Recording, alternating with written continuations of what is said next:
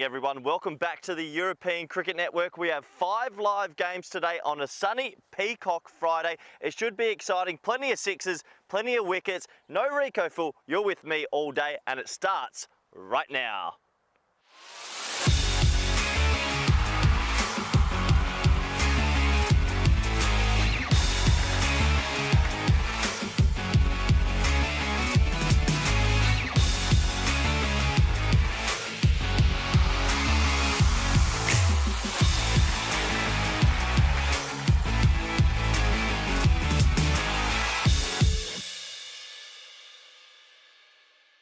The European Cricket Series is proudly brought to you by HCL Software and Bizzaway. So welcome back, everyone. We have 5 live games today. The Blinders are playing the Blizzards in the first game this morning. It's a local derby, which I'm looking forward to. So there could be a little bit of tension between these two teams. Let's talk a little bit about what we've seen so far. The scoring rates are getting better and better and better. And I think it's because the sun has come out. When the sun's out, this lush sort of outfield, the ball can land on it and it can skid on a bit. So teams are starting to hit about 120, 130, 140. For me, the bowling's been a little bit subpar. If the bowling can get a bit better, then the teams that bowl and field well, they'll come straight back into this game. But anyway, it's time for match 21. Let's go to Tyrone Peters for the all-important coin toss. The Blizzards to call. Heads. Heads is the call. And it's tails. We're going to bat first. So they're going to bet. Back to you, Corey. Good morning, everyone. Welcome to Friday. Oh, that's funny. I forgot about that introduction. Good morning. I hope everyone's doing really good out there, wherever you might be. It's Peacock Friday, a really nice day. And look at that beautiful shot of this gorgeous oval out here. We're about 25 to 30 minutes just outside of Budapest city centre. And what a glorious picture that is. This gorgeous little ground has been hosting us for the last couple of days, and we've got a full 2 weeks here, followed by some ECIs right at the back end. But before we get into all the fun that we're going to have over the next 10 to 12 hours, we can also have a little bit of a recap of yesterday. And it has been some fantastic cricket overall, as the standards have been getting better and better and better. This was game 16, the first one of yesterday morning, 105 to plays 92. Juna Bogdani, they gave it their all, but unfortunately, the little engine that couldn't get there. They needed 13 more runs by the end of the game, and a bit of a slow start came back to haunt them. For me, Ravindran, that 39 off 18, fantastic. Batted really, really well.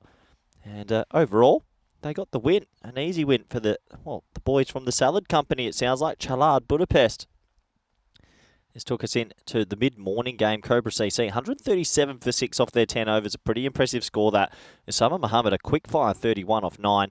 Juna Bogdani, once again, they tried their best, but they fell just a bit short. 16 runs this time. Sort of feels that it's just not meant to be their tournament. And Shreya Butt, he ended up with 2 for 19, and Burhan 2 for 17. Really good bowling indeed. This took us to the midday game.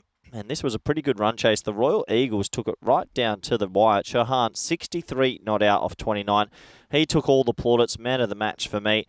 And never easy chasing a score, probably 120 or over. That's a really difficult chase. Most things have to go your way, and they did go their way. The Royal Eagles stole the points in that one, and they were the happier of the two teams.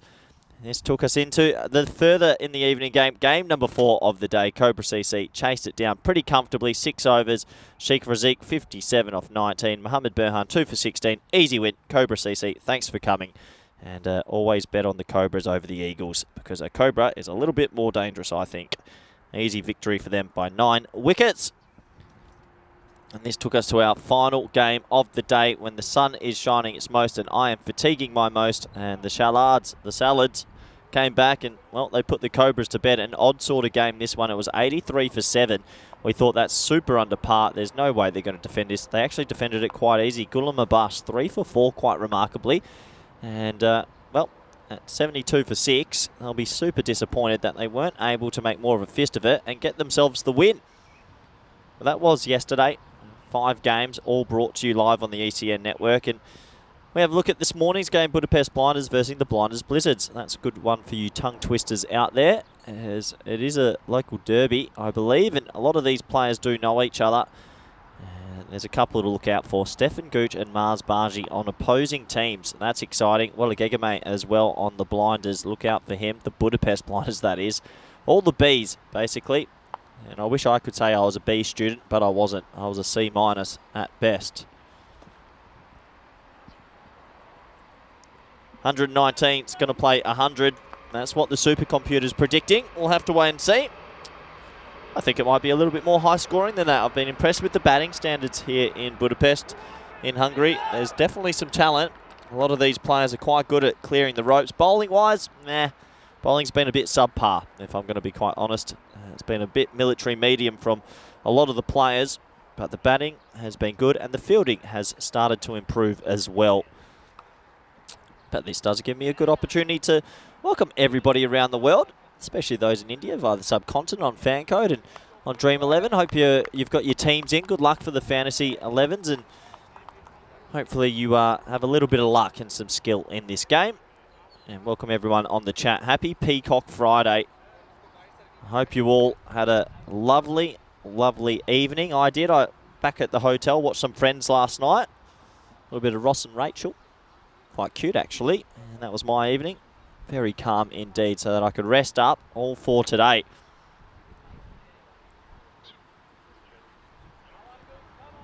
So we're almost set to go. Batsmen making their way out to the middle. And if you like colour coordination between teams, you're going to get it. Everyone looks identical. It looks like the batsmen are fielding and the fielders look like they're batting. Black and yellow for both teams, but they are of ones and twos of their club. It's a hybrid, I believe. So we will try and make the differential as much as possible today and clear as possible, but black and yellow all on the field. Famous Richmond Tigers colours in the AFL back home.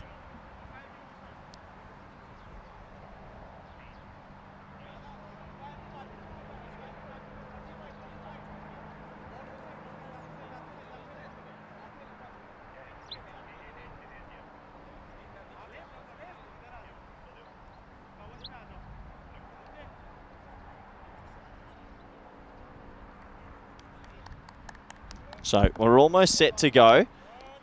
As the batsmen, they're out in the middle. The sun's shining. It's good to have everybody here and excited for this one.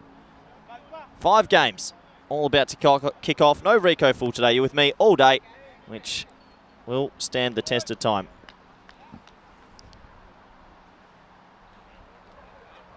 So umpire should touches his watch. He says, yeah, let's go. We're ready to play first ball on this sunny Friday. Here we go. Well bowled. Not a bad little nurry that. A little bit of swing and puts it in the right areas. That's all you can ask as an opening bowler. And Ghani plays all around it. Usman will be looking to get going and get Gooch on strike, because we know how dangerous Stefan Gooch was the other day. A couple of marvellous 50s, batted sensationally. And there you go. That's going to be the first maximo of the day. An over-pitch delivery gets crunched down the ground.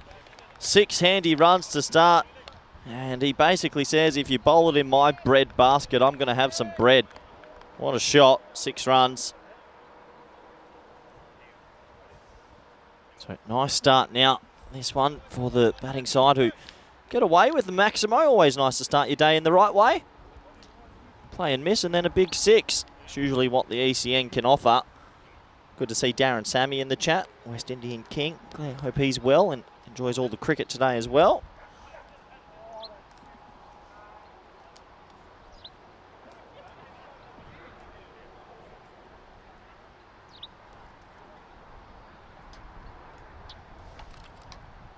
Usman over pitched. It's a bit of a Gundy ball and he gets away with it. Could be a run out here, but he misses.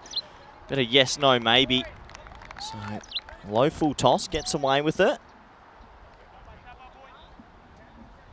You can see there, just trying to clip that round the corner. Unfortunately for him, picked out the man at backward square leg.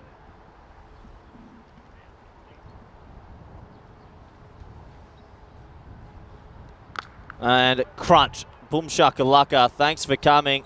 Well, if you over pitch, you'll get hit over your head, and if you pitch it short, you'll get hit over square. 2 6s to start today. That's a better of the 2 sixes for me, because I didn't think that was that short. Just a little bit back of a length, and he rocked on it and he pulled it for 6. And danger signs early here for the bowling unit.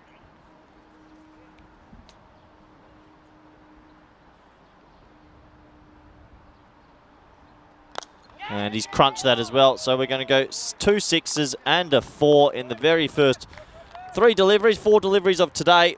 They're racing away early, and it has to be said, we've seen a lot of military medium bowling, and when you bowl it at this pace, it sits up, and most batsmen are licking their lips, and that's what we're finding in this ECS Hungary.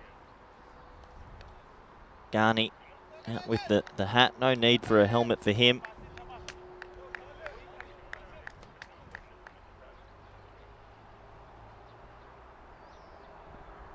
And yeah, 6 more. All right, let's start with the magical over. Thanks for coming. 22 off the over. This looks like it could be an early blowout. Wasn't expecting this. It's a low full toss. It's a Gundy ball, and Ghani says thank you for coming. 6 handy runs, and well, the first over will go for 22. And we have a look at the stats gun. Yeah, that's a pretty nice looking stats gun, isn't it? So you can see there the top bowlers. Actually, look at the top bowlers for the Blinder Blizzards.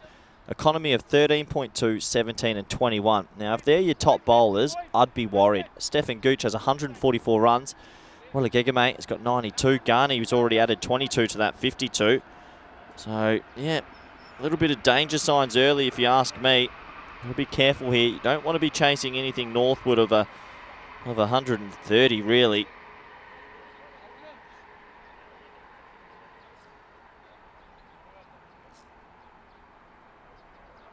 As I try to find out the password for the tablet, I'm sure I will be able to figure this out. What would it be? ECN 123, something like that. Anyway, over number 2, and we'll start with the wide down the leg side to Gooch, who just tries to tickle that one down the leg side.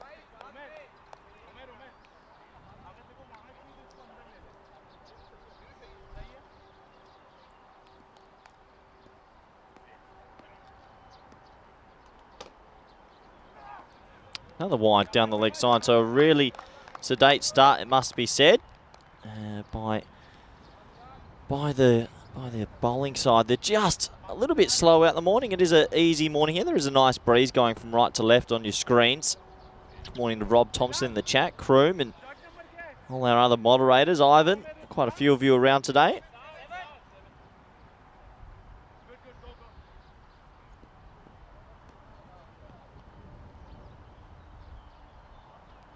And we'll go another wide. Well, if you wanted a slow start to the morning, you've come to the right place, because right now, effectively with these wides, they've taken the first over really for 26. Down the leg side again. You have to wonder why he would come around the wicket to the left-hander if he's swinging it in. Usually you come around to the left-handers when you're actually taking it away from them. A little bit like Stuart Broad, but Zahid wants to go against the natural laws of angles, and it's costing him.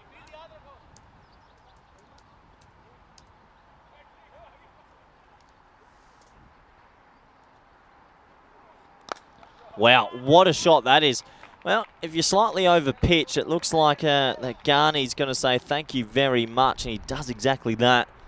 Full outside off, and what a shot. 6 runs, and well, looking like danger signs here early. I don't think we'll be having an early finish. They might be on for something like 200 here if they keep this up. It's 32 off the first 7 balls this morning.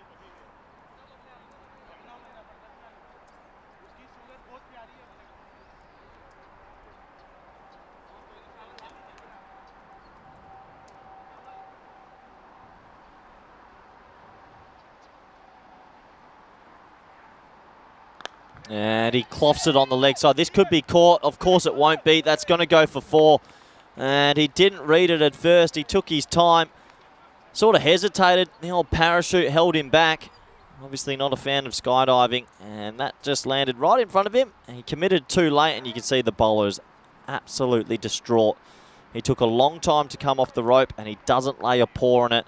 So that will go for 4. And right now, this score is ridiculous, really. 36 off 8 balls this morning. If you wanted to have a slow morning, you're not going to get it.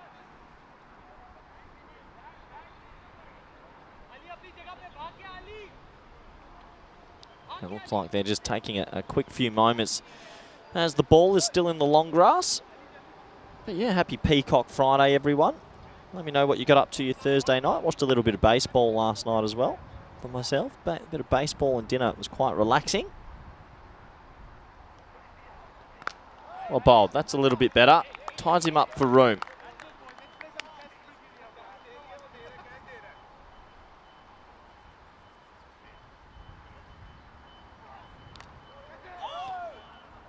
And then once again, 2 dot balls. So a couple of dot balls just to bring them back into the equation. Zahid's gone for a few already this morning.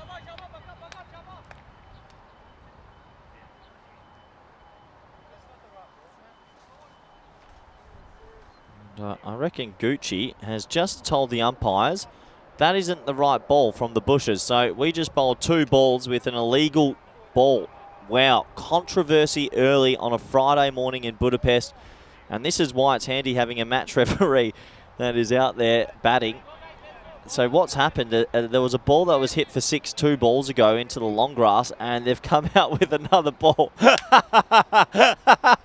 Oh, there you go. Thank God Stefan's out there, because no one else would have noticed that. That's actually quite comical. Oh, boy. I'd like to know what type of ball we just bowled with. Yeah, that's a wild play and miss. I can't believe that. That is phenomenal. Maybe they actually pulled a baseball out at one stage. I don't even think most of the players would know it's a baseball. Oh, that's phenomenal. 3 dot balls nonetheless after that big 6. And edged away for 4. Well, this one does fly. This will be a grizzly. And that does go away for 4. So that will take us to the end of a pretty odd, I would say, first 2 overs, and the score is 40 for none.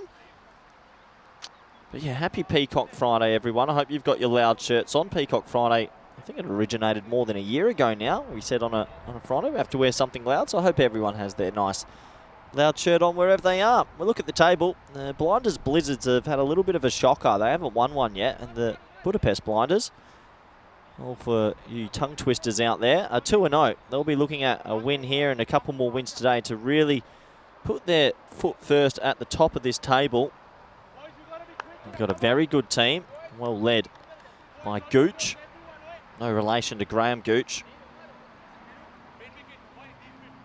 And it looks like we are going to see a bowling change here. And maybe a little bit of spin from Ilakun. Let's see what he has for us, shall we? Pressure on him. Bowling to Gooch, who's a very talented batsman. Also a good man.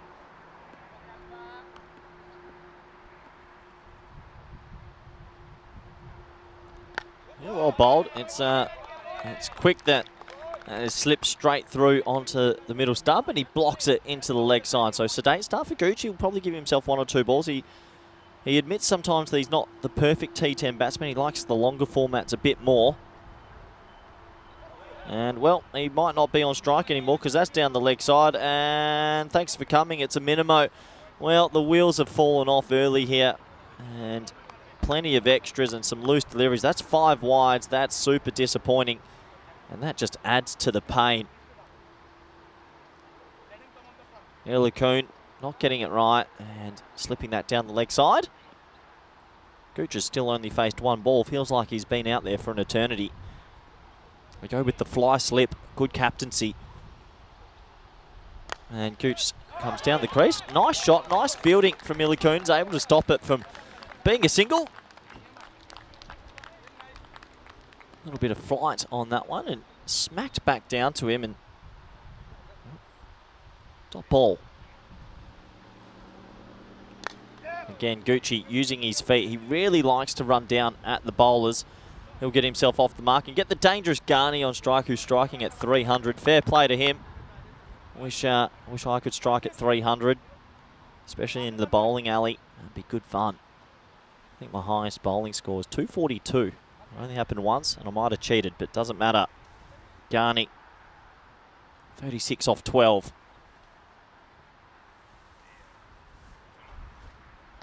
Shot. Gone. Thanks for coming, Garney. Well, he tried a little cheeky swivel pull. It was probably a little bit too full for the shot, and he's actually quite well caught. Surprisingly caught, I have to admit. The catching hasn't been at its best, and he's getting a good laugh off the field. I wouldn't be laughing if I'm going at 18 and over, but anyway, doesn't matter. It's just an opinion. Well caught, really. And the first wicket will go down. And Garney, good little innings that. T10 innings, 36 off 13. And doesn't get any easier for the fielding unit out there because, well, Gegame is back. Sanka.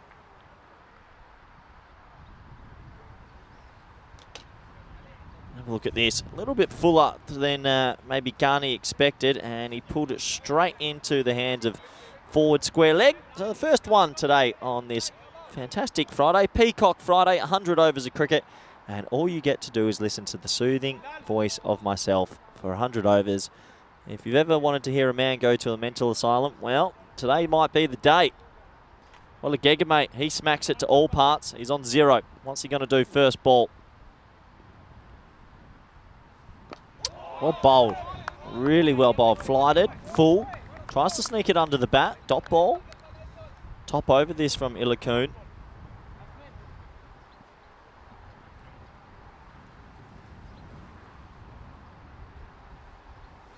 And this very next ball, he tries to launch it straight to deep mid-wicket. So that will just be a single. And that will take them to 47 off the first 3 overs. A very eventful start on this Friday morning. And beautiful Budapest. What a week it's been so far. Look at the worm and the Manhattan, I should say. Make sure you do your steps in the morning. They're going the wrong way, the Budapest Blinders, but I don't think they're too threatened from the blizzards at the moment. 22, 18 and 7.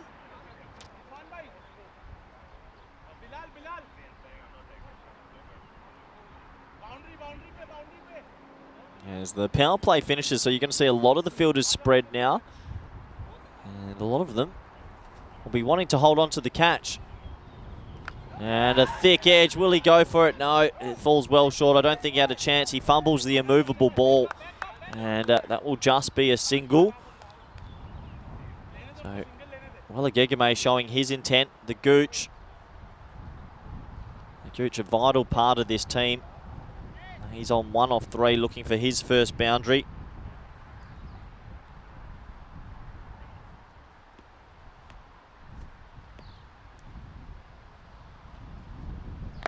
High in the air. I don't know if he's got enough of it. I'm going to back it as dropped. Of course it is. Oh, well, he should have held on to that, and they've dropped Gooch.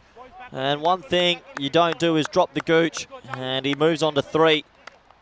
Unfortunately, it was a bit of yes, no, maybe from the fielders. One of them should have just gone for it. It was going to be a pretty simple catch in the end. But look at this. No communication.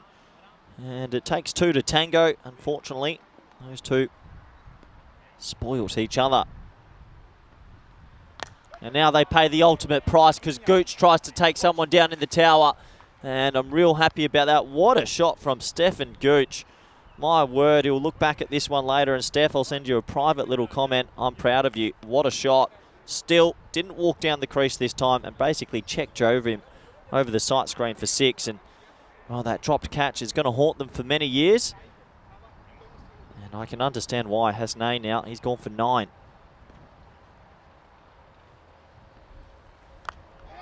What a lovely little check drive on the offside, and this outfield has quickened up a bit. Gucci might be a big man, but he's quite quick between the wickets, and he'll get back for a second. The old adage, catches win matches. If this was baseball, I think all the fielders would have a mitt on, and maybe that would help them. Fortunately, it's not baseball. This is cricket, even though you can get a couple things from the baseball world that fall into the cricket. I do like that we've got the shot clock now. There's shot clocks in baseball as well.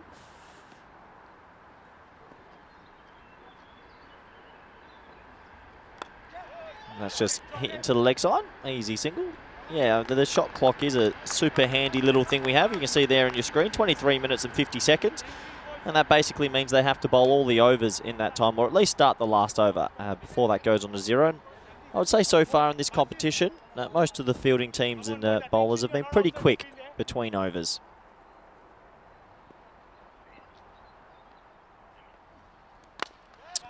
Yeah, down the ground, just the one. So that will take us to the end of 4 overs. The score is 60 for 1. That is over, I believe. 60 for 1, projected score 150 flat.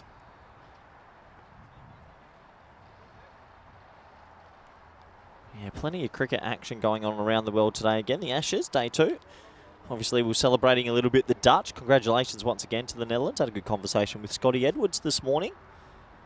I can say there was a few hungover bodies out in Harare. What a good moment for European cricket. The Netherlands going to the 10-team 50-over World Cup. Super exciting. And congratulations to a lot of friends out there. Looking forward to seeing them next week. They'll all be back in the Netherlands, I think, on Tuesday or Wednesday. Well, I'll be back there as we have the women's event going on. So Illicoon, he deserves a second over. This will be tough, though. Swept away. The old traditional sweep shot. And, well, fumbled by the fielder. And what's he doing? Well, I don't know. He's fallen asleep at the wheel. I'm not too sure what's happened to the fielder there. It's almost as if the ball's hit him at 3 kilometres an hour and it's been stunned into existence. Let's have a look at the replay. Yeah, real sleepy and then fumbled it again. Surprisingly, sometimes when that ball's really stationary, it can trick you. I'm not too sure what happened. I don't know if he was a little bit surprised the ball was coming to him. It does go away for 2 in the end.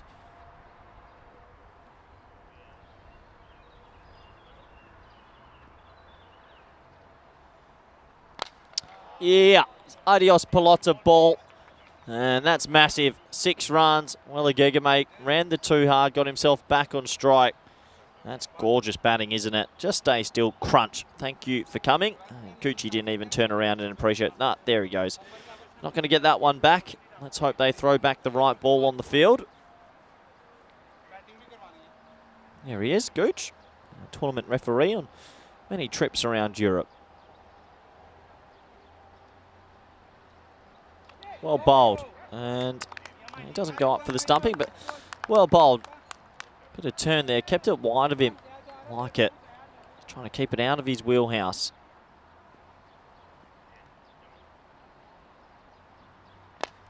Missed time. This time he's clothed it straight to deep mid-on, who charges in like a panther in the wilderness, but fumbles. A lot of fumbles this morning.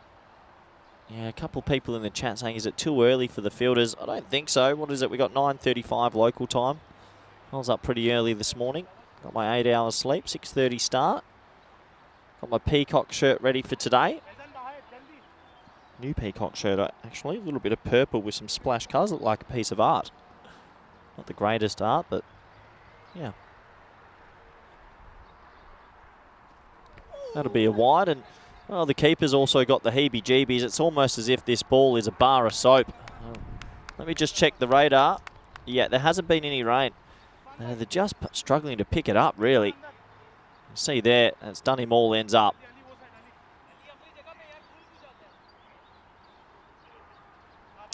Both teams sporting the black and yellow.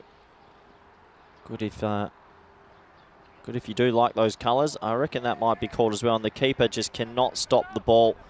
Obviously, this ball might be a little bit egg-shaped because it's been hit so hard. Not too sure how he's missed this. Yeah, he's missed that by quite some distance as well. So the runs are pouring here. Not easy for Illicoon, not getting much support from his fielders. And then he dishes up an absolute ball of fruit and Gooch smacks it for 6. What a shot. And we are racing away. We're up to 79 already. And buckle yourself in because there's still 95 overs to go today. You just feel the scoring rates are getting bigger and bigger and bigger the longer we go on. Gooch now 18 off 8. Well, Gegame 12 off 8. Illicoon, he's got the 1 wicket, but a little bit expensive now. In the air, and, well, stops it, so they'll get the single.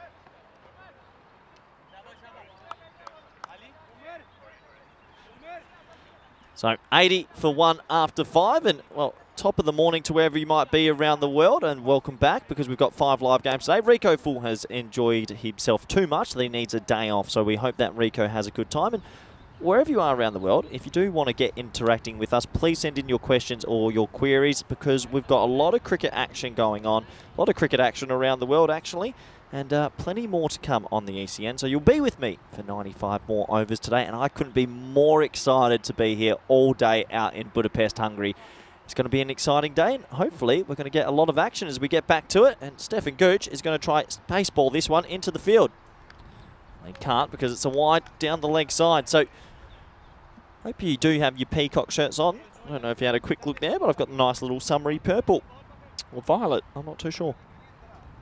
Shabazz coming around the wicket. Once again, right arm around. Not too sure about it. Into the wheelhouse, but will he get away with it? Nah, he won't, because that is a Gundy ball. And Gucci, well, Gucci loves feasting on things that are short and down the leg side. He's a bit of a foodie, but he's also a cricketer. What a shot. It's a shocking ball, really, and Gooch is just too good a player. Played decent level cricket in WA, I believe. I can't remember who he told me he played for, was it? I don't think it was Bayswater. Maybe it was Perth or Subi, something like that. But he played very good cricket in WA to Gooch, and you can see he's got a very nice technique. And people with good techniques usually feast on balls like that. Short into the deck, and Shabazz tries to bounce him out. Unfortunately, Gooch is a big man, and what a shot. A little bit of Matthew Hayden in that swing with the old grey neck. And right now, the ECN Blue Crew team is on fire this tournament. There he is, number 22 on his back. Soon to be married as well by the end of the year. Old Gucci to a lovely Meta who works for the company. I think a lot of us are coming back to Budapest for the wedding in September.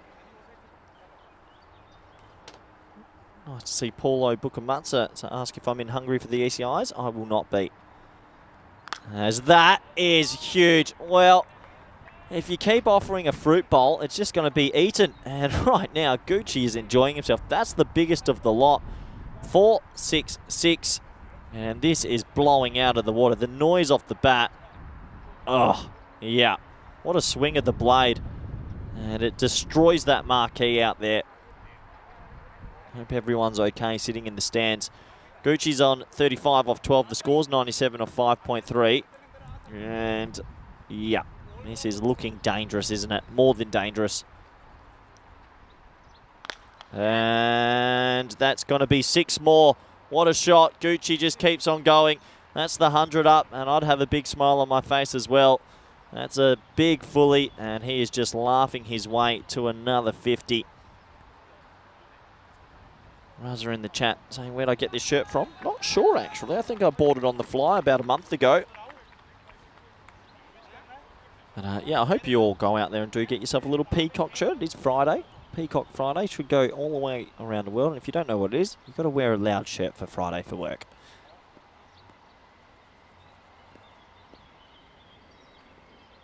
Oh, no. I reckon that's a no-y. It's been called, and it's missed field for 4. Well, the wheels have fallen off. Unfortunately, that's going to be a minimo 5. It's a big full toss no ball. He hits it straight hard. And, yep, good call from Shub. That's a no-y. And you watch here, it goes straight to the fielder. It almost kills the bowler. And somehow it's gone through for 4. Yeah, unfortunate, really. So, free hit time. And he hits it well. Mars can't get round. I'm not too sure if that's 4 or 6. That might be his 50. Maybe not. It's going to be signalled 4. We'll have a closer look. The free hit eludes Mars Bargy down there at mid-off. Very close, just out of shot. I'm going to say I think it's 4. It's being signalled 4 by the on-field umpires. So, Gooch has exploded here. And he moves on to 49. Wowee.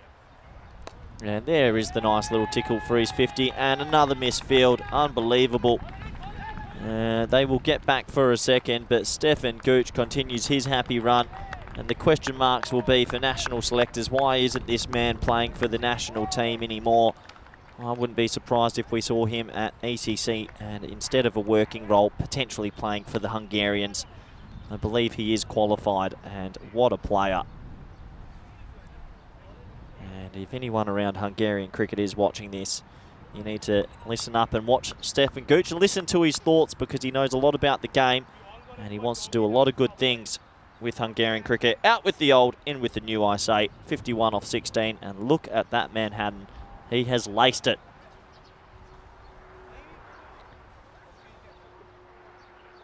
So we continue here with the score blowing out to 114 off 6. Pretty good. Shabazz went for 34 that over. I'm not too sure the captain will give him a second, but we'll have to wait and see as new bowler comes into the attack. Oh boy, good luck catching that, but it will be a chance. Good luck. He's caught it. Wow. I can't believe it. He's actually held on to it. And that went up in age. Well, Gegame got a lot of height on that. An extreme amount of height. That's a sensational snare out there. And it just climbed on him a little bit. You can see he hit it, well, basically straight up. And it's a very, very good catch. We've seen a little bit of poor fielding, but this time he sets himself. See how he stops at the point of contact with the catch? It's a very technical thing, but you need to be able to do that. And the first wicket will go down. And he'll be disappointed, Will Gegame, because I think he would have thought he has a good time to bat here and enjoy himself.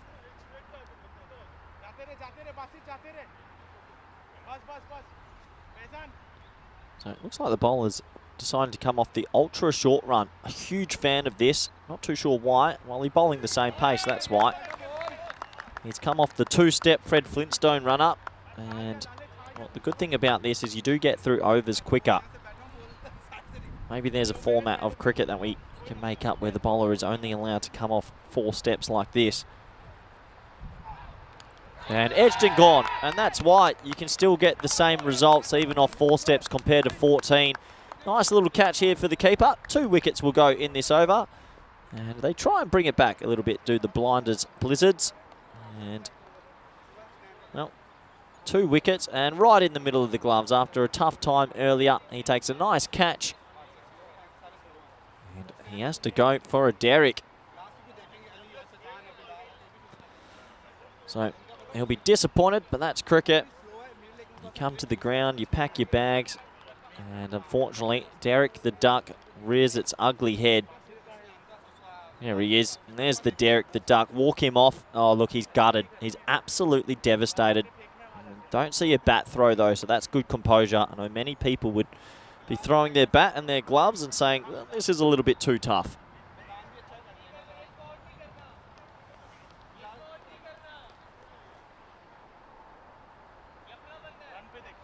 So Aziz comes out. Interesting to see he's going to go with the chalk early and mark centre. I'm sure that's already probably chalked, but maybe it's part of his routine. Zahid's got 2 for 18. Bowling okay. 2 wickets. Obviously nulls the pain of earlier. It's going to be interesting to see who they go to bowl the remaining overs. Everyone else has copped quite a bit of tap.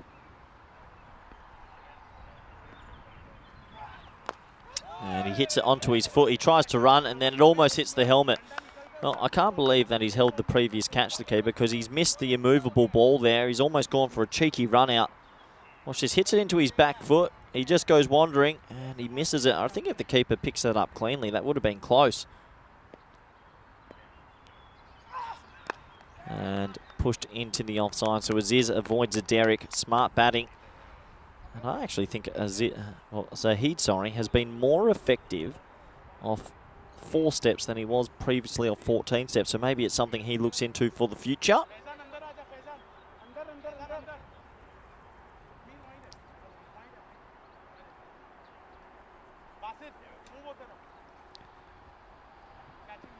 So around the wicket now. Slight change to Gooch, who's in a bit of form, you'd have to say.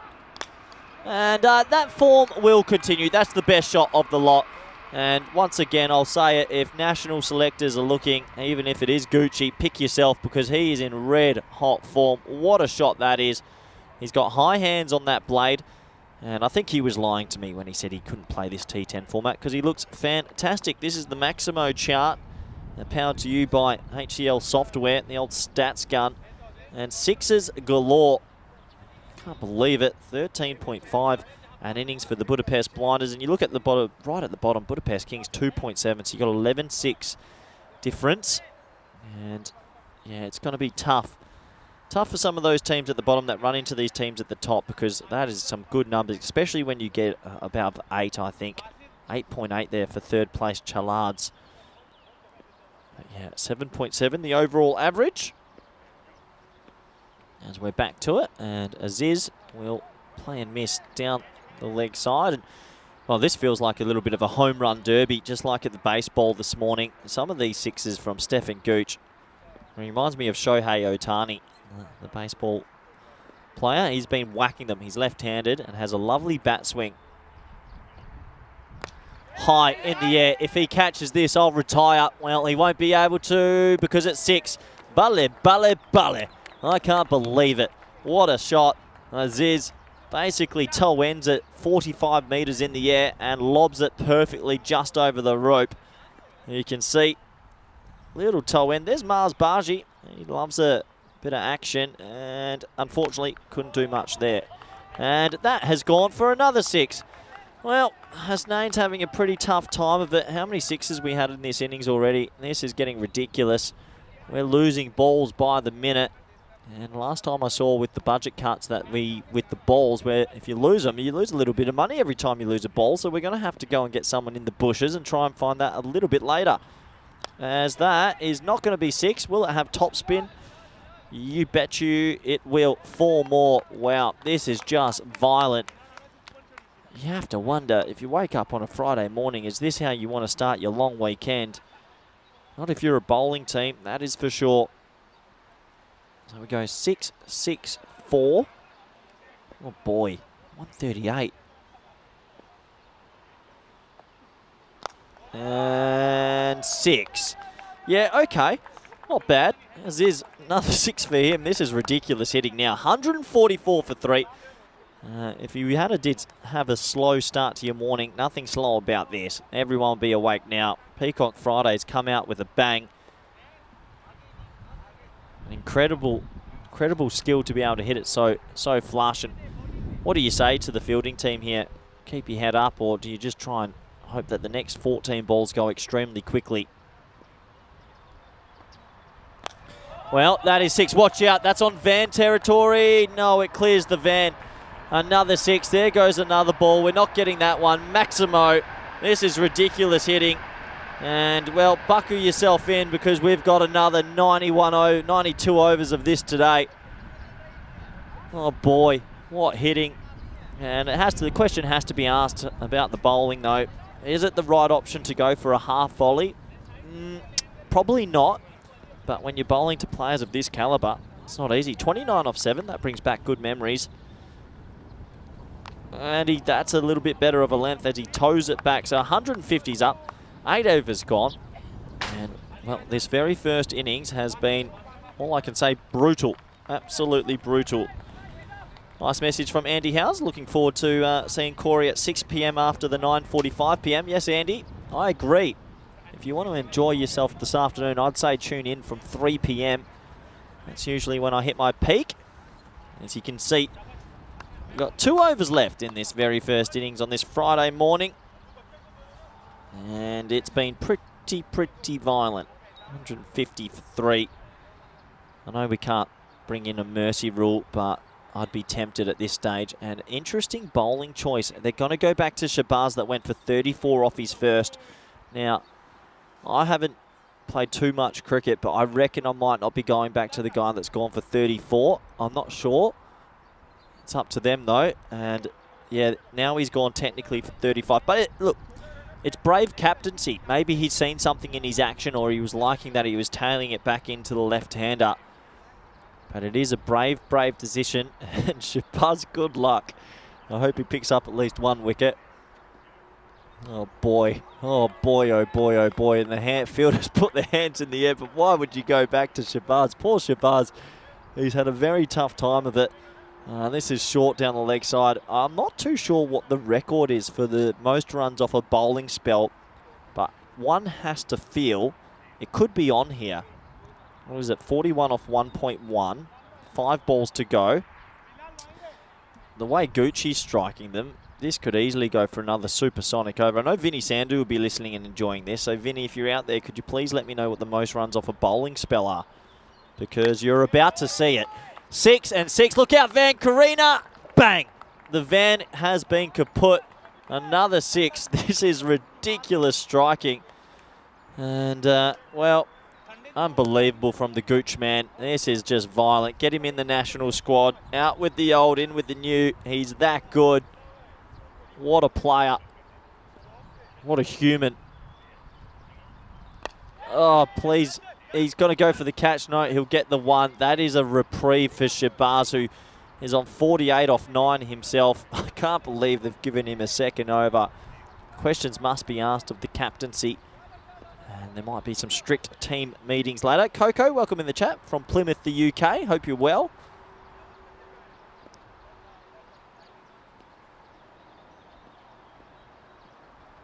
And 6 more. That's the 50 up for Shabazz, who brings up his 54 off 10 deliveries. A really special innings with the ball. He has been hit to all parts. Unfortunately for him, this could leave a little bit of trauma. It has not been his day. His bowling spell so far has gone for wide, 4, 6, 6, 6, 5 no balls, 4, 2, wide, 6, 6, 1, 6. Wide. That's got to be a wide, I think. Watching the umpire. He's going to give it leg byes. Well, that is super lucky. I reckon it just flicked the pad. So that's a reprieve for Shabazz. Well done. That's a dot ball. Can Gooch hit his last ball, I think, for 6 here and take his spell for 60? He can't. Disappointing from the Gooch man as he farms the strike and gets himself a single. And Shabazz will go and take a cold shower after that. None for 55 off his 2. The score has raced to 172 for 3. And what a start to today. We have a look at the bowling figures. And Omar Zahid, 2 for 25, can actually hold his head up, and Illikun as well. But the others, unfortunately, have been taken to the cleaners. And when it happens like that, the score can blow out. And 172 is gigantic. Joe Foster in the chat saying loving the Shohei Ohtani reference. Yeah, Shohei Ohtani playing for LA in the baseball out there. Lovely swing of the bat. If you ever wanted to see someone swing a bat, look up Shohei Ohtani, the baseballer, in the break. And I reckon Stephen Gooch is a smaller mould of him.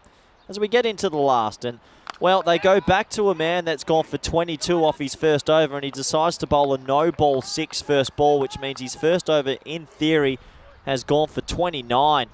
And Stephen Gooch now believes the 100's on. If he doesn't run and hits a couple more 6s, he could hit 100 here. What's he on? 77. Don't run, Gucci. Stay deep in the box. 2. You got to go. Touch and go, Gucci. Go, Gucci. Oh, go, Gucci. Oh, he only gets the 1. Well, that might ruin the 100 chat.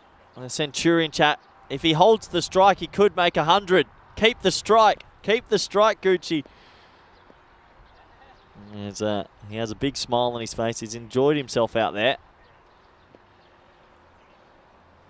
Or could he get there? Oh, that could be handy. Oh, no. Oh, no. This is wheels off. Once again, I have to wonder, is the captain made the right decision to go back to a bowler that was going at more than 20 and over? I'd have to say probably not. That's a minimo. This feels like stick cricket at the moment. If you've ever played that game, usually the scores were very similar to this. 200 is, in theory, definitely possible now. Usman has just moving cover a bit wider. That's pretty good, just in case. It's going to be a wide. Yeah, and Usman is distraught, and I can understand. That hurts. Siraj Mahajan in the chat saying the ground is too small for them. You're right. Some of these 6s today would have been 6 anywhere around the world. They have hit some big, big 6s.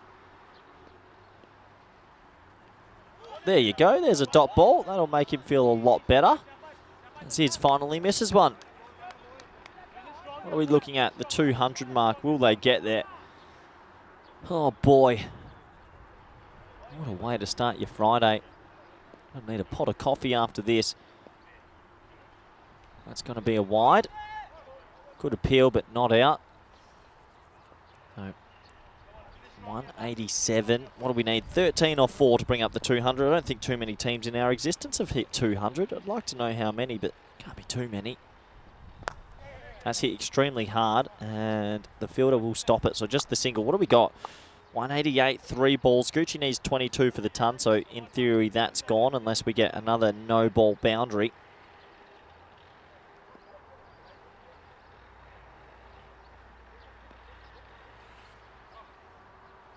As Usman decides to come over the wicket. Gooch on strike. Towenda, it's going to beat the man at short third. I think no, yes, no. He ends up stopping it. So that'll just be the single, and that 200 landmark just slips away a little bit. They're going to need back-to-back sixes. Yeah, see, good encouragement from Keanu in the chat saying good dot. You're right, yeah, good dot. There hasn't been that many dot balls this innings. There's been an array of sixes. 1, 2, 3, 4, 5, 6, 7, 8, 9, 10, 11, 12, 13, about 18, I think. And let's just add one more to the tally, shall we? Adios, Bellotta. Aziz enjoying himself. They move on to 195. And you just sort of feel for the fielding team at this stage. It's been a tough old time at the mill. They need a big 6 to get to 200. And really, you wouldn't put it past them. Last ball of this first innings. Well, they're not going to get the 6. They're going to get the 1 as the fielder misses the ball. And that will end the very first inning. 196 for 3 off 10. That's pretty special. Gooch will finish with 79 off 24. Aziz, 43 off 14. Chaos, really. That is a chaos morning. And that man on your screen is in some red-hot touch, and well done to him. Both of those men, really. They have destroyed the opposition this morning. And Stefan Gooch once again puts his name up in lights. Let's have a look at the highlights, shall we? And, well, if you like big scores and plenty of boundaries, you've come to the right place, because it was just an array from the start. Garney started it, boundary straight away. Gooch followed suit. Extras helped. And it was violent. It was one of those innings where everything seemed to go right for the batting team. And the more they hit, the more they laughed. In the end, we had 19 sixes in the innings. And that is a huge amount. 19 sixes, so we're almost talking about 31% of the whole innings went over the rope. If you add in the 7 fours, 26 boundaries out of 60 balls. Yeah, that is a lot. That is an extreme amount, actually. 19 sixes might be up there and closing in on some of the higher records we have. It's a really impressive effort. There was 2 wickets in this over.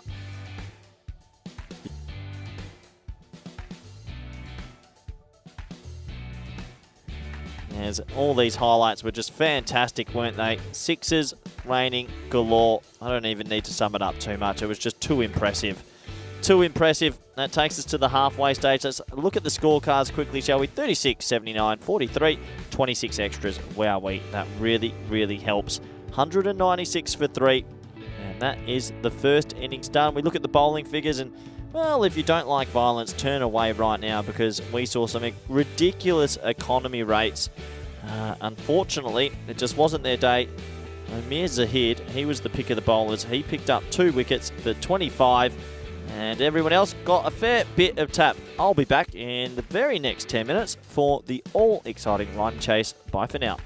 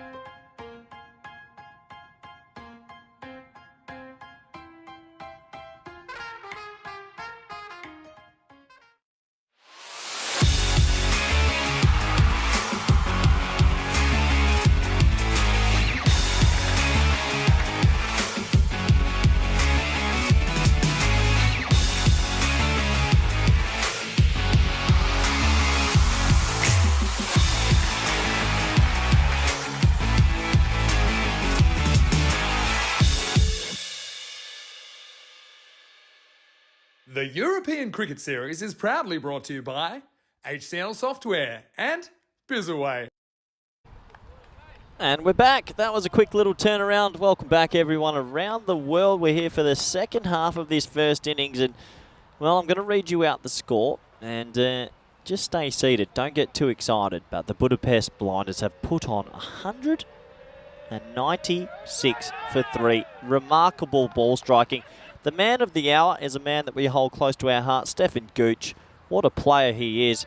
He made a blinding 79 of 24, and he's continued his great tournament. He was well supported by Aziz, who made 43 of 14. Fantastic hitting as we do get to the second innings, and it gives me a great opportunity to welcome back everyone around the world, especially those in India, in the subcontinent, via Fanco, Dream 11. Hope you're doing super well out there. Good luck with your teams, and I hope everyone else, wherever you might be watching, is enjoying the action, whether you're in Europe or in Arnhem or wherever it is. I hope you're enjoying all the cricket because we've got plenty of action coming today. We got 90 more overs of this, and well, you have to feel for the Blinders Blizzards because how do you go about a chase in the 190s? There's only one way, and it means slog and power slog. They're going to need a minor miracle. And if they do chase this down, this would go down as one of the greatest 40 minutes of live television of anything ever. But it's not going to be easy. We'll have to wait and see if they can produce something. The umpire is in place. Shub says play. The batsman's ready. The bowler's ready. We're ready. Here we go. First ball of the run chase. And here we go. He is out. Great, what a start. Khan goes for a golden Malachi, and a very good catch by the young Manav Nayak out there. He hit it pretty well, straight down his throat. He moved to his left, and he holds on to what must be said, a pretty difficult catch. And that's going to be a golden Derek. I can't believe it. And things get from bad to worse. There's our cute little golden Derek. I'll give it a go. Yeah. I don't know how that sounded, but fingers crossed that was okay. So the first one goes off the first ball of the innings. And when you're chasing 197 for victory, that's probably the one thing you don't want to happen is a golden duck. Good catch. Manav Nayak, son of Samir, young player, goes around Europe often playing now and has a bright future ahead of him. Now comes another man we know very well, Mars Baji. Good luck to him. He's had a good tournament so far. He's actually hit the ball really well. He's definitely stood out from the crowd amongst his team. Had 3 matches so far and has scored 165 runs. And that is a seed. Thank you for coming. Beats the bat outside the off stump. And yeah, good little Nurry, fending outside the off stump. Bit of traditional cricket there. So the run rate required is already above 20, quite remarkably. That's flicked into the leg side, and Mars Baji looks like he'll enjoy himself some time at the crease, and he'll get himself off the mark with a single. I think, I'm not too sure what our highest chase is.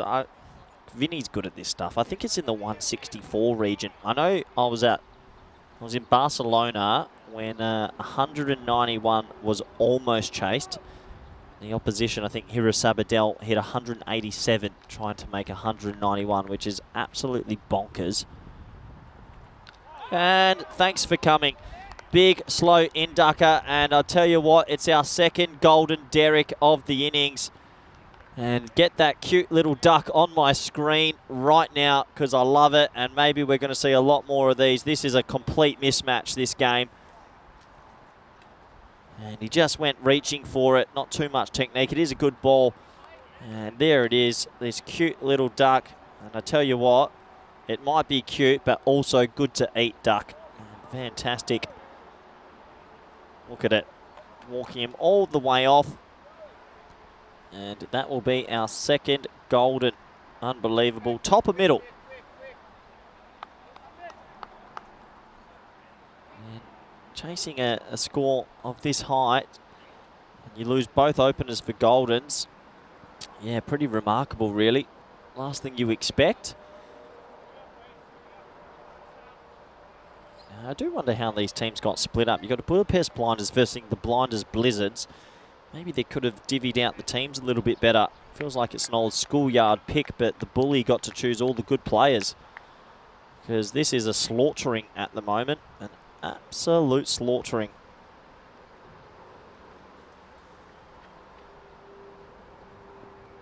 That will be a wide outside the leg stump. So 2 for 2 for Hundas. Good opportunity as a bowler to really cash in and maybe pull something off magical. A little 5-wicket haul or 6 or 7. I don't think we've ever had a 7 for. I'll give you a fun fact about Stefan Gooch in a moment.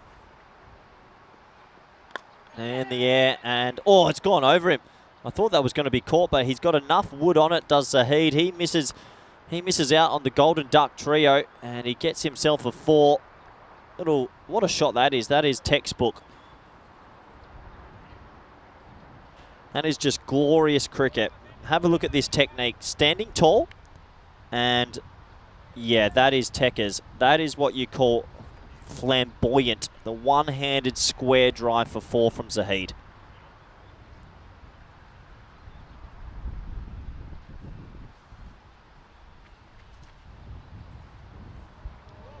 And this time, Mahandas follows him. Good keeping from Gooch. It takes us to the end of the first. The score is 6 for 2. 202 games since a golden ball, quite remarkably. It's been a while. And wouldn't it be fun if it came today while I'm on my own? That would really spice things up. I'd probably lose my marbles a little bit. I reckon that count is going to go to 203 because I do not see a golden ball coming from this game, but I've been surprised in life before on numerous occasions. And I will tell you that little fun fact. I didn't forget Stefan Gooch there, who's on the left of your screen. Keeping actually has the best ever figures on ECN Network. Now, if you want to try and guess what those figures are in the chat, I'll let you have this over to guess. As that has going to be the one bouncer for the over. They will scamper through, I think, for a bye. Yeah, it will be a bye. But yeah, Stefan Gooch has the best figures on the network. If you can tell me what you think they are, I'll be surprised. He's not only a good batsman, obviously can bowl and keep.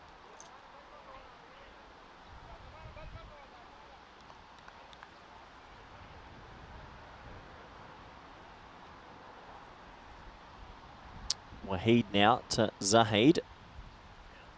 All you rhymers out there. Oh, he's chipped it beautifully. Oh, Zahid has one of the best techniques I've ever seen. He's played 2 gorgeous shots for 4. This is straight out the textbook as well. Look at this. Stand tall and jar it out. That's called batsmanship. And he has done that pretty easily. And Zahid right now is having the time of his life. Look at this. He goes, you want to swing it into me? Yeah, thanks for coming. I'm just going to pop you over backward. Boy, it's a remarkable shot. Actually remarkable. 2 of the most beautiful square drives you'll ever see in the game. And there, look, he's just having the time of his life, Zahid. He's seeing the ball like a football. And he's got this lovely knack of just whacking it on the offside. There you go. Yeah, just sort of knocks it down on its head, doesn't he?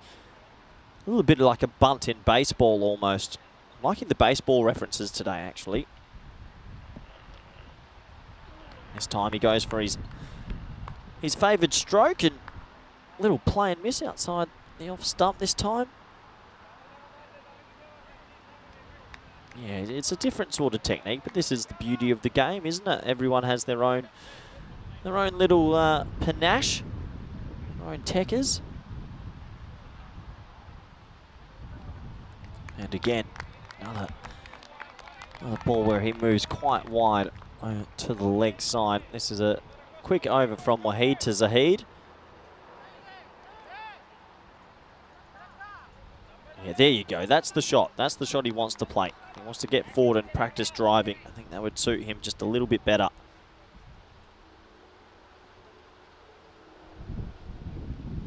Oh, goes the scoop. Nice, I like it. And that will bring us the end of the over. At the end of 2 overs, the score's 11 for 2. We'll get round to our quiz question. I do love a quiz. And the question was, well, I'll say it after this. This is the table. And I'll tell you right now, that net run rate from Budapest Blinders remarkably could go up after this game. So plus 9.95 has to be the biggest I've ever seen. So I reckon it's going to go up quite a bit, but I'm not too sure how net run rate completely works.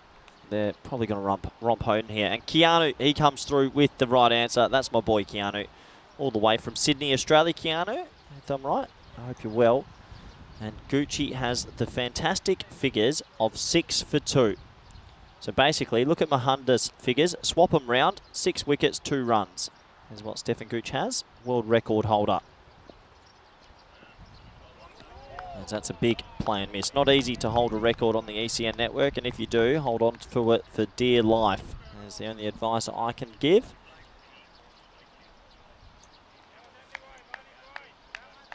Records are made to be broken, and it will happen one day that we see a 7 for. It could take a long time, but we will see it. Shot. Misfield. Should just be the 1. They'll think about 2 if they're quick. They've just settled for the 1. Yeah, there's records are made to be broken. I reckon the 7-wicket barrier, like the speed of sound barrier, will be broken one day. I'm not too sure when, but someone will come in, just bowl it full and straight for 12 balls, and 7 of them will hit the stumps. Something like that. There's only a few records I think that won't be beaten. I don't think that we'll see in an ECL final a 2-2-2 or an opening partnership of that in a final of such a big tournament. 2-2-9 is the highest ever score. That will be beaten. Maybe the lowest bowled out, 6. I think that will be beaten one day, but then I think they lost that by 194. So if Gozo, so I'm not too sure. That 194 run victory is hard to beat as well.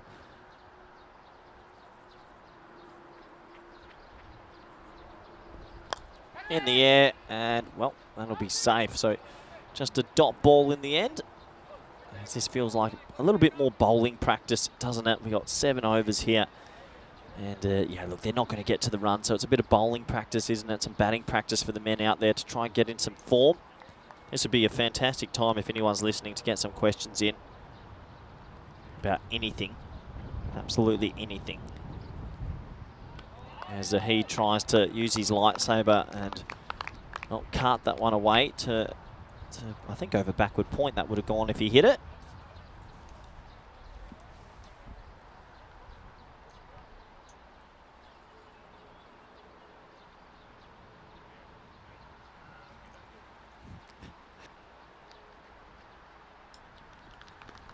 Oh, I can't believe that has missed the off stump. Mahandas has to do one thing really. It's just get it on the stumps, you feel. And, oh boy, it just gave him a little tickle on the way. So another dot ball. Super close to those stumps again. And Zahid is living a chance to life at the moment. And now he's gone. So it comes down the crease, he chips it straight to our man Ali at cover, and the 3rd wicket will go down. Nice safe catch in the end. And this is turning into a complete shellacking. He came down the crease, played one of his audacious strokes. They head it straight to the man at short cover. And that will be the demise. 3 wickets gone. And looking pretty tough here for the Blizzards. It's been a bit of a blizzard out there and a bit of a bust as well. Let's compare the power plays. That'll be fun. Yeah. Oh, look at those Manhattans. 34 off that 6th over. 29 off the 8th. 22. I mean, I think they had 6 magical overs. Quite remarkable, isn't it? You never expect to see so many boundaries. Very rare indeed. As Wahid has begged his captain for a 2nd over, and yeah, why not? I think in a situation like this, you want to get as much bowling practice in as you can.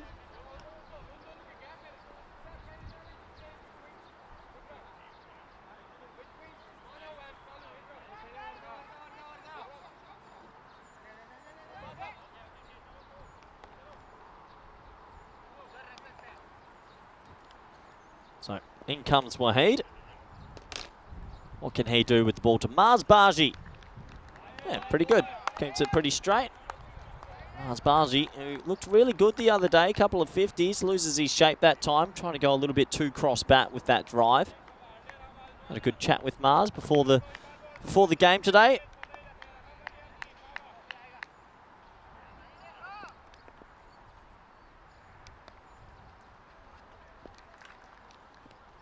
Oh, there it is again. That's really good bowling from Wahid. And, well, pretty impressive little short ball that, right on the money. Got a question come in from Joe asking, what is the highest per 2-over spell? Now, I don't know. I would love someone to find that out for me, actually, because I thought it was going to get broken before, but a 2-over spell, I imagine someone must have been hit for 2 supersonic overs, maybe, a 60. As he chips this one straight, and that should just be a single. Yeah, I can't imagine someone's gone, what is that? If you bowl 12 balls, you have your first over go for like a 32 or a 34, then your second over go for a 26. I imagine it must be 60, but if anyone can find that out in the almanac of cricket records on the ECM, please let me know. I am curious.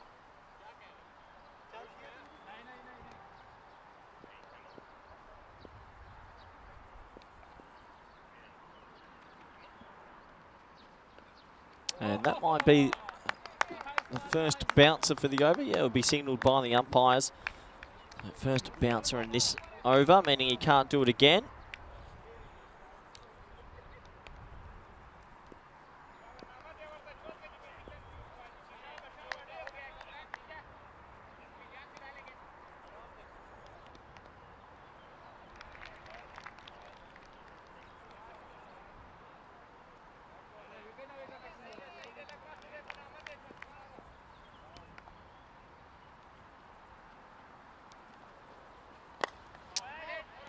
Yep.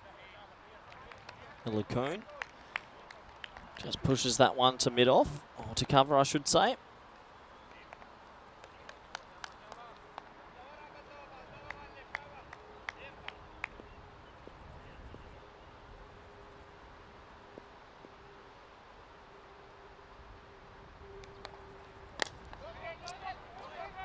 And now he gently pushes that one straight. So looks like for me the batsmen at the crease have probably given up the tail here and feel like they're just going to enjoy a net, which is a little bit disappointing. I'd like to see them still try and get on with it. Kroom in the chat saying the robot should know the answer to that. Robot, if you are out there and you are listening to us, all conquering and all powerful robot, please let me know what the most runs off a spell are. And this time it's chipped for 6. Nice shot from Marsbaji. I think that shot there just shows his strength, that every now and then you can bowl a little bit too full to this man. And watch this, little flick of the wrists. Thanks for coming. It's actually quite an audacious stroke, it must be said. And it cleared the rope comfortably. Marsbaji definitely has a bit of talent. And right now, the ECN Blue crew is dominating today once again. Makes you think that if the best European cricket team took on the ECN Blue crew, they would probably lose in a clean sweep for love. Look at that scoring rate differential. Pretty massive. Yeah, pretty massive difference at the moment.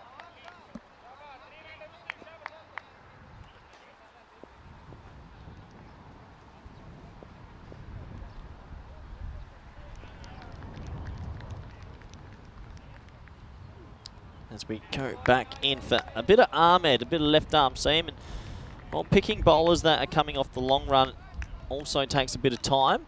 What's that required rate? 30, so it's not impossible. It's not just past the point of no return, it's past the abyss, it's in the deep lagoon.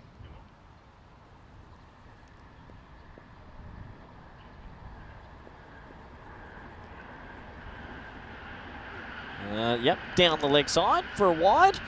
Yeah, how about people tell me what they got up to last night? As I mentioned, I think I was a pretty relaxed night. I had a bit of food, I watched some Friends. Always a good sitcom, good series that. Do enjoy it. Got a couple of favourite episodes. Probably the Ross and Rachel one on a break, and when Rachel makes a trifle. That's a good episode. Unfortunately, we don't do ECN 24 hours a day, so I have to watch something else in the evening. Otherwise, I'd be commentating all day if I could. I've actually heard about this theory about remote commentary. I'm quite curious about it, if it can be done or can be applied. I've heard they do it in some other sports.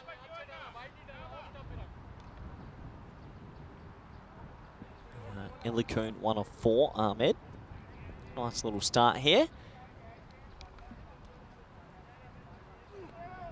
Oh no, it's a no ball. Well, that's not what you need. And, well, that is super, super handy. No ball, so we're going to get a free hit. What can they do with this free hit is going to be the question. Man, they need it. Need a bit of an injection of some fun, don't we? We need something to happen here. I'll take anything. Run out. Stump impales the ball, and we have to get a new ball. I don't know. Give me something. Let's see a boundary. Yeah, we might do. That's a nice looking stroke, and it will go for 4. So a little bit of excitement creeps in at the ground here in Budapest as that is whacked away for 4. Low full toss. He puts his hands through it. Thank you for coming. And that is a lovely, lovely shot. Tell you what, if he hits another one of those, espresso martinis on me. Let's see, can he go back to back? He can't. He cannot go back to back. Good keeping from Gucci, so I'll have to keep all the espresso martinis for myself, as I'm thinking about them a lot recently. 27 for 3. We got 2 balls remaining in this over.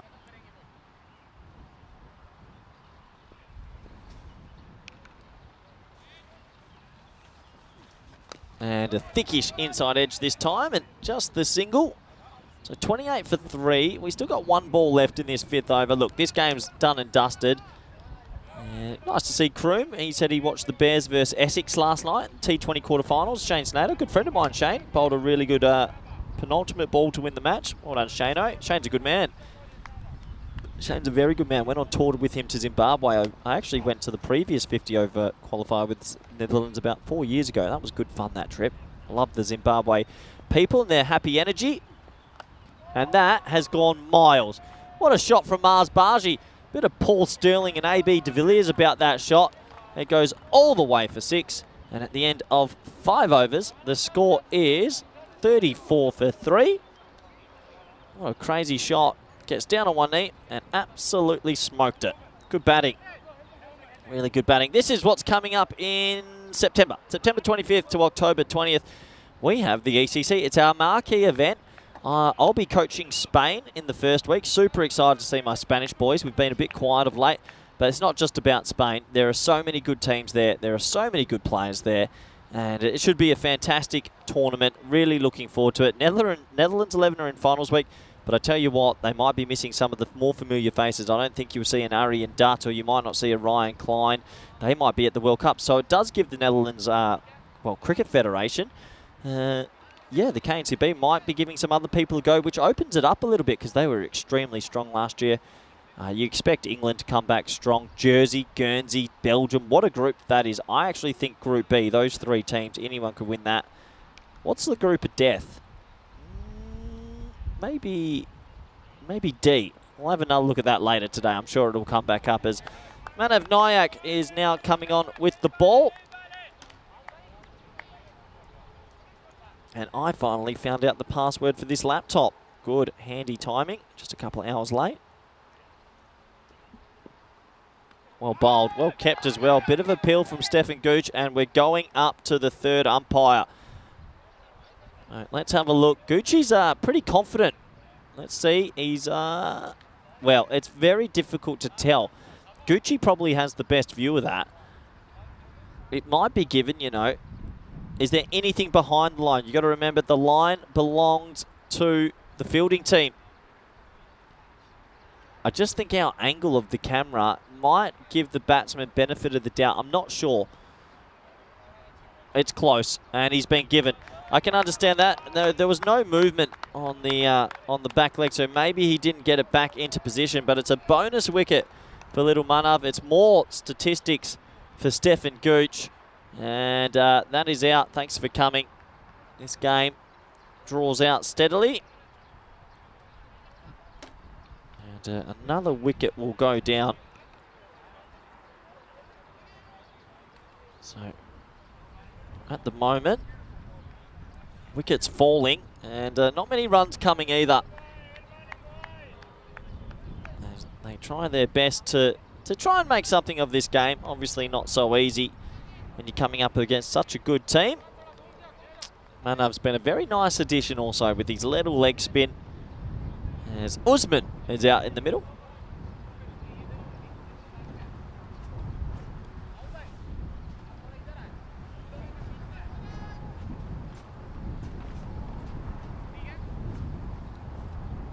So here we go. Flighted, hit hard into the leg side. Someone's going to have to get around. Great effort, but it'll go for 4. Well, he threw his body on the line for his team, and I'm sure his team appreciate the effort, but in the end, it's going to go for 4. And it's the first time we've seen a boundary in a while, and that excites the masses here in Budapest as the wind really picks up again. We had this yesterday where the weather got a little bit funky after a while. I can confirm I do have the tablet working now, which is even better. This day just gets better and better as that is skewed away into the leg side.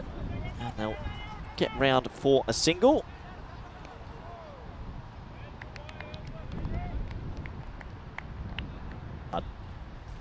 So 40 for 4.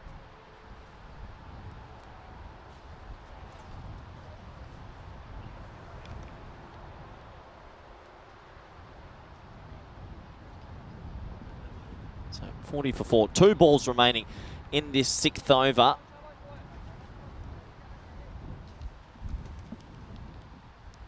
As the lovely Karina comes into the comm box to help me out with my tablet, because I can't get it. There's an inside edge to a single, and big shout out to Spring Productions that do a lot of good work with us. And I think Anders and Karina, they've been with us for many years. We see them on the road a lot.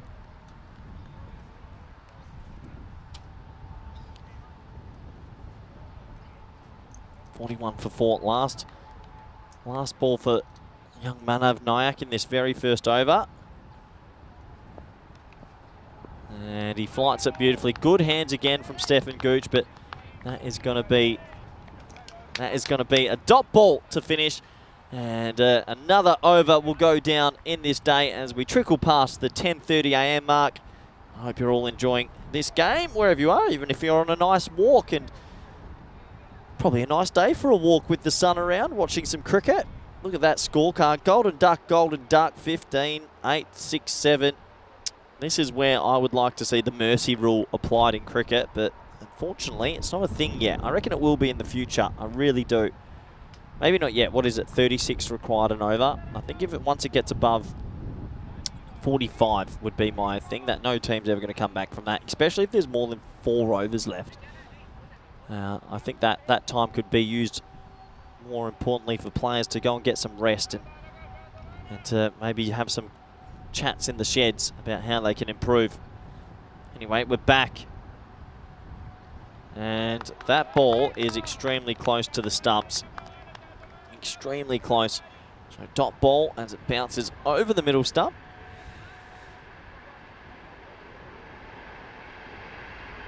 And Keanu makes a pretty good point that if the Budapest Blinders keep playing like this, they could end up with one of the greatest net run rates in cricket history of a tournament. It's hard to keep this level up though, isn't it? You expect one game that it won't happen and then it will plummet down, but we'll have to wait and see. This has turned out to be one of the biggest. This will turn out to be one of the biggest victories I think we've seen. You don't often see 130-run victories, but we might here.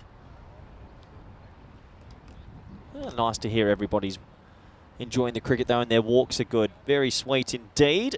It is a beautiful day around Europe. I do like that we have a lot of people that are tuning in and watching from all parts of the world. I am looking forward to getting back to the Netherlands and doing the women's event as well. That's going to be good fun. Take some rest on Sunday. Looking forward to a big day of rest and then back into it. We've got a women's ECI next week. Edged away and safe. Just the 1 run this time to Baji. Just a single. 154 off 21. 44 and over required. Probably out the realms of possibility.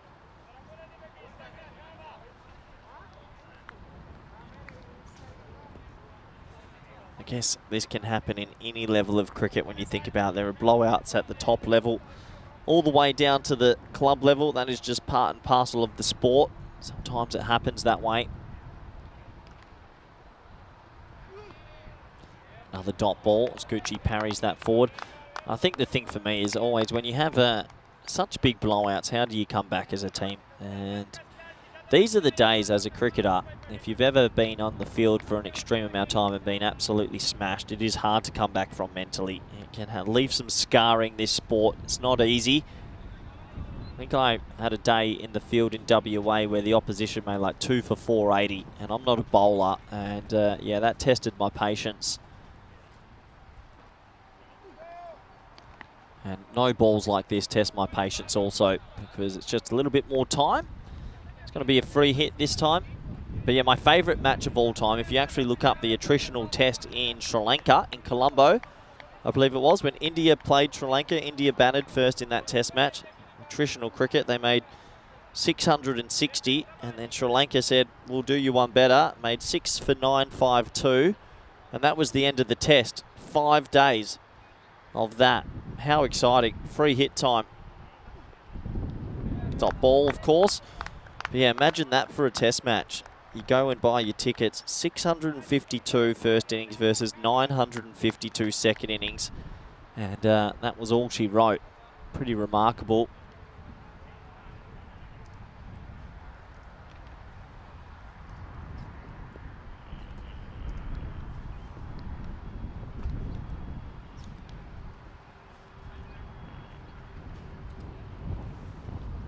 That's a slow ball into the pitch, a little bit of a rolling off cutter, and in the end it's a little bit of a top edge but falls short of the fielder, so that takes us to the end of another over. This is match 22 that's coming up next, and well, we're looking forward to seeing the Vikings, and it looks like the Blinders Blizzards will bat first in this one, so we'll see all these men again.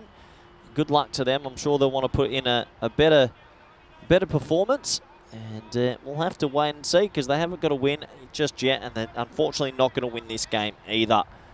Let's have a quick look at these, looking up some records on the side here. Victoria, 1,107 versus New South Wales in 1926. Oh boy. They actually went at 4.34 runs per over. It's actually quite a good rate. Imagine fielding against a team and they hit 1,107. Unbelievable. But yeah, we almost saw a record today with the highest score. These guys almost got to 200. Might be one of the highest scores we've had in Hungary. Has to be the highest score we've ever had in Hungary, surely. I'd be surprised if it isn't. It's like Akbar. Oh, Danny. D. Akbar. Going to come into bolt with the old microfiber towel hanging out the back of the pants. Good luck to him. And see you later. Thanks for coming. That is moosed. Well, Mars Baji's quietly just been going about his work. He'll be thinking of a couple more sixes and maybe a not out to cap off his innings. And it does show the standard of the ECN Blue Crew. I really think we do need to enter a team in some sort of tournament. You know, Gucci and Mars out there that probably bat in that top order. I think Vinny would love to be the keeper. Dan Weston would be around as well. And 6 more. Thanks, Mars. That's a great shot. A little bit short. And Akbar is getting a little bit of treatment here. That went a long, long way. Tad short. Bang. He got every piece of that as well. And noise off the bat was fantastic. And Akbar has gone for back-to-back Maximos.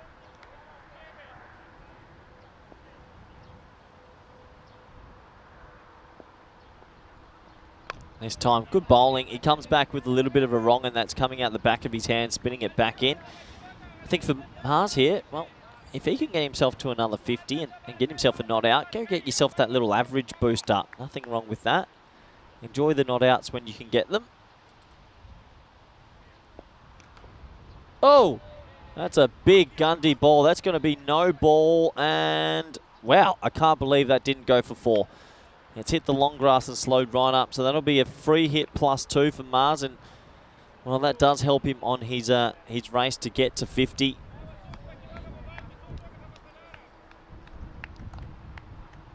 He's running away with this now, just awoken the sleeping beast almost. 30 off 16 for him. Free hit time. Go on, Mars. Hit it big. Thank you. That's a no ball. I reckon they're going to have a look at this. They'll definitely have a look at this. That looked very high to me. Let's have a look. Mars misses out on this. He would have been disappointed. Yeah, that is 100% a no ball. That's going to be called. And it has been called. So the right decision has been made. Good umpiring. Mars will be a little bit disappointed though. I think that ball should have been home run out of the baseball stadium. That should have been crunched. But unfortunately, the bat turned in his hand, and yeah, it goes for a no ball 1. So 61 for 4. We've got 15 balls left in this, as Usman takes his sweet time to get ready for his next delivery.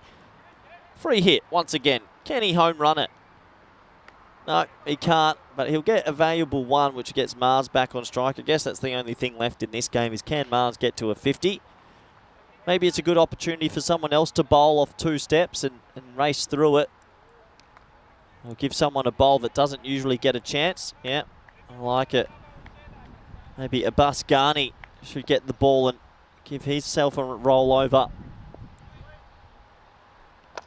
And he toes it. He doesn't get it, so he should be out, and the fielder misjudges it completely. Horrific fielding as Mars Baji enjoys himself with a little bit of luck this time. He toe-ended the slog sweepers. Steve Waugh, eat your heart out, and that will go for 4. So 1 bounce 4 on this bright Friday. Last ball of the 8th over. Baji on strike, and Baji gets funky. One of the shots of the tournament. Love it. And it's going to be 1 bounce, 2 bounce, 4. What a shot that is. He just used the pace of Akbar. Akbar goes for 26. Look at this. Good batting from Mars Baji. The ECN Blue Crew is on fire this tournament. And he gets himself forward. Tries to hit into his good friend Gucci's head. But thankfully got enough elevation as that ball raced away. And another over is gone. 70 for 4. 12 balls left, and we will be moving on from this one. As you can see, the tail of the tape, it's almost as if they've played 2 different sports, and they have never looked comfortable or in this game, it must be said. After the first over went for many from Ghani with the bat, probably about an hour and a half ago, it has been a shellacking. Flicked away into the leg side, and this should just be a single, and it is. I'm going to be honest, I've been disappointed with the YouTube chat today. You haven't given me much, and on this day of days, I'm going to need more from the outside audience. As flighted, and well picked from Mars. I think Manav actually slowed that up correctly, doing the right thing, really trying to take pace off, but he took too much pace off. And Mars Baji is a good enough player to pause, sit, wait, and pull. 4 runs, good batting. Really good batting. Gets himself 4. And we do stare down the barrel of that 50. What a moment this would be for the ECN crew. 2 50s in the same game by members of staff who are playing in their home countries.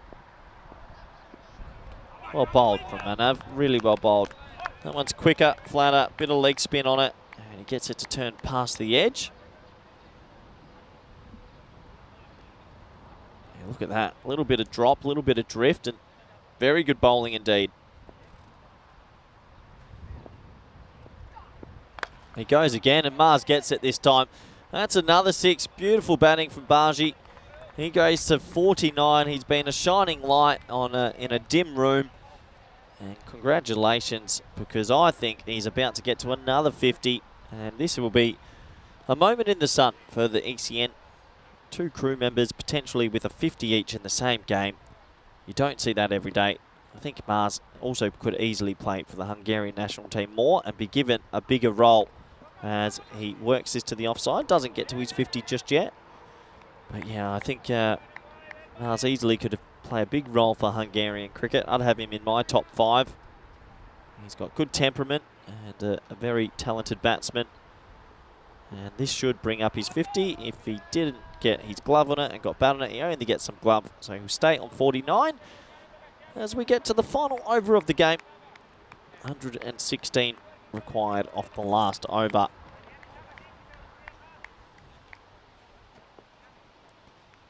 You look at these bowling figures. Day out for the Mohandas at the top, 3 for 7. But yeah, easy to be a bowler when you've got so many runs on the board to defend, isn't it? As Chrome comes in and tells me it's National Strawberry Sundae Day. That's quite interesting. Cut away. Nice looking shot there this time from Usman. That might actually go for 4. It will. I said this morning in my intro that... Oh yeah, there you go.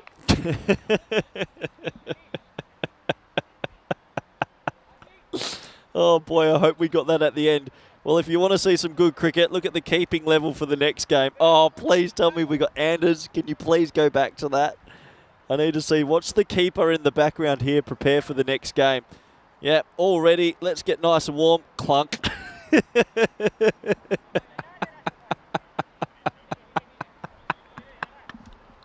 Oh, the old saucepans. That's the level of cricket we got coming up next.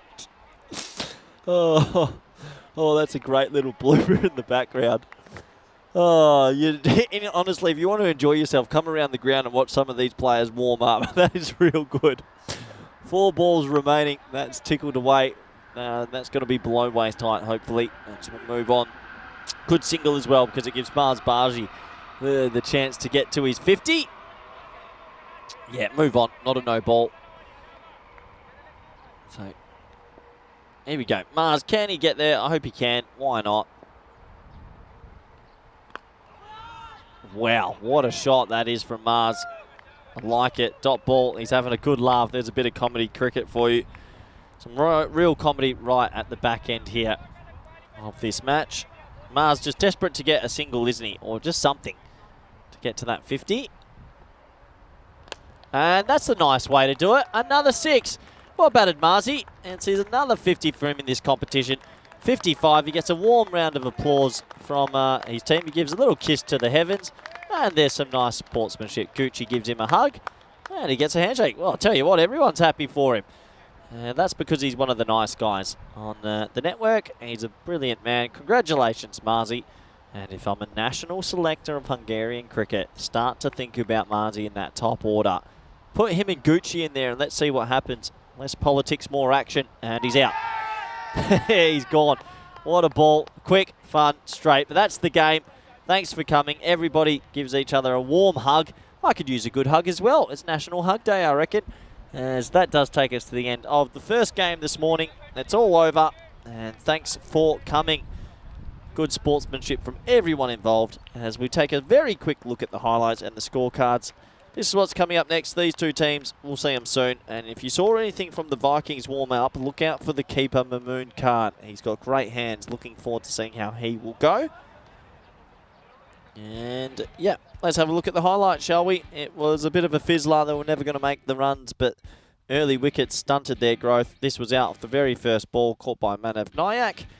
And, yeah, the wickets fell early. You can see these two teams know each other very well. There was lots of smiles, lots of handshakes. That was a good delivery, swinging in, taking the top of the middle stump. And you can understand why they felt so good about it and why there was so many smiles at the start. Wickets were just falling everywhere, and this was the third one. 3 for 10 early, which really put a nail in the coffin. Then it was Mars time. This was the only shining light, it has to be said, throughout most of the game for the Blizzards. Mars Baji getting himself to another 50 in this tournament. He batted really well. He's got some nice array of strokes. This was out-stumped by Gucci. And overall, Mars was a good innings. I'm proud of him. He's doing really well, and he deserves all the accolades. And good to see such nice sportsmanship here at the ground. Once he got to his 50, a lot of smiles and a lot of hugs. So that took us out of this game right at the back end. And this was the final ball. Out dismissed and plump. Absolutely plump. Thanks for coming. But good game of cricket, really. It was a bit of a dismantling, but it has to be said. Game 1, there she goes. We're in Budapest. The sun is shining, and we will move on to game 2 shortly. I have to wrap up the scorecard super quick, and I'm going to do it extremely quick. Watch this. Duck, 55, 8, 6, 15, 8 extras. No one really gave Mars much support. 55 off 27 for the big man, the captain. You got to love him, Mars Barji. Let's have a look at the bowling figures, shall we, really quickly.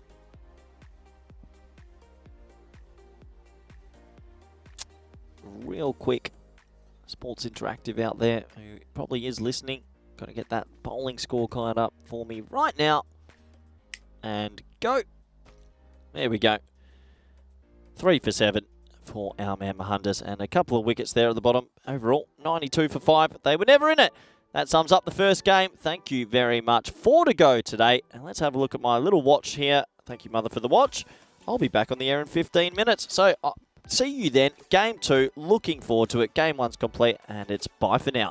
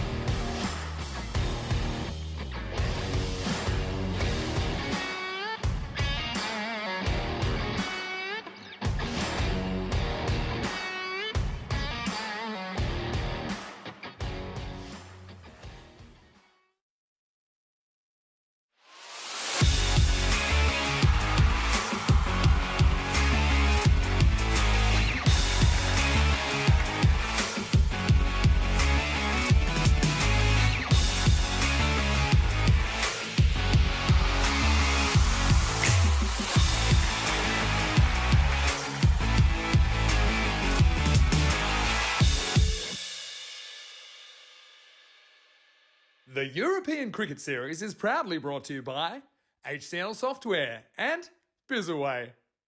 Welcome back everyone to the ECN. It's match 2 on Peacock Friday. It's the Vikings versus the Blizzards. Let's go to Tyrone Peters for the all-important coin toss. The Vikings are going to call. Heads. Heads is the call. It's tails. We're going to bat first. They're going to bet. Corey, have a great game, pal. Thank you very much, Tyrone. Very sweet of you. I hope you have a good game as well as we welcome everyone back to the lovely, I was going to say Bulgaria, to lovely Hungary. That's where we are today. Budapest, sunny, shiny, and plenty of sun coming down on this fantastic ground. As we had a big game this morning, a bit of a blowout really. Maybe game number 2 today will be a little bit tighter. Let's have a look. It's the Blizzards again. Oh boy, can they improve versus the Vikings.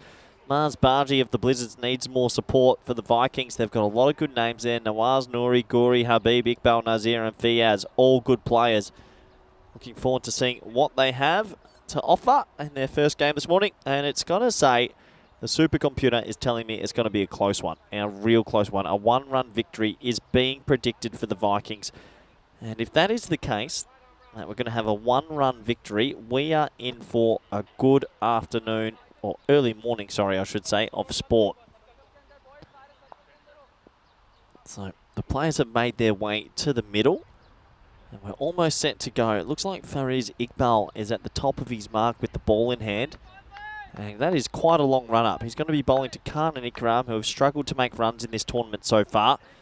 But here comes Iqbal from, yeah, that must be a good 20-metre run up this.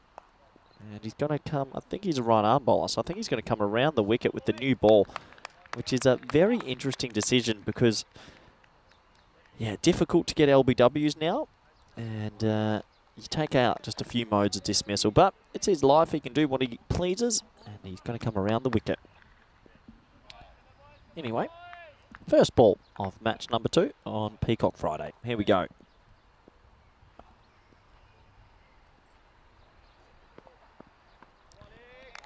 And play and miss to start. So the Blizzards, who played in this morning's game only 25 minutes ago, they were still on the field. They need to find a way to get runs from the other players besides Mars Barji. If they can get a couple of other players to hit some form with the bat and maybe score 80 or 90, they might have a shot. High in the air and dropped. There you go. There's the first one down. And he made good ground, but unfortunately he couldn't hold on to it. I don't think he got a hand on it in the end, did Ahmed Khan. And that beautiful purple outfit, he made good ground, and I think it just went straight through the middle. He didn't get his hands closed in time, and you can see a little bit of disappointment there for the bowler, but that is the first opportunity missed.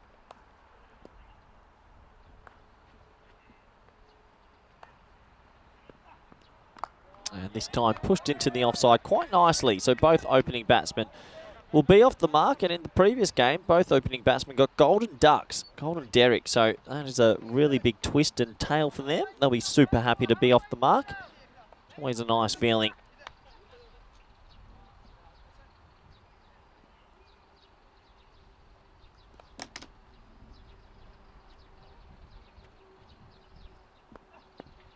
And there's the first big one of this game. What a nice shot that is. A little bit of width on offer, and he puts his hands through it. It goes all the way for 6. And what a nice shot. Width and a little bit of a, well, tape ball sort of helicopter shot, it must be said. And surprising, I reckon that's one of the very first boundaries from this team. That isn't from Mars Barji. Can these two get going? They need something.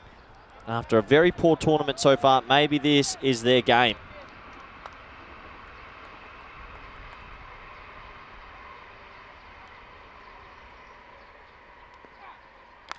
Oh no, it's in the air and dropped again. Well, he's dropped an absolute sitter, and the Vikings, well, there's not much very strong about them at the moment. They've dropped 2 absolute sitters, and the question marks over the fielding standards have to be asked.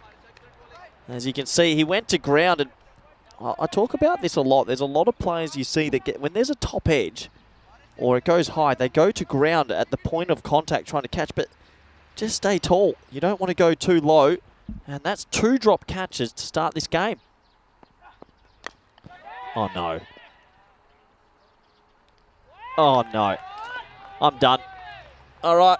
Let's get commentator number 2 back in, because that is 3 dropped catches in the first 6 balls. Oh, boy. Oh, it's almost like a... Oh, we don't... Yeah, there it is. Oh, words can't surmise the pain I feel for the bowler, Iqbal, right now. Unbelievable.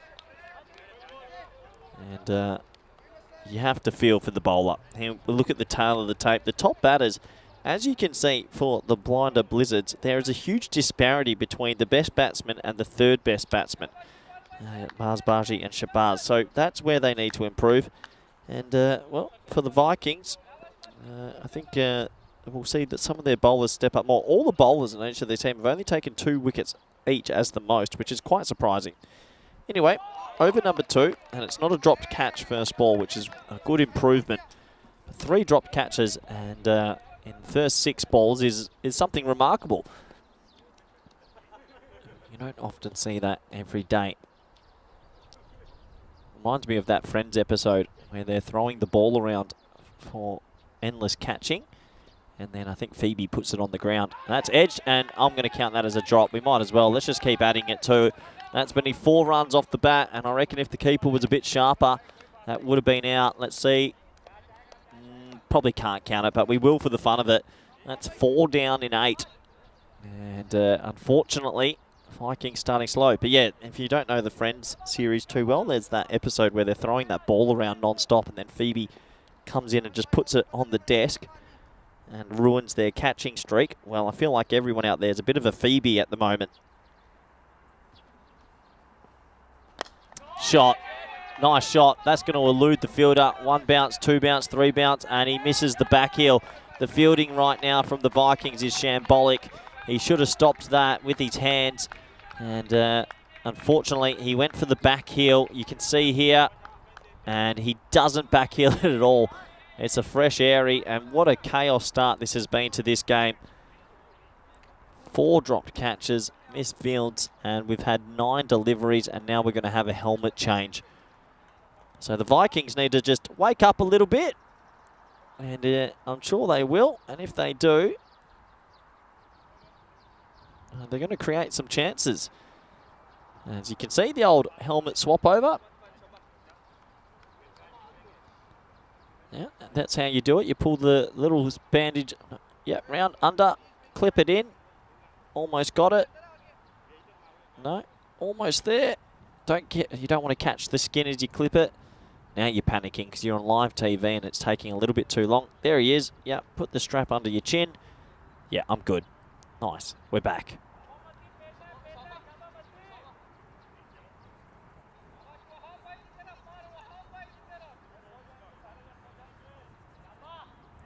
So, 9 balls bowled so far. It's in the air, and do I dare say, no, not an opportunity this time. They should get back for an easy 2 as it's lofted over that offside, and they will. So 2 more runs to Ikram. Nice start this time from the Blizzards. We said, can they get a couple more players in some form? And that's exactly what they're trying to do. 19 for none. Pulled away, and that will be 4. Good batting. Nice shot from Khan. Not the worst ball, as it's Ikan versus Akan. And it was not that short, but he just swivels on it, and he gets it away for 4.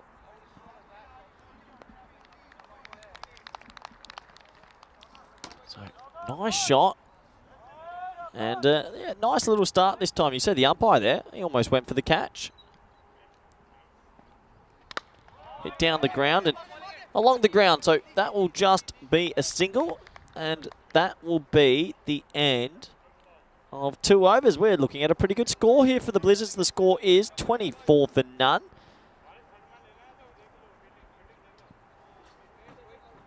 Have a look at the table, and this is the tail of the tape. The Vikings actually are sitting there in the middle, but they've only played 2. And They've still got a long way to go in this comp. And for the Blizzards, you just feel that if they can get some runs and bowl tight, they might get their first win in this one. They're going to need 100. I think 100's a good little mini target for them to aim for. And if they get there, you give yourself every chance.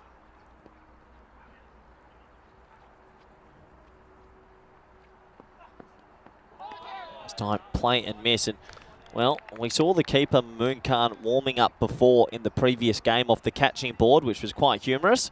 Good to see all that practice has paid off because he's fumbled that one into his midriff.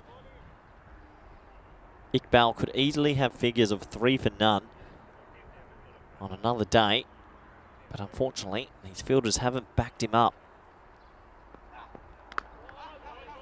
However, he's still bowling a good length and has the right attitude.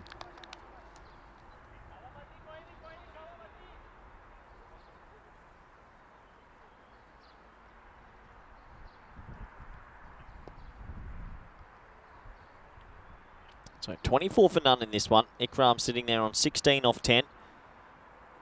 Looking for a boundary, I think, here. Power play still on. And wow, holy moly. That's gigantic. That has gone to the moon. And I don't know if his eyes were open or closed during that shot, but he gets it away for 6. Bang. Thanks for coming. And if you keep dropping me, he's going to take full advantage. 6 runs. Bang. Wow, what a shot that is. That's the one for the postcard to send back home to mum and dad. What a shot from Ikram.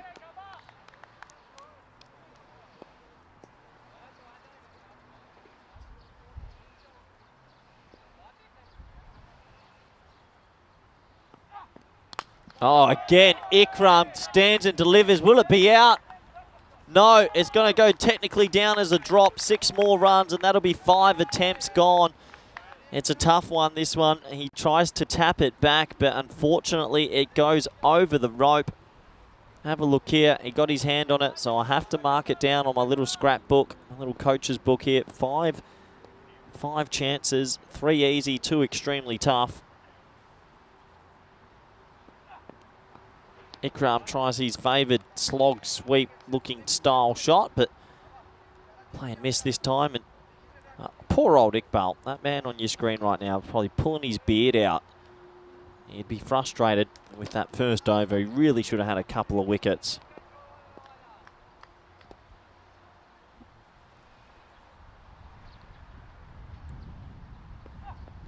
And he ends with a dot, so that'll make him feel a little bit better. 3 overs have been bowled here in game number 2 on this Friday morning, wherever you are around the world. The score is 36 for none. I hope you're all enjoying all the live action, as I do know we get viewers from all over Europe and in the subcontinent. And I do know everyone loves this ECN concept. Always great to watch some of the more talented local cricketers and how they go about their work. Pretty consistent power play, 10, 14, 12.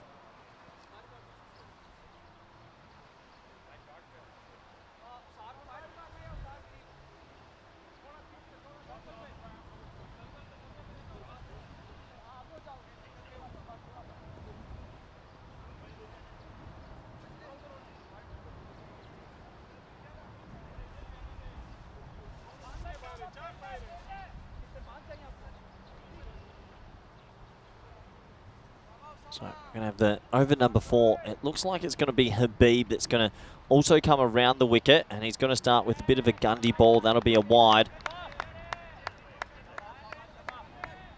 So 37 for none now.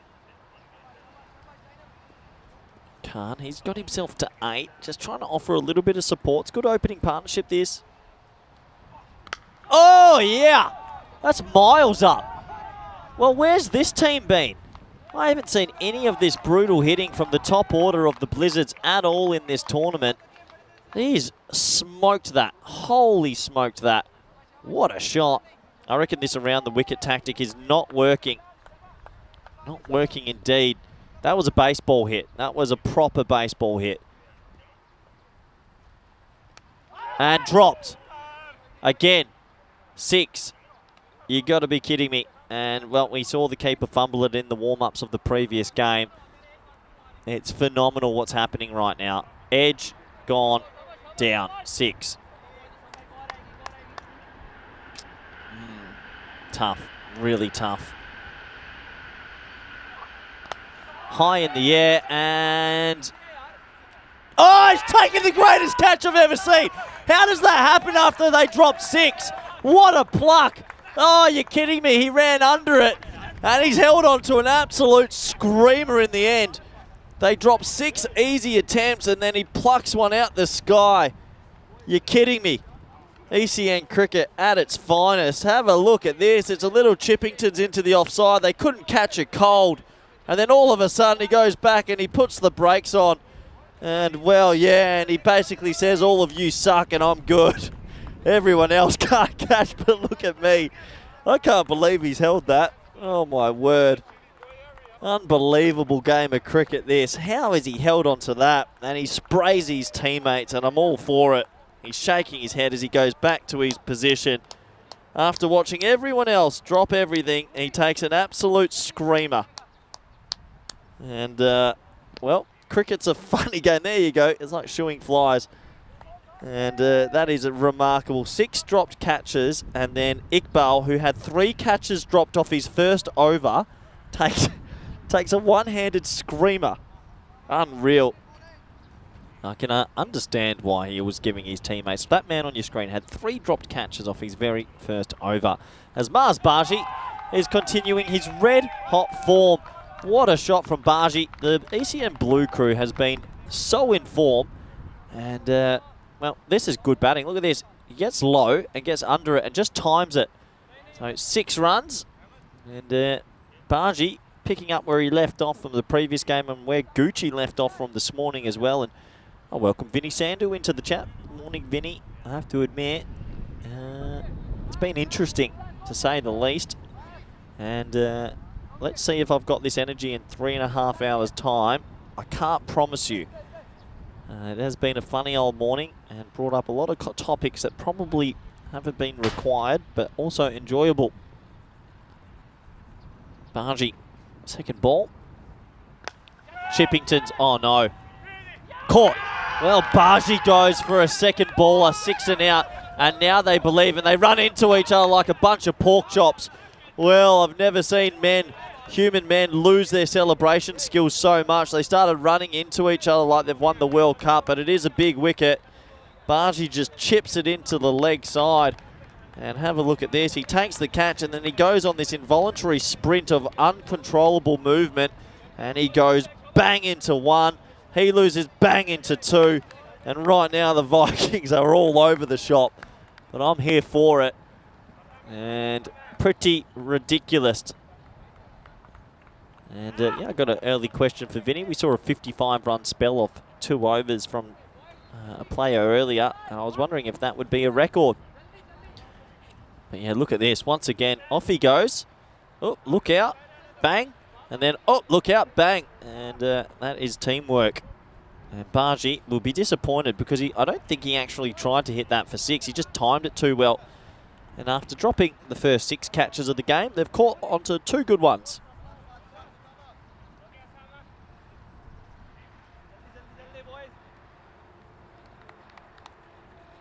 What a funny start to this game.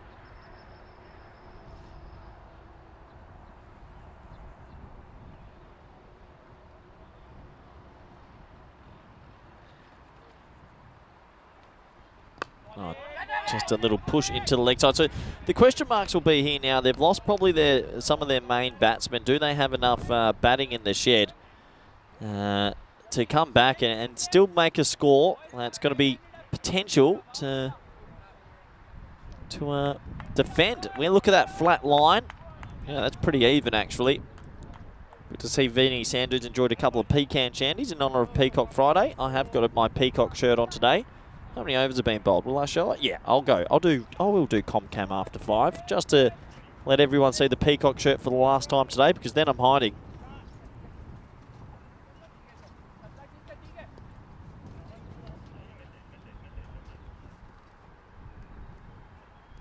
And that is a wild play and miss. If you look up slog in the dictionary, there it is. That is a wild slog.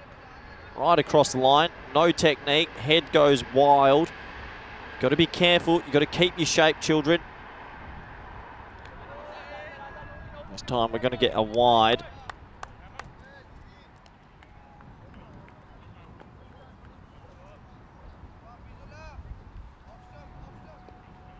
So Nouri, what can Nouri do? Well, Nouri can get hit straight in the air. And it's a, oh my word, he's dropped a sitter. Oh, the Vikings. Oh, go get yourself a shovel, boys, and dig yourself a hole. This is some of the worst fielding I've seen in a morning's game. That's 7 drops. After seeing Iqbal take one of the greatest catches. Oh, what is going on? We need to get some baseball gloves out there for them. And the bowler can't believe it. What is happening? Oh, that is so high. And 6. Well, this is complete chaos in this game. It's actually quite hard to keep up with, I'm going to be honest. He's horned that. Moose. Thank you, Boom Shakalaka.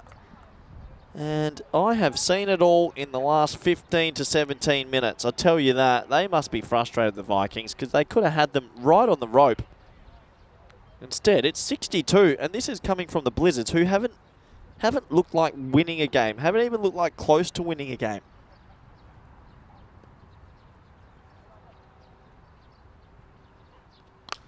High in the air. Surely.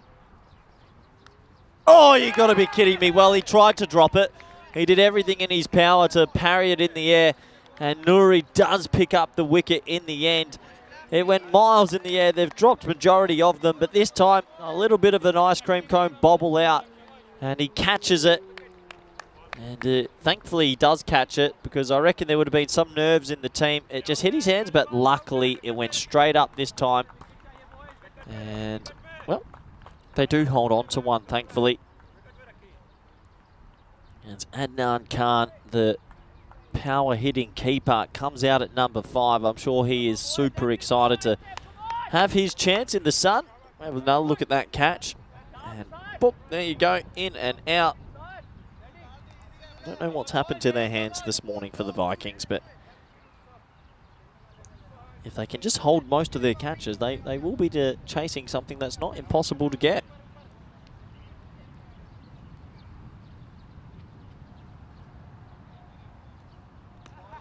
As that is just the old play and miss. So 1 ball left in this first 5 overs. Must be said, it's been a pretty eventful first 5 overs. It's definitely got me excited.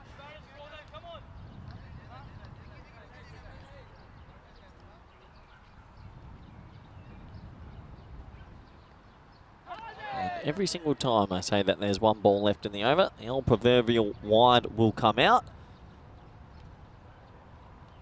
So, Khan now, Liang, well, let's say Lianage. Those 2 men need to put on a little partnership to make sure they don't waste this good start. And he edges it away. That's handy batting. You take them any way you can. 4 runs. And things just seem to be going to the blinded Blizzards' way. A little bit of luck this time, and that will go away for 4. As that does take us to the end of 5 overs and gives me a great opportunity to welcome everybody around the world, wherever you might be watching from. I'm your presenter today, as Rico Full gets a well-earned rest and Vinny Sandhu's off in Australia enjoying some pecan shandies. But good to have you all with us. We've still got 3 live games today, plenty of action, and we have plenty of action coming up in the next few weeks as well. So make sure you tune into Everything ECN, follow us on all our pages, message us on Instagram, sneak into my DMs. I don't care what you just want to do. It's always fun to interact with you, and I hope you're enjoying Peacock Friday. I've gone the old purple art piece thing. I don't know, I think it was about €8, so bargain. Look for your bargains, children. That's how you can be cost effective. As we get back to the action, and that's hit him right in the middle of the area, and they're going to sneak through for a leg bye. I hope he's okay. Have another look at this dangerous delivery. Okay, no, it's better than I thought. Right, just above the pad. He should be okay to continue. Habib, that's his second over.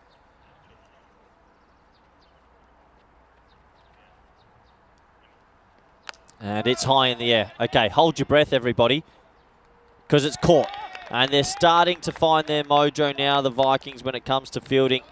It was an extraordinary start, but it just feels like they are slowly building back into the team they were. It's an odd-looking stroke, the old check drive backwards. But he has to go, and the wheels might start to be falling off. Have a look here. Still gets a little bit low for my liking, but at least he kept his eye on the ball, and the next wicket goes. So, 4 wickets down now. Still striking at over 12 and over, the Blizzards. Thank you, Helix, in the chat saying nice shirt. Yeah, it's okay. This is its debut, actually. Specifically bought for Peacock Friday.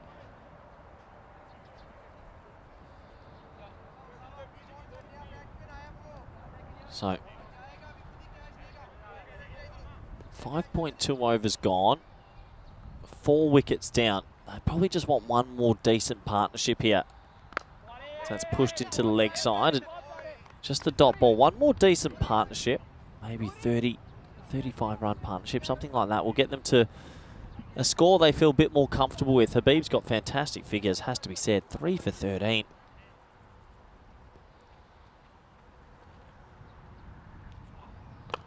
This time, swept away straight to the fielder, and they'll just settle for the single.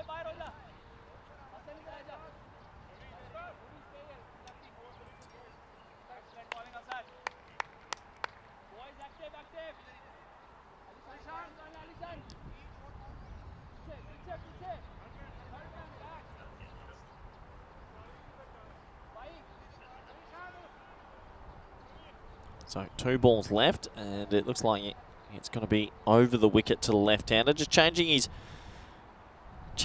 angle a little bit. Oh, inside edge. Oh, cricket's an awful game sometimes, kids. Don't pick it up, as that will be the old French cut in Hungary. I think Rico was saying Budapest is the Eastern Europe of Paris or something like that. So maybe a bit of a homage. Helix asking, what is the fluffy black thing on my shirt? That's actually my other microphone, because only one commentator today. So you know what I get to do in my 10-minute innings break? I get to go do more presenting. Yep, go figure. As that's flicked away off the legs, and just for a single. And that will take us to the end of 6 overs. The score is currently 71 for 4. And, well, this is what we were talking about. If you do want to interact with us, Rico's not here today. He deserves a break. But you can message me on Instagram, cruckers_28. I'll get around to it as quickly as I can. And, yeah, please feel free. Don't be afraid. Any comments, any thoughts you have, it is good fun to have a chat with all our viewers from around the world. And I don't have that pink shirt anymore. I think I lost that one. So I will get a new photo at the end of the year. Maybe a peacock photo for next year sounds good.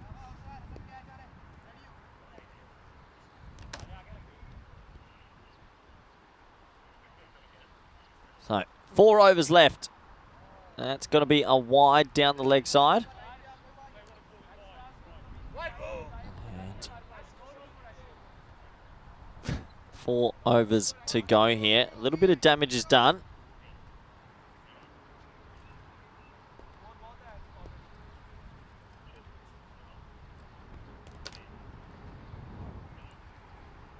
Oh, well bowled, Benner, full straight. Keeping it in the right area. Oh, Gory, Gory. Just sneaking that one under the bat. Welcome to Stephen Kelk in the chat. Hope you're well, Steve. I know you love the cricket. And another Yorker, toes it down. Pretty unlucky, actually, that didn't sneak through and castle him. Good bowling. Just the one. Yeah, just a toe end down there. Got a message come through from Akash Vardhan. Good on you, mate. Hope you're well out there, wherever you're watching from. They've got a couple of overs left here. This has been a good start for the Blizzards compared to the rest of their comp. They need a few more runs, though, you feel. Oh, wow. Cricket is a tough sport, and he gives him a little bit of a send-off opening his poppet, and yeah, he's carrying on as well, Gory. Not too sure about the carry-on. It was actually a pretty terrible delivery. It was going miles down the leg side, but it hits the batsman on the pad, and then goes onto the stump. See here, that's a shocking ball. He just gets lucky. And hits his pad, goes onto the stumps. Sometimes luck does go your way. Unfortunate for the batsman, off the pad, hitting the off stump. And the wheels have started to fall off this blizzard start. That was the big thing we thought. If they did lose wickets in a clump, do they have the ability to recover?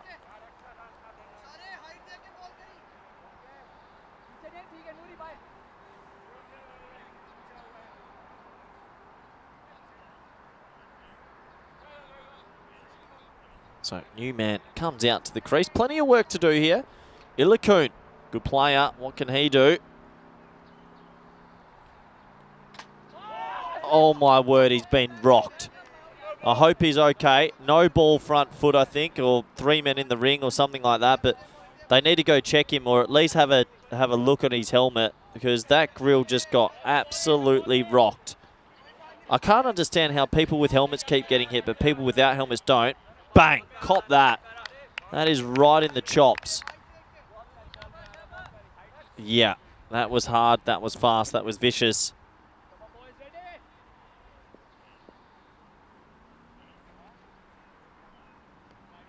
And he misses out on the free hit, trying to send it to the moon. Stephen Kelk asking how it felt when the Dutch won the winning runs. Very good. I was on the phone to Scotty this morning and a few of the other players. I can tell you they had a fantastic night out in Zimbabwe. And I dare say the Dutch boys, there'll be a big party in the Netherlands next week. I'm looking forward to that. And we're not going to be generous. He didn't follow the batter. He does no idea where it was going. As you can see with that very terrible full toss. And that is put away for 4. So that goes for 4. It's a nice shot in the end from Ilakun, who had his world rocked only 3 moments ago. And now this time punches it into the offside for 4. And just touches that very beautiful little rope. Last ball of the 7th over. No ball. And that will be... they're going to run. They decide not to run. So I think they forgot about the rules of cricket, that you can run. And this just proves to me Gorey doesn't really know where it's going here. It's a little bit wild. And that's going to be another free hit. That was a big no ball.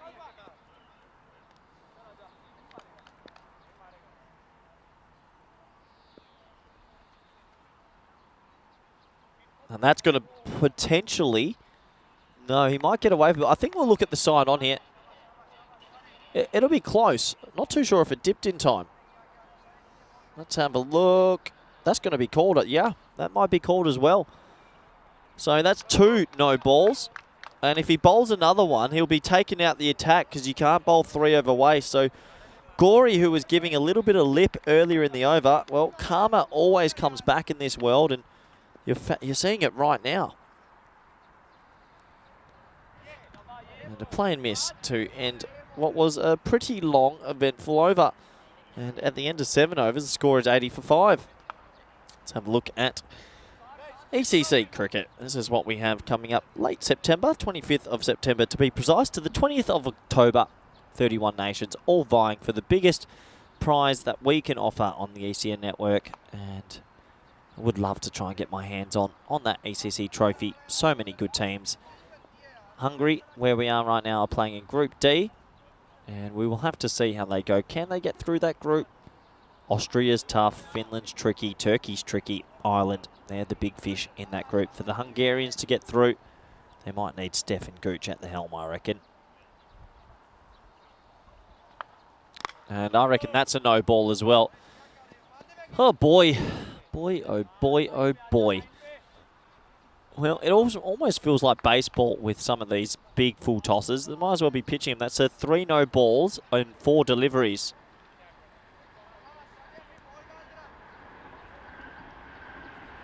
And you can see there's the free hit symbol. And he top edges it. Won't matter. Just got to make sure you run hard. Surprised they caught it, but it's been a funny old innings this from the Vikings in the field. They're not out of this game by any stretch of the imagination, but they've just been all over the shop with the ball in the bat. Ball in the field, sorry. Thickish thickish inside edge part of the bat. That'll go away to the leg side for a single.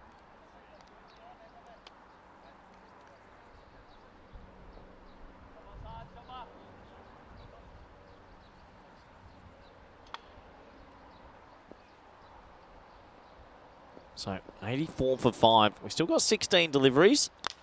And he's crunched it straight. What a shot. Well, that's going to be 6 runs. Good batting.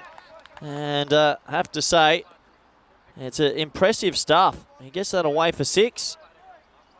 And really, really good indeed. Nice message coming from Sushil Singh. Hello, Sushil. I'm not too sure where you're watching from, but nice to interact with you.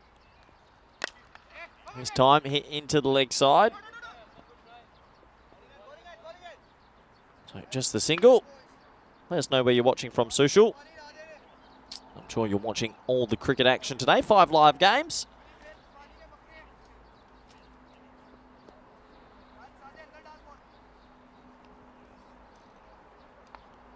So this one down the leg side. And, well, that's going to be a wide as well. They'll sneak through for... No, they won't. I thought they were going to actually try and sneak through for an extra run there, but unfortunately, they don't. They just stayed there, and, well, they're going to get the wide, and just the 1 run.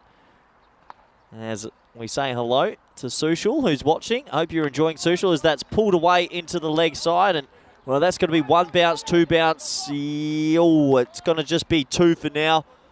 And, well, the Vikings, if they had taken their catches and they had been able to keep up all the good work, and I just had to give Sushil a quick video call so he knows that it is me, and I hope you enjoy all the cricket, Sushil. It's been fantastic. So 94 for 5 off 7.5 for Yaz. Last ball of his over. And cheeky stumping, not out. And it might be, it's going to be a wide, so we're going to actually get 2 wides. Unbelievable. We're going to keep sneaking through. Yeah, over the train line. Good umpiring. Big Steve out there. Crowd favourite.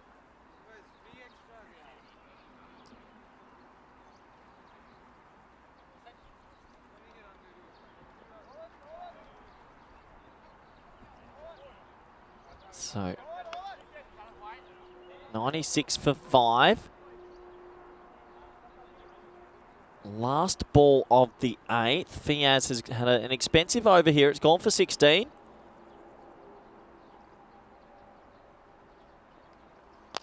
Oh, dropped again. Well, tough one, but you want to hold that. And, yeah, that just burst through his hand.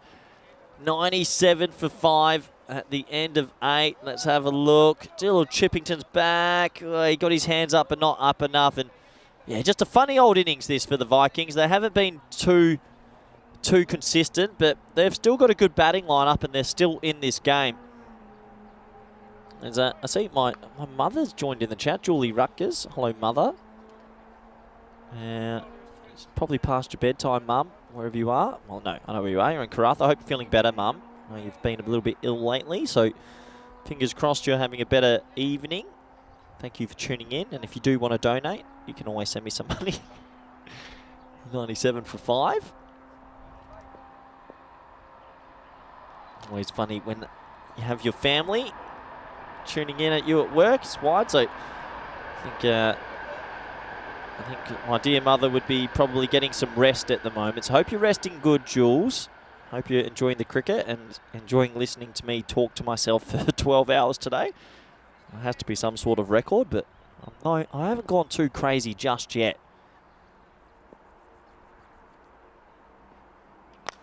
In the air, can he get there? Good. Oh, he's pulled it down. Unfortunately, he made good ground to the ball, but it just hit high on the hands. And a little bit of luck here for the batsman. It's just 1 more run. Isn't cricket a funny game? You take an amazing catch, and then unfortunately, that one goes down. As this one's hit straight to the field. No, just past the fielder. A little bit of foot fielding. But yeah, isn't it funny? You're commentating a game of cricket. You get your family members and people you care about tuning in from Karratha and Arnhem, sneaking on you and just listening. Cheeky, cheeky. Inside edge. Could race away, you know. Outfield's a little bit quicker But they'll just settle for no. They're going to go for 2. Oh, no. Oh, boy, it's chaos. It should be out, surely. How is that not out? It's ridiculous cricket. The Vikings are just having a shocker in the field. It has to be said. They were both at the same end. And I don't know how this isn't run out. Let's have a closer look. It's a big inside edge. They're going through for 1. And look at this. Both batsmen get stuck at the same spot. They get stuck. Oh, it's the throw. Oh, he does the splits. My word, number 22, Ahmed Khan. Half the world has felt that. He really split out trying to catch the ball. Whew, tough. 102 for 5. Good to see him back on his feet. And, well, good comeback. And he's down. Yeah, he's down. Maybe. Oh, no, oh, no way. Oh, boy. This is chaos. He's on the ground and the keeper's thrown it back to him. Look at him. He's down. I think he might have tore his hammy when he did the splits. And the keeper goes for an innocuous run out. He misses from 6 metres away. Oh, boy. Boy, oh, boy, oh, boy. Play and miss, and he is struggling, Khan. I don't know if we got that on replay, but there was a moment before his legs went in 2 directions. You can see, oh, oh, jeez. I can feel that here. I hope he's okay. Good work, Anders. I knew you'd see that. This one hits the batsman. They're going to sneak through for a leg by, and I don't think we'll see Khan bowl much more today. He is in agony. And at the end of a tumultuous 9 overs, the score is 5 for 103. And thank you everyone in the chat for being extra polite and saying hello to my mother. She actually has bought me this kind of...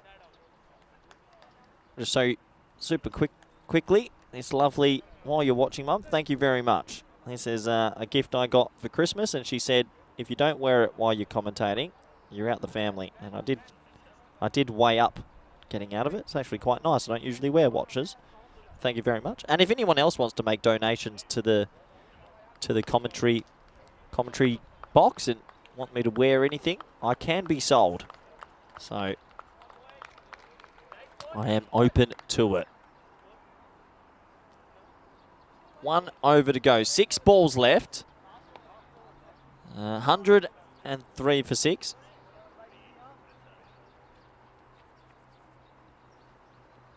And whoa, horned, baby.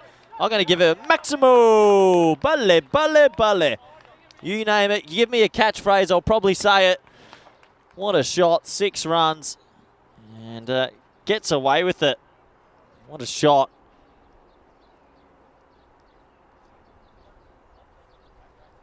So, really good batting.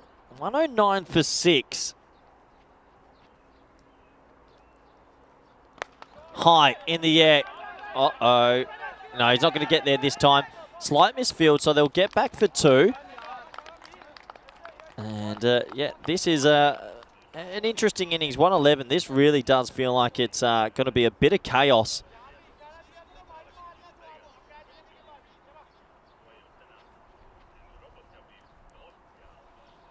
Oh, what a shot that is. That might be a shot in the morning, and will he catch it in the crowd? He will. So it's a very good crowd catch. 6 runs again. And, well, it's all happening here. Everyone's tuning in. Everyone's loving all this action. And this has been a very funny sort of 10 overs. Plenty of interacting going on around the world. Oh, in the air again. This one's going to bounce. Just the one this time.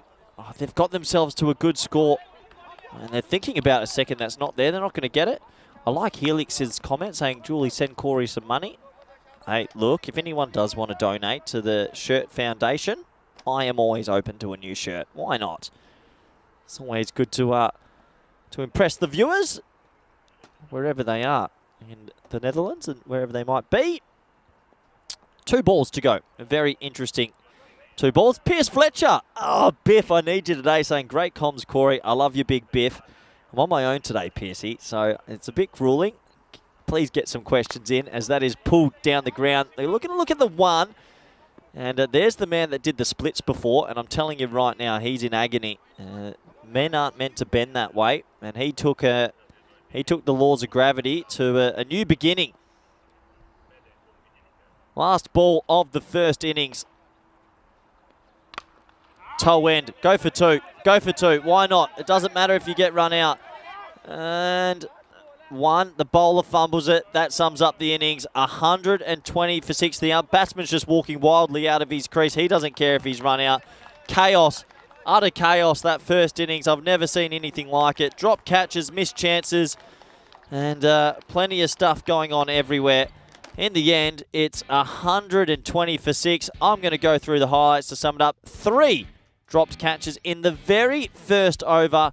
I can't believe what I was seeing. This one as well. Everyone was excited. Like, yeah, there's our first wicket. Oh no, it's been dropped again. And when you drop catches in the very first over, usually things do not make you feel so well. And it just kept happening. There was some nice hitting, some nice horning. This was a tough one that he couldn't tap back. And overall, the Blinders Blizzards, who have had an absolute shocker this tournament. Hold on, how's that moment? After 6 drop catches, what a catch that was by Fariz Iqbal. And he gave his team a spray. Don't blame him. But after so many drop catches, they held on to 2. They got themselves back into the game. And then it sort of was topsy-turvy. The Blizzards were trying their best. The drops came back, the wobblies. And it was just an odd game of the T10 cricket. 10 overs of carnage, 119 for 6. A couple of boundaries, more chaos cricket. And I'm losing my voice steadily as this day continues. That was well held in the end. And for the Blizzards, they'll feel pretty happy. That was one where it absolutely rocked his jaw, Illicoon, and then he hit the next ball for 4.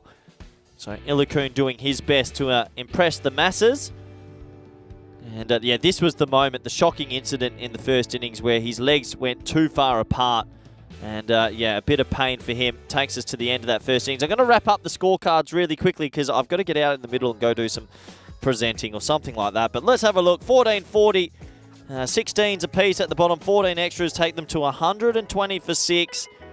And pretty good score considering the Blizzards haven't looked like winning a game so far in this tournament. Let's have a quick look at the bowling scorecard, shall we? And overall, everyone tried their best, but the fielding was shocking. Habib, 3 for 16, 1 for 9 for Gorey. Sums it up, 120 for 6. I will be back in a little over 10 minutes for the all-exciting run chase. Thank you.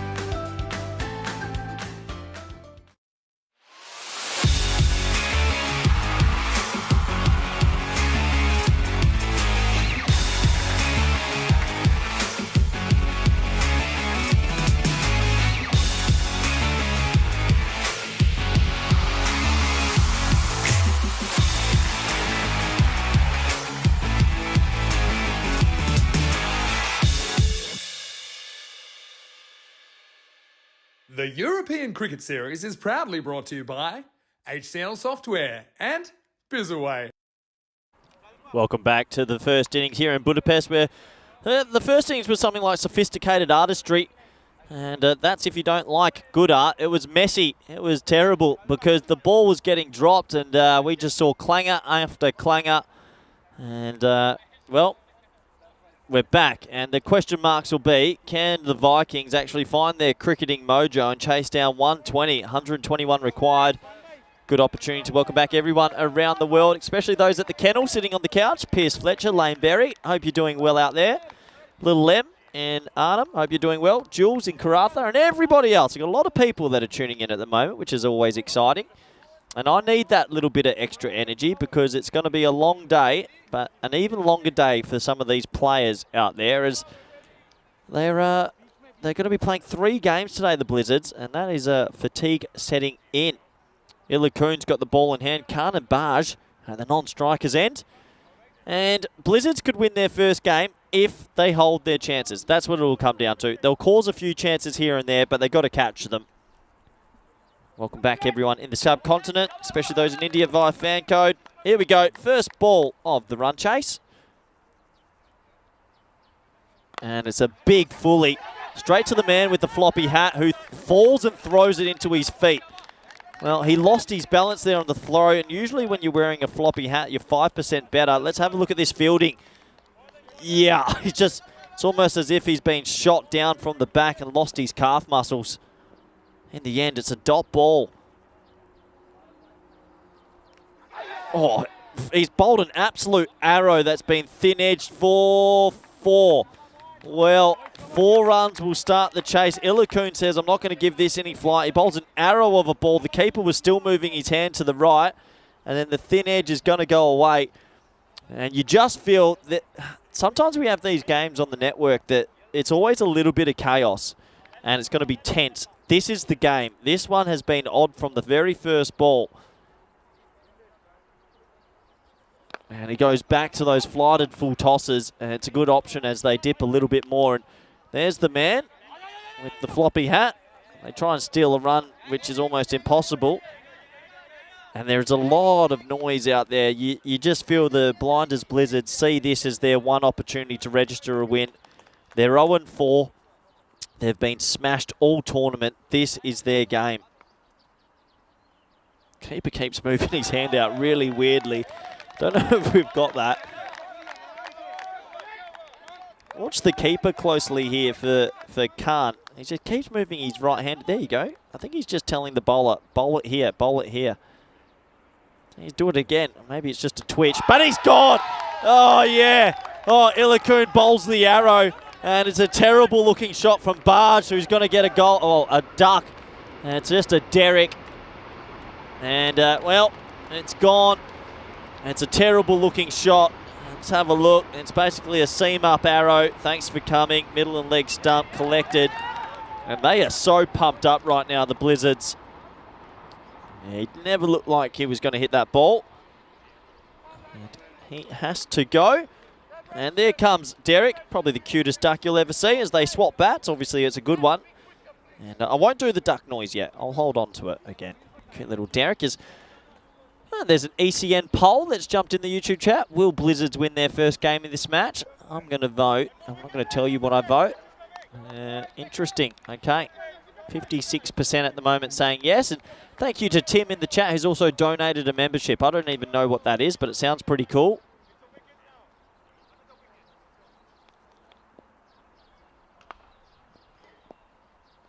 Oh, yeah, a little bit of warning in that ball as it's a drop and one run into the offside and a violent throw comes in. And that will just go for a single. End of the first over, 6 for 1. We haven't had a golden ball in a while. Always upsetting when we don't get a golden ball.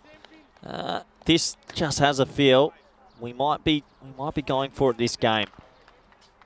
There is so much on the line for these teams playing in front of friends and family. I would love a close one. I really would love a close one this game. Last game was an absolute blowout and almost blew my brains out as a 140-run win. You don't often see that. This one, though, this one feels like it could go to the wire. As Usman has the ball now, and he's going to have to be good. Yeah, not bad, Usman. Gentle swing, but keeps it inside that tram line. See here, a little bit of a way swing, easy for the keeper.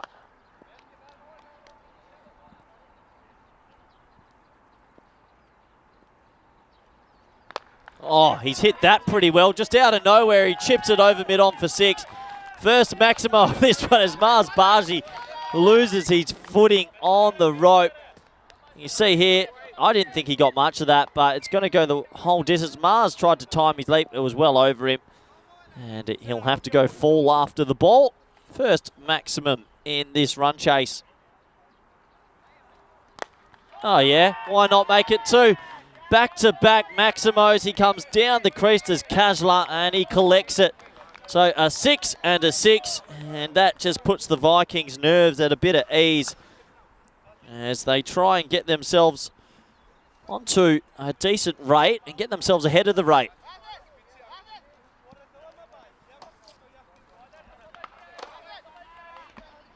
So 18 for 1, and Usman goes to the standard, I'm nervous, I'm going to go around the wicket play. I never agree with this. I just think you bowl it more into the wheelhouse. Let's have a look at the field. Still a deep mid on and a deep mid wicket. He puts 45 back onto the ring. Good call, Usman, just in case. Oh, it brings him tight again, like a fly leg slip. In the air, safe. They should go 2. They don't want to. They'll just settle for the 1. You can just feel this is going to be a corker. It'll come down to a couple of moments. 19 for 1.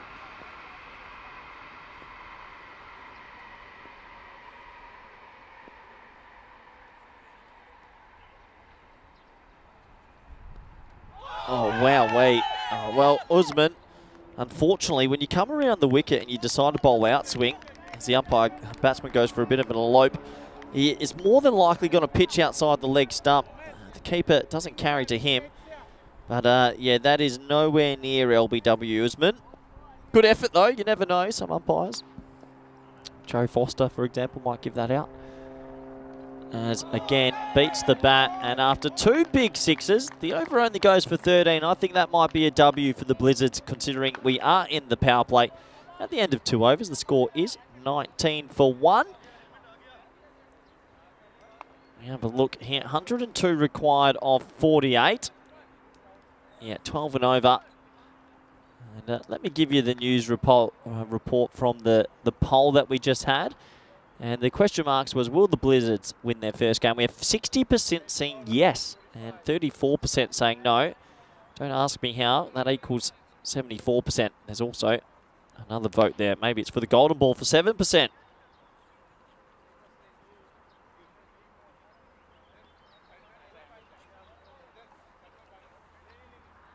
So Zahid will play she will bowl the 3rd over. And a pretty important over. He needs to close this power play well. Well, getting it right up in the breadbasket isn't the worst idea. That's only going to be called 1 for the over. I thought that might have been overhead height. Well, we might not get that, but anyway, it is going to be the 1 bouncer for the over. Zahid off the 3-step run-up. Huge fan. Miles in the air. Oh, it's got snow on it. The man with the floppy hat. Oh, it's almost a massive collision. Oh, yeah. Oh, now he should be run out. What is going on? Hits him in the tush. I tell you what, that could have been so bad. They are lucky. He never looked like he was going to catch it. That's Ali Shabazz there that went for none for 55 off his 2 overs earlier today. It almost hits him in the head, and Mars almost collects him. How no one's hurt is phenomenal. And in the end, the ball just rests against the batsman's inner thigh. Zahid again. Oh, and he almost collects the keeper there. A bit of extra lift there. Adnan Khan standing maybe a tad close.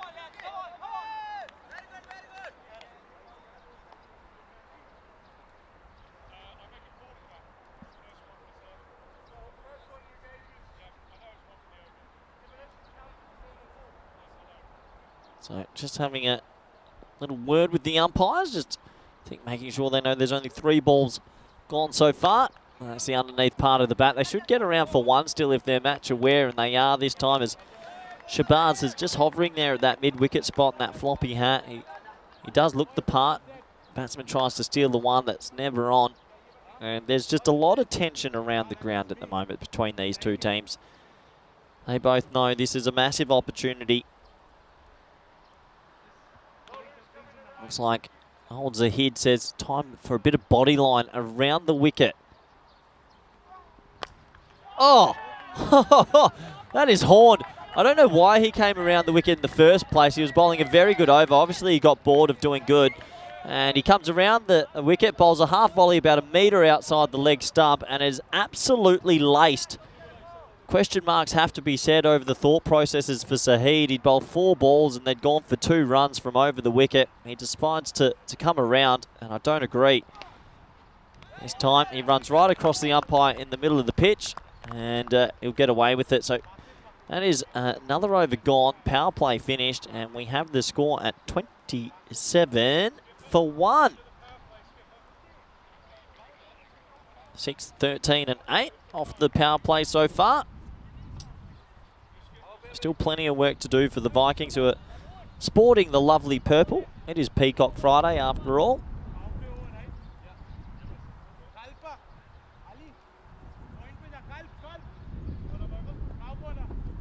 A couple of changes to the field. Obviously, we're outside the power play now. Unfortunately, I don't think the memo has been passed to the Blizzards, who have kept 6 in the ring. This must be a technical issue. Yeah, they've got 4 in the ring on the offside, 45 in the ring and square leg in the ring. So they have obviously forgotten that the power play's done. Maybe, yeah, the bowler's noticed now and he drops third man. So they're still going to keep 5 in the ring. I don't think they need to do that, but hey, it's up to them. Horned. Thanks for coming, Usman. Well, this around the wicket tactic never works. Why would you bowl right arm slot? Just someone needs to tell him to come back over the wicket, and Mamoon has tapped that. Absolutely tapped it. Yeah, nice. And 6 more runs for Steve, the umpire, to signal 33 for 1. 12:25 p.m. It's starting to heat up here. And pulled away. That's probably going to be another boundary, you betcha, into the Hungarian cricket sign. A 6 and a 4, and Usman continues to come around the wicket for no plausible reason. You can see the umpire there, obviously feeling that was a little bit too close for comfort. But a 6 and a 4. Maz Baji should have more experience and should be telling him you've got to change his lines here. There we go. Comes over the wicket. Might not work, but you give yourself a couple more options, surely. At least the batsman doesn't have such a free swing at it. Oh, well, he does have a free swing at it because it's a Gundy ball. It's been signalled a no ball, and Usman is remonstrating with the umpire. He can't understand, but the rule is if it's over waist height, yeah, okay, it was tight. Over waist height, you never know.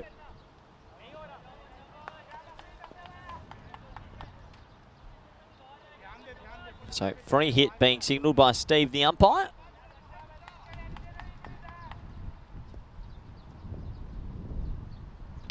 And, well, that's a good ball. See, and this is why over the wicket's just that little bit better. Just to give yourself a better chance, really, of beating the bat and not bowling it into the wheelhouse so much.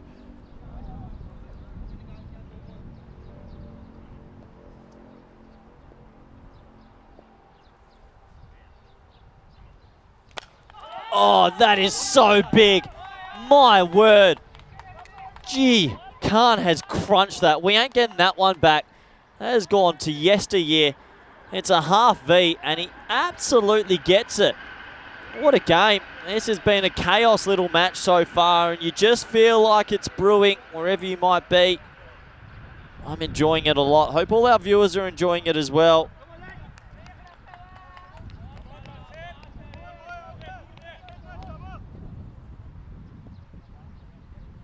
.44 for 1 now. Good start. And he pulls that viciously through the man at square leg. And it's just raining, it's pouring. Right now the Blizzards are stuck in a blizzard because they're offering up some helpings of fruit and they're getting dispatched to all parts. That would have been one of the great catches if he held on to it. But it just burst through and never looked like holding it. 48 for 1.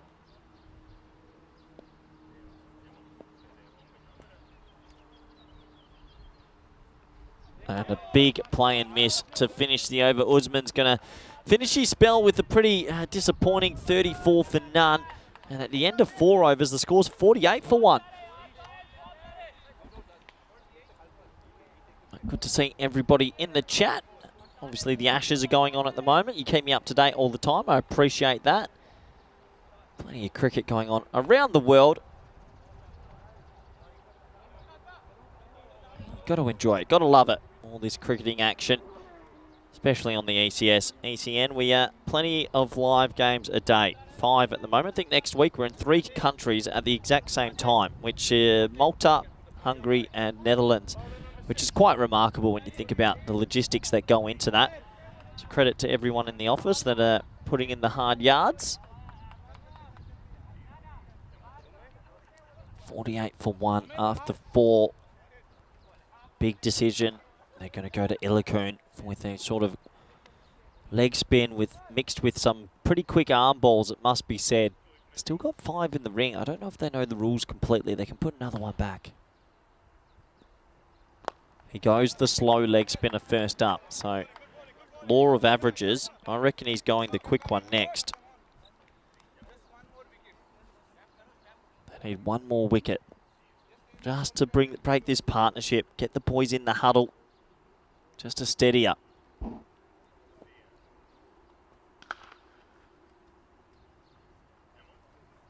Yep, there is the quicker one. Law of averages never lie.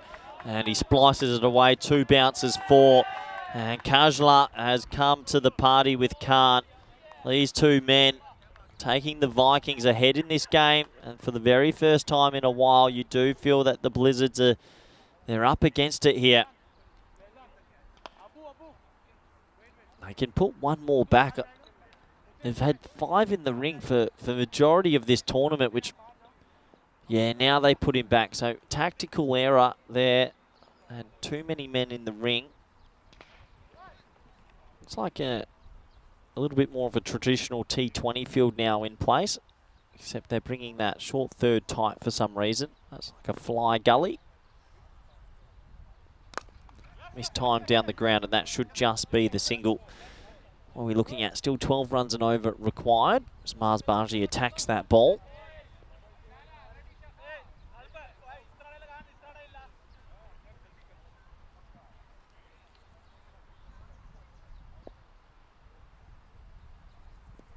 So, flighted delivery, and wow, that is Horn. That is absolutely massive. 6 runs, and well, it's good batting, isn't it? He gets down the crease, he gets it all the way. And very good hitting indeed. 6 more runs to the total. I see Hamza Dar is paying attention. Good to see Hamza. I hope you're well, Hamza, and I hope you're enjoying all the cricket. He's one of the Spanish national batsmen. He's very talented indeed. Hopefully we see him a little bit later in the year. It's always good when you get a lot of people around Europe tuning in and watching all the cricket.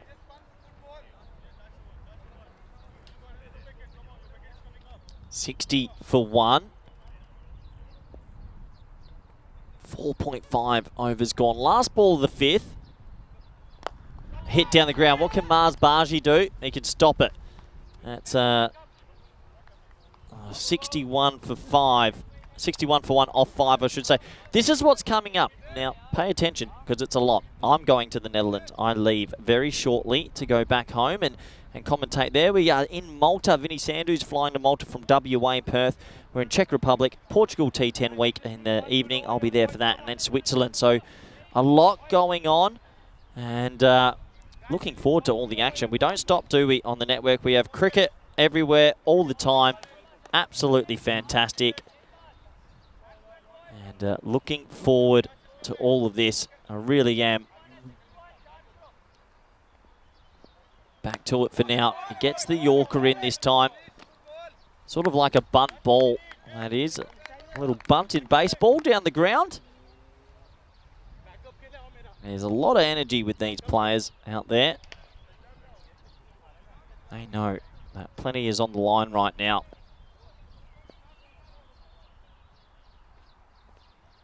Well bowled. Really well bowled. Sneaks it over the stumps. They're fighting hard here. This game, 2 men set at 30. They've got to get a wicket. You can't let one of these men continue. That's straight over the middle, Duke.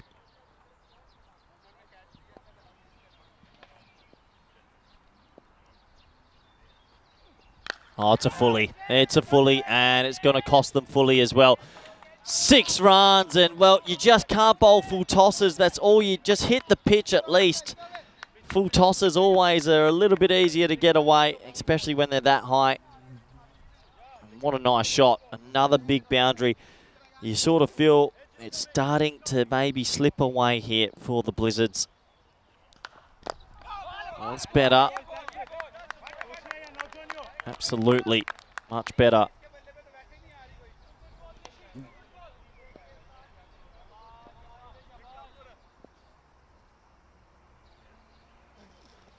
And another dot ball.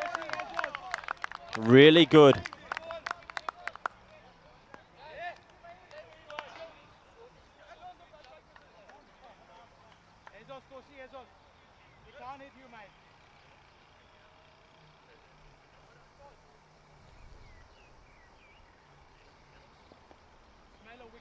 So, 68 for 1. What a game we have brewing on our hands here. And in the air. Half a chance? No. And it goes for 4. Gets away from them. It's another boundary right off the last ball. They seem to be conceding boundaries off the first or last balls of overs. Bit of a coach killer, really. And another boundary will go.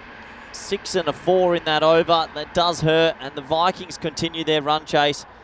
They're on 72 for 1.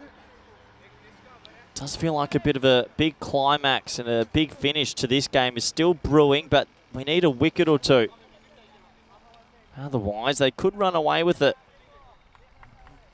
They're going right on the asking rate, but they do have wickets in hand.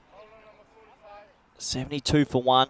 We always want a good finish. We want it to be nice and slow sometimes, and we want it to build the tension. But not this time. We want this to be close. And 49 off 24 could be close. In the air, safe. Just the one. Blizzards still believing. I can hear them through the effects mic. Lots of talk going on out there.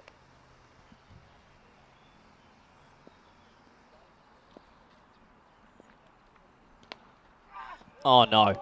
It's a gigantic no ball.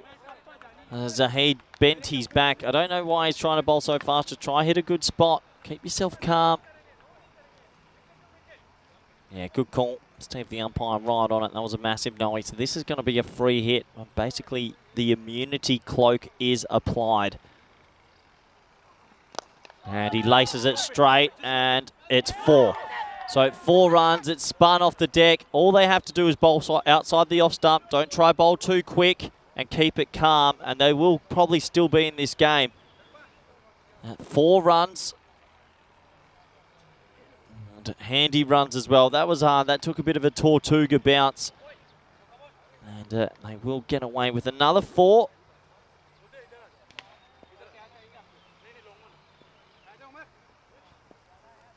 As we see Zahid still coming in off this short run. Just needs to take a breath. That's better. Outside the off stump. Still think that if they just take a wicket, 1 wicket just opens this game up a little bit again.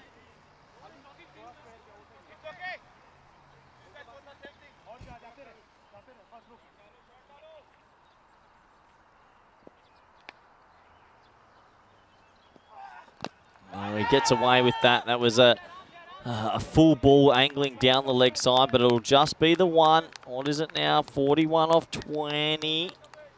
Still 2 set batsmen. You have to favour the batting side in this. They've got that short third man a little bit tight as well, maybe for a fly edge. Risky. Half volley. It's Gundy bowling. He's just trying to bowl too quick, Zahid. Has to take a breath. And that is a massive 6. And is that the big boundary that will... is that the big boundary that sort of breaks the camel's back? You could hear him scream and grunt as he bowled it. But if you're going to bowl half volleys, you might as well just underarm it to him. That's shocking, really. He's trying to bowl too quick, trying to be a hero and hit the stumps. But you just have to keep it outside the off stump. Like that. It can't be that hard to do that. Well done. He finishes the over well. Khan brought up his 50 with that huge 6, by the way.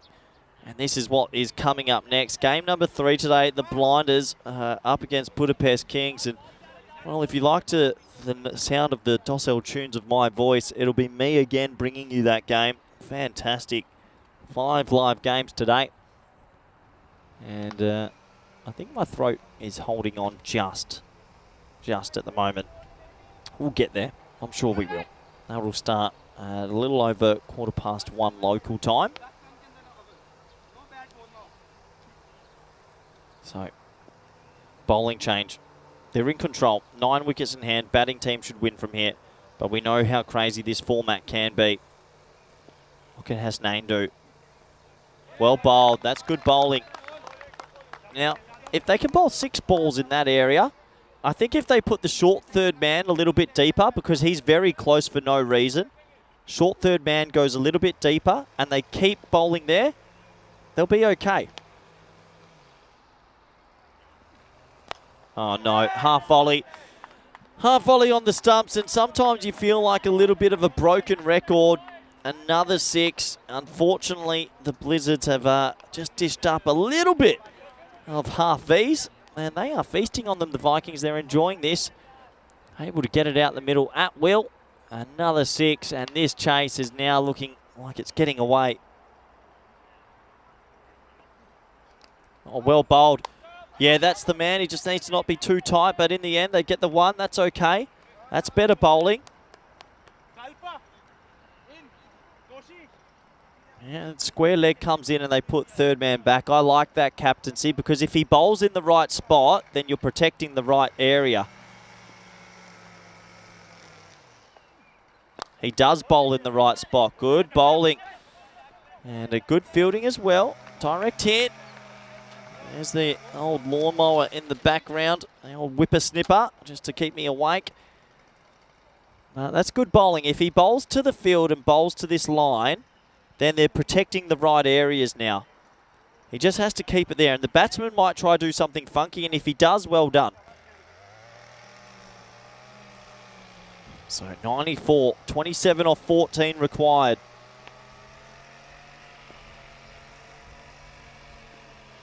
Oh, he gets lucky. It's a little bit straight, but he overswings. It's a dot ball, 27 off 13. It's starting to get a bit tight. 1 wicket would really open this game up, it feels. Just the 1 wicket for the Blizzards. Keeper keeps reminding the bowler, keep it outside the off stump. He does. It's a good shot. Good batting. He comes down the crease. He hits it for 6. We're going to go into the last 2. The 100 is up, and they are going to need 21 off the last 2 overs.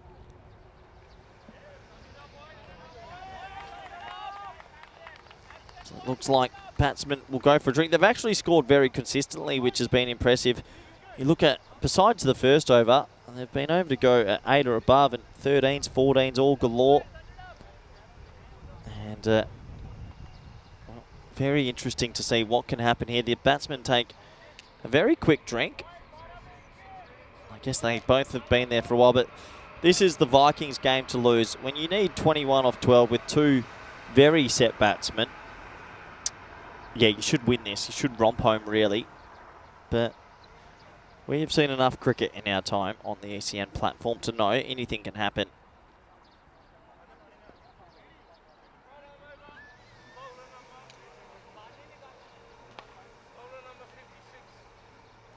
So, 2 overs remaining. That's a beautiful half volley. It's on leg stump, half volley, and it's 6. These bowlers just keep bowling it at the stumps.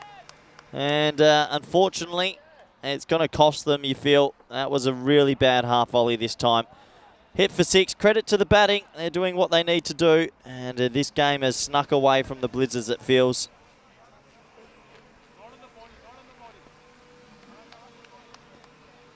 Too many HVs. It's cost them. It's really cost them. Another half volley, and that's to me over.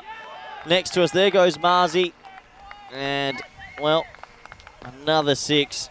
And question marks will be said about the bowling. This was their chance, it felt like, and they'll be super disappointed. They've tried their best, but they've been outplayed as the Vikings look like they're going to romp home now.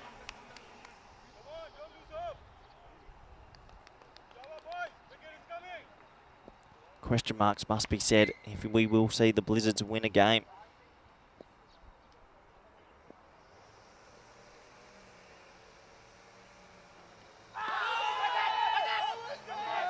Gone. Well, big appeal. I didn't hear it, but it's been given. So in the end, 6 and out. Does that breathe a little bit of life right at the back end? I'm not so sure, but it looks like all the damage has been done. And, well, not too sure what's happening there as the batsman comes and says something to the bowler. But yeah, 6 and out. He has to go. And once again, this game maybe takes a late twist. I don't think so, but if they could get the other player, the other set batsman out, maybe they can start to build on something. Let's have a look. Little thin edge through to the keeper. Given out by the umpire. That's a better line. Can they get cover tight and try get a dot ball? They're going to need a dot ball or 2. They have to try. They need 9 off 10. That doesn't help.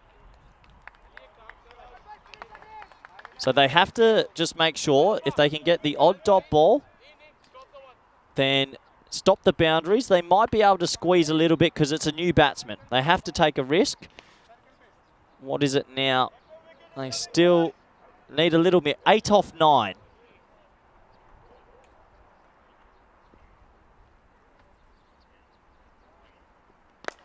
That's okay. Just the 1. Man, they've got to be thinking, let's just get it to the last over. If they can get it to the last over, then that's when magic could happen.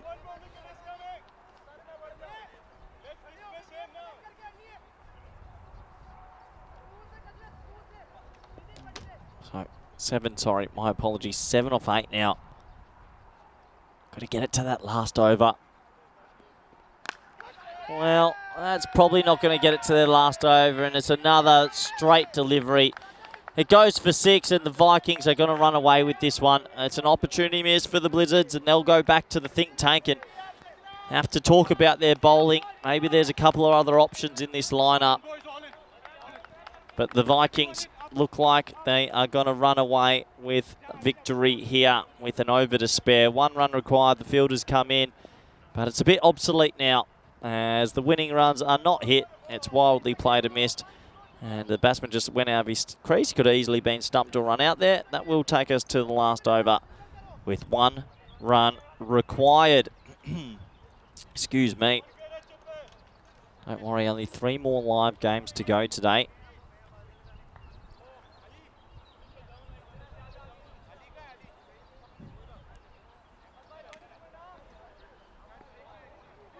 So 1 run required, 6 balls remaining. Pretty eventful game. We thought it'd be close, but the batting innings from the Vikings has just been a little bit too good.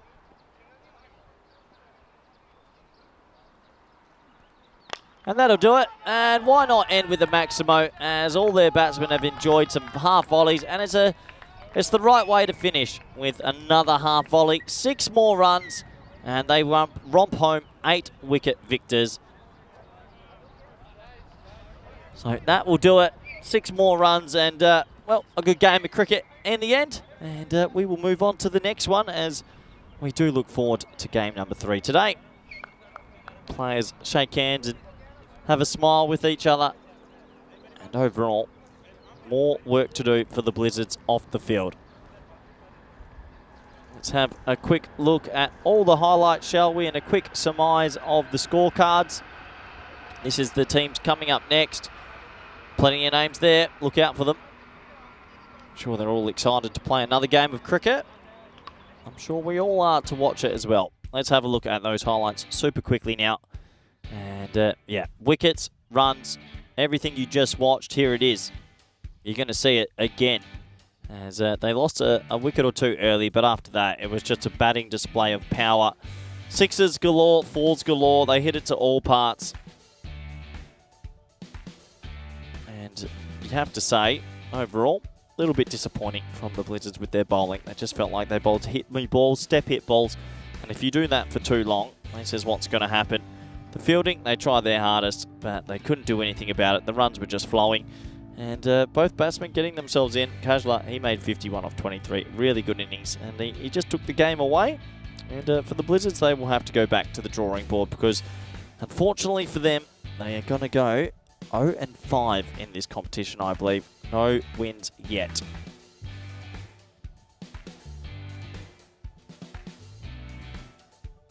So those were the winning runs. Takes us right to the end of this game.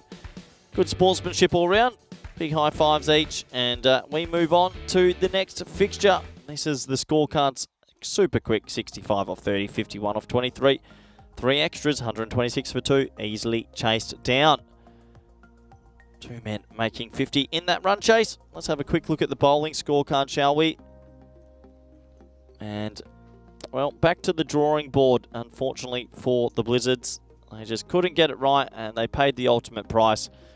In the end, everyone's economy a little bit high, and Illicoon 1 for 19. Pick of the bowlers. That's it for now. Let's take a break. I'll be back in about 15 to 20 minutes for game number 3 on this Friday. Bye for now.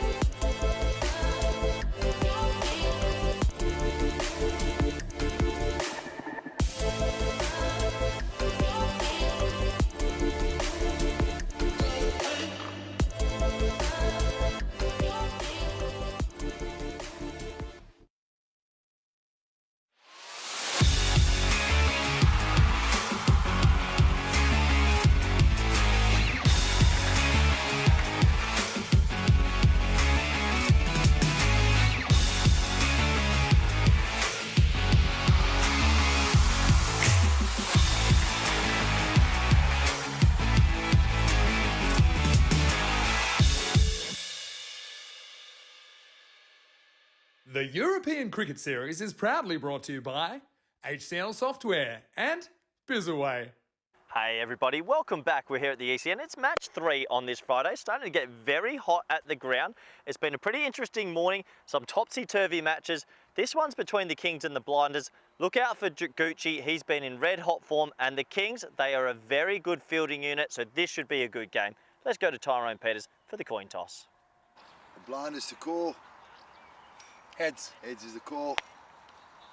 Oh, it's a tails. We would like to bowl first. Back to you in the comments box, Corey. Thank you, Tyrone, for that lovely little... Thank you very much, Tyrone, for that lovely little introduction. Thank you, Tyrone, for that introduction. I was pressing the wrong button the whole time. What time is it? How many hours we got? I was just talking into the wrong microphone. Well, welcome back, everyone. Thank you, Tyrone, for that lovely little introduction. And when the other commentator isn't here, that means there's more switches for me to press. And I was pressing the wrong one, speaking to nobody. But I am back, and I hope everybody else is back. Looking forward to Game 3 today. The Blinders are taking on the Kings. These are the two lineups. Soak it all in. Have a look. Pick your players. Who do you think's going to play well? I don't know, because every single game you have of T10 cricket, it changes drastically. It should be a good match, though. Well, we have a close one. I think we're due a really close one. It feels like in the last day and a half, 2 days, that, yeah, the scores have been a little bit one-sided sometimes. It would be nice to have a close one. This one is predicting a one-sided affair, but you never know. You never know. Fingers crossed we get a close game and we can all enjoy it together. It's, yeah, 108 to 84 is what the supercomputer is telling us. We'll have to wait and see if that is how it's going to pan out. There's Gooch on your screen. He's been very good this tournament. He keeps wicket, opens the batting, number 22 on his back, and he's got some pretty good support around him, a good supporting cast of players that can hit the ball a long way. And the man on your strike, Abbas Ghani, is one of those. This is Skunda. He's got the ball in his hand. It's ball 1, match number 3. Here we go. And that gets a little bit big on him. He looks for that favoured sort of pull shot, but can't get it away. That did climb quite a lot, didn't it? Shorter ball into the pitch. We have seen that. There's quite a lot of carry and bounce in this wicket if you do bend your back. So dot ball to start us off. Gets a little bit lucky there as well, because I don't think there's anyone back on the pull stroke. Could easily have gone away for 4 or 6. And this one is in the air. There is a deep cover in place, and he can't get around to it. So that'll be the opening of proceedings. Ghani goes about his business pretty effectively. I like the look of him. He doesn't mess around. And he'll open his account with a 4. And that does start this game in the right direction if you're a Blinders supporter. He's got quick hands, there's Ghani. Doesn't mess around. If you see any width or anything in his zone, he tries to whack it. Like that. And it is in a pocket of space. Don't think he has enough wood on it to get to the boundary. And he doesn't. He'll get back for 2, will Gooch. Shauna in the chat saying good luck, Steph. Love from Mum. Hello, Shauna. So good to have a couple of the mothers have popped into the chat today. Wishing all the best. Hope you enjoy watching your boy. And that is crunched. Well, that's massive. That is massive, massive. That might be in the deep dark green grass. And, well, he was bowling somewhat back of a length. And I said he's going to get a hold of one of them soon. And he got a hold of that one. That is gigantic. 6 runs. And what a start this is again for the Blinders, who are having a great little tournament so far. They haven't been able to, they haven't put a foot wrong, really. It's this top order of Gooch, Ghani, and Walagigame that are very destructive indeed.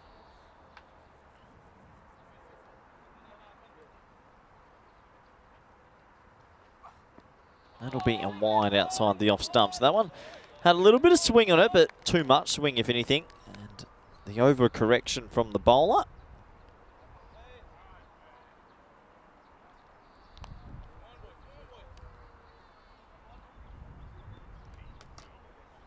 13 for none at the moment. Plenty going on to start this game. Oh boy. Well, no ball. 1 run, and that means Gooch. It just seems to be things falling in his place because he's going to get a lovely little free hit to start his innings here. There can't be anything better than starting your innings with a free hit. It's almost like a backyard cricket where you can't be out the very first ball of your innings. You just try whack it into the neighbour's fence and into their yard, and no one can do anything about it. So he's going to get a free hit first ball. Very lucky indeed.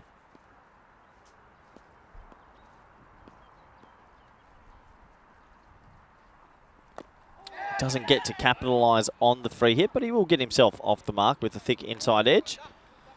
If you're disappointed, I think Gucci's been hitting most of those to the boundary this tournament.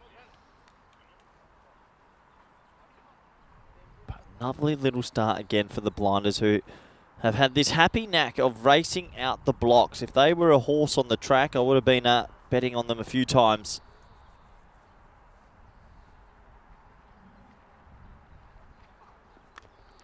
Thick inside edge this time, and what that could actually go away for. It will. Oh, sometimes it's a cruel game to be a bowler. I guess it was a wide full toss though, so it probably should have been dispatched anyway.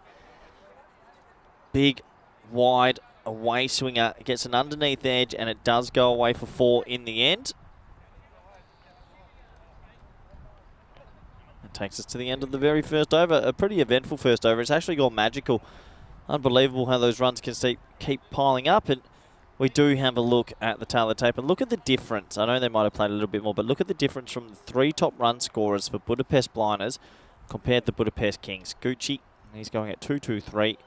Oligigame and Ghani, that top 3. And then the other men on the other side for the Kings, yeah, they're only still in the 30s, so a huge difference in form.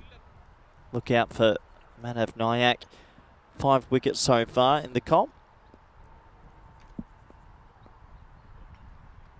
He'll be bowling some spin a little bit later.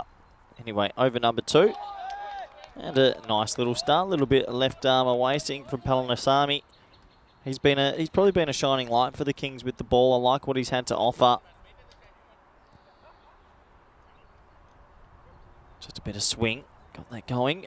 Past the Gucci's outside edge. It seems like Scotty Edwards might have jumped into the chat. I don't know if that's the real Scotty Edwards, but he said Gucci. I don't know if he's seen much of Gucci, but Gucci's been boning them. He's hit about 240 runs, and if that is the real Scotty Edwards, I hope that you've gotten some rest, because I know you had a big day yesterday, and I think the bowler has absolutely copped this. Bang! In the jugular. That is not what you want to start a game. Would be handy if Scotty was here, actually. I'm on the comms on my own today, Scotty. I'm pumping out 100 overs on my own in some blistering heat. This is what tests you. They don't teach you this in commentary school. I'll tell you that. Gucci looking to get one out the middle. Still reaching for it. Oh, he's thinking straight. He loves to go through the V. Probably could have cut that one. So underneath edge for a single. And not a bad little start here from our left arm seamer. Just angling it away. A little bit of swing. 21 for none. Ghani's gotten off to an absolute flyer. He's 17 off 6. He's thinking one thing and one thing only. How far can he bone this ball over the leg side? Probably say pretty far if he gets it close to the middle.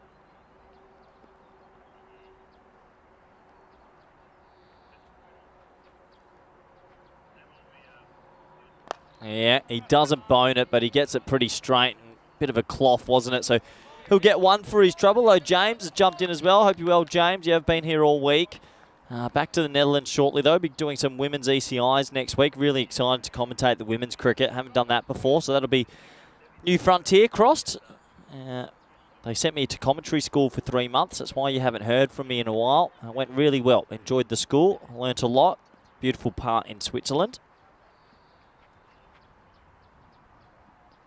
As Gucci reaches for it again, and he flat bats it over wide cover. And 1-2, and that's going to be 4. Great effort from the fielder, but I'm pretty sure if your legs are behind the rope, it's going to be 4. Let me check the rule book. Yeah, it's going to be 4. Look at this. He's outside the rope, and he goes, yeah, cop that. Oops, that's 4, buddy. And unfortunately, it's a good effort, but that's going to be 4 runs as Gucci gets his first boundary. And Gucci gets his second boundary. That's to me in the little commentary cube. It will go straight past me. So back-to-back 4s. I wasn't sitting down. And Gucci gets his radar going. He's been smoking them all tournament. Played high-level cricket in WA, did the boy. And he still has his skill. I'm hidden away. Don't you worry. I need my shade. As we finish the second over. The score is 32 for none. A pretty eventful start. We take a quick look at the table, and the Blinders are setting a world record for net run rate, plus 10. That's because they've had 2 victories that were, well, pretty obscene, over 140 and 150 runs. Yeah, you don't often see that. And they're 3 from 3, and they are the favourites in this game.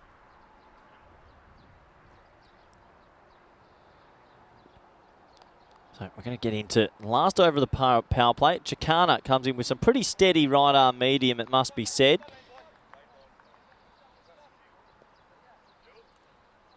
And Chicana's going to have his work cut out for him. I'm sure that he'll be hoping to get an early wicket. Interesting field. They've got a deep backward point, deep cover, and only 3 men in the ring on the leg side. So if he gets a little bit too straight, he's in a lot of trouble.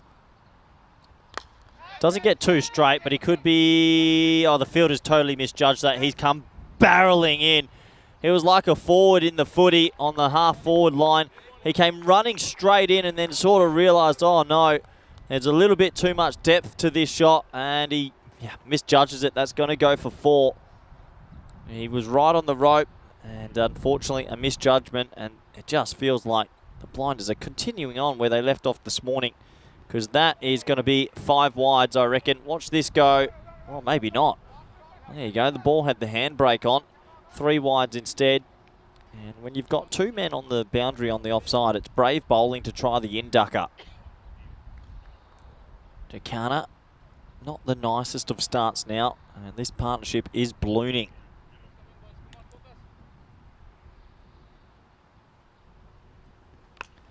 Cut away. There's a man there. No way. Caught. Unbelievable. Well, Ghani might find himself a little bit unlucky because he's whacked this over the offside. It splices away and it lands in the breadbasket of a fielder out there. Remarkable. It wasn't the most amazing delivery. Pretty innocuous, really. And watch this. Splice. Big helicopter outside the offside. Huge fan of the shot, by the way.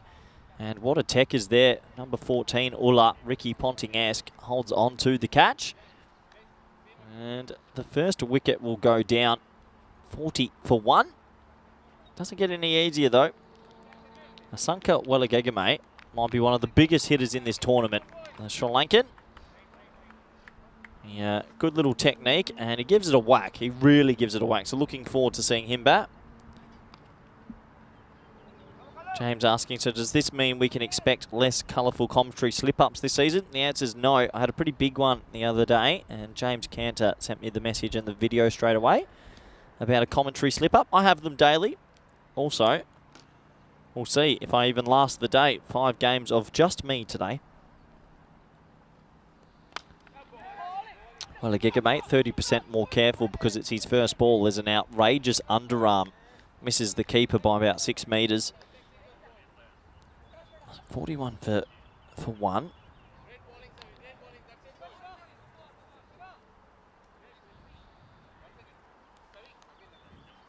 This is where it gets confusing for the opposition. The old lefty-righty, just watching some of these fielders run left, right, centre. They don't know exactly where they are at the moment.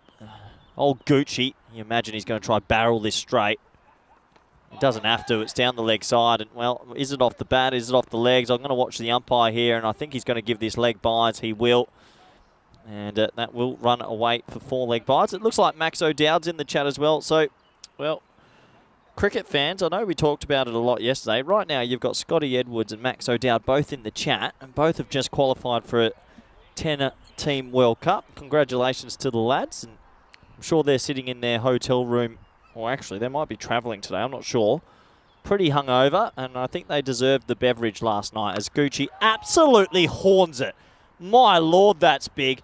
And when you're going to bowl a bowl of fruit that short, That ball's going to go right into the long grass. Look at this sit-up. Hit me. Oh, yeah. And I don't know why. Gucci reminds me of a young Matthew Hayden with that Gray Nichols. That is massive. And that will go away for 6. Gooch has hit about 300 runs at 280 this week and been dismissed once. As I mentioned, he's played a lot of high-level cricket in WA many years ago. He's been on the road for 10 to 12 years now. And he does a lot of good things for Hungarian cricket as that ball is lost. As they won't get that ball back. I reckon that is gone. They're getting called back from the abyss. There they are, our two men just coming out like Dreamer Fields, like in the baseball, when they come running out from the field.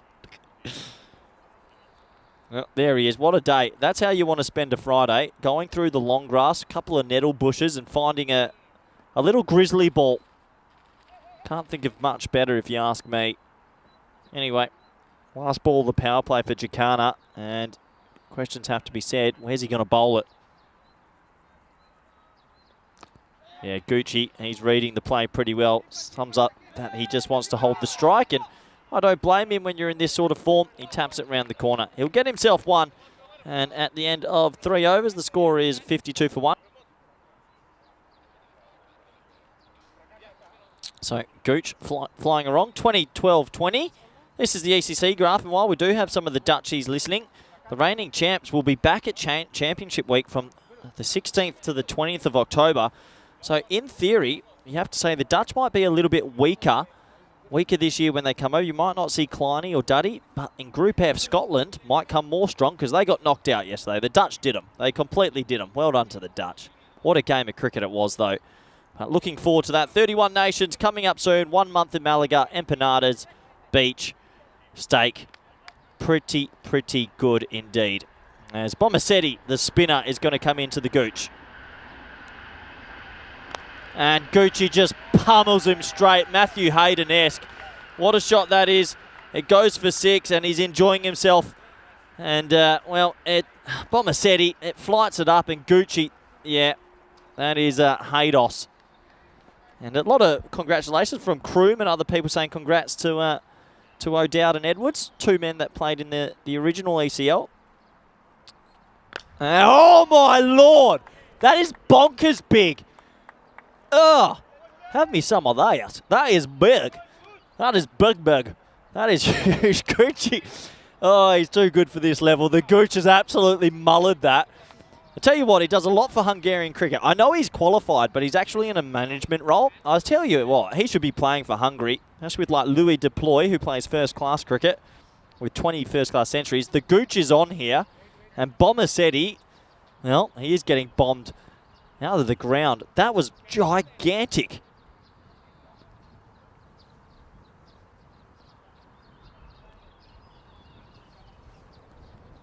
Oh, Gucci, 30% more careful. I'm not a fan, and we'll be having words after the game. That was a premeditated push into the offside.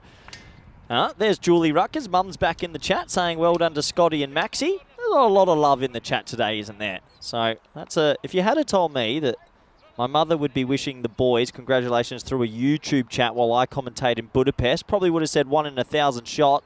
But there you go. That is what European cricket does. Well, the Gegame on strike, and well, the Gegame pulls out a little late cut. Bomasetti goes for an appeal. We'll have to see why. Let's have a look at this appeal and see if Bomasetti misread the game here. Look, it's a late cut. Watch the bowler. He goes up. Interesting. You never know. You never you never know. Could be given out for late cutting it to backward point on the ground. As the Gooch is back on strike. And the Gooch goes one-handed.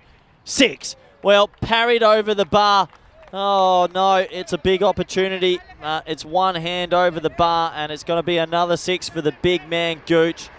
No relation to Graham, but it doesn't matter. And another 6. It is raining 6s here, and you have to wonder if they don't get this man out soon, could be trouble. He drops the ball. You can imagine he's got some sweaty hands right now.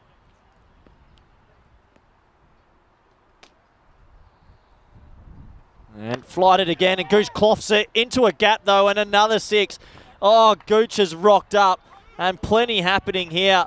Charlie Hunt in the chat, the Dutch boys, Mum, Meta, everybody is here to watch the Gooch play. And if you can hear me in Hungarian cricket, if you aren't selecting this man soon for ECC, well, you guys have lost the plot. This guy's the best batsman here by a country mile. And what an innings he's playing. And he's made about 400 runs at 300 strike rate this tournament. And it's just chicken fodder for him. 78 after 4 overs. It's ironic we have Scott and Max in the chat, who also played at the ECL. They put on 222. Still arguments over if Scotty hogged the strike at the end of that first innings to get himself to 100.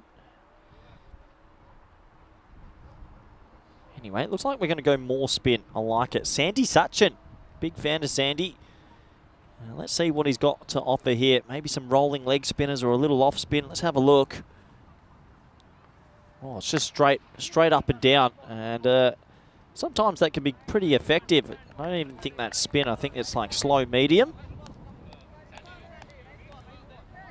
So just the one. Gucci's on 44 or 14, and if my maths are correct, he'll be thinking about 50 or 15. Have a look at the field here. Yeah, running to all parts. Not easy. Yeah. Old Sachin, Sandy Sachin, SS. Do like an SS. Sandy's taking his time here. He's put deep cover back, which tells me he wants to bowl this wide hole. Can he execute, though?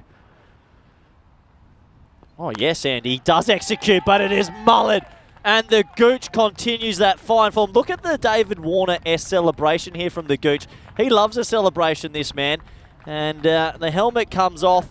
That beautiful big bat of his just does the talking again. And I will touch on it again. If this man isn't playing for Hungarian cricket by the end of the year, you can pull my hair out bit by bit by bit. I think that's 4 consecutive 50s, actually. I'll have to check the almanac. Because it's Gooch o'clock, and Gooch has absolutely crunched it. Well, buckle in, because if we get more Gooch, I reckon we're on for 100 today. Comes down the crease this time and just times it beautifully. Match referee, worked on the ECM Blue crew, but obviously this is his home nation, so we get to watch him out in the middle. I know his partner Meta and his mother are watching right at the moment. They must be loving this, and I don't blame them. I'm loving it. Good friend of mine, Gucci. Think I'm having dinner with him tonight, actually.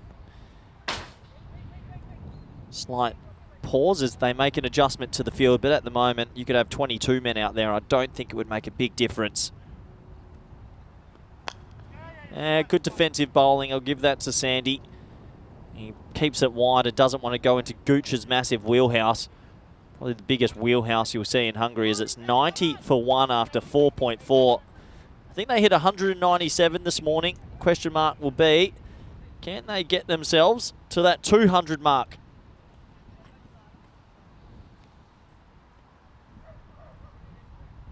Two balls left in this 5th over.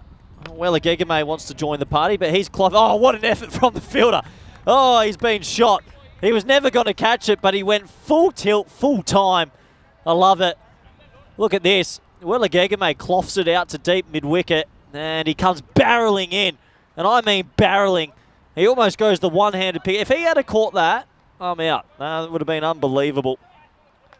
Shauna Henry, Gucci's mum in the chat, says, well done, son. Very nice to see the family support.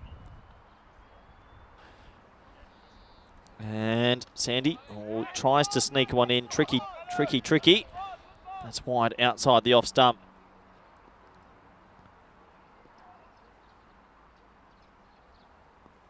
And high in the air. This is a chance. Big moment. They need just a reprieve. And he shells an absolute goober. And he's distraught. Shiva Tendella.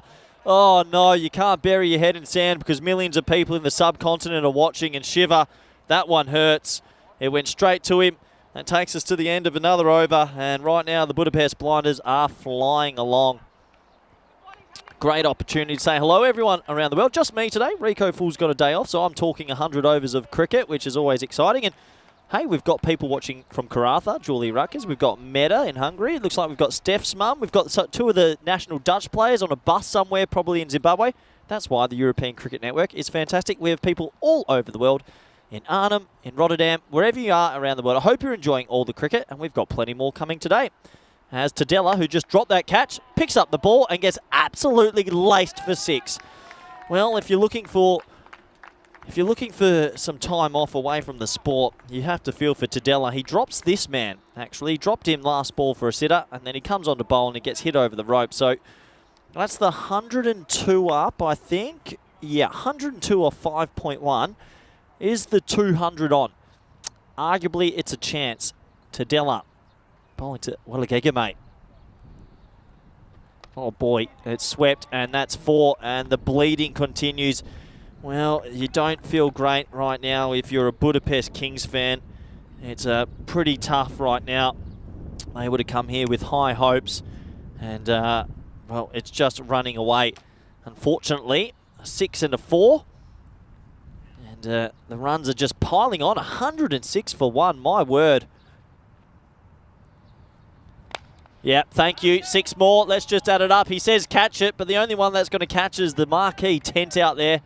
And well, there's 11 statues out there, and they don't know what to do. This is just violent of the top order. This is stick cricket all of a sudden. 6, 4, 6. Oh, boy. Oh, boy, oh, boy, oh, boy. Oh, toes it. Does he get it? Oh, he towed enough of it. It's 6 more. 6, 4, 6, 6. This is crazy. And what hitting this is. Welligega, who got that live from the bowler on your screen. Yeah, he's now making him pay anymore. I don't think there'll be any Christmas cards as deep mid-wicket swaps with tight mid-wicket. Interesting, because I don't think he dropped it. It was just going over his head. 116 for 1. Yeah, I like Tadella. He's just moved square tighter. Good option. Toes it. I don't reckon he's hit any of those out the middle, but still a pretty constructive over for Welligega, mate. Yeah, what brutal hitting. What brutal hitting.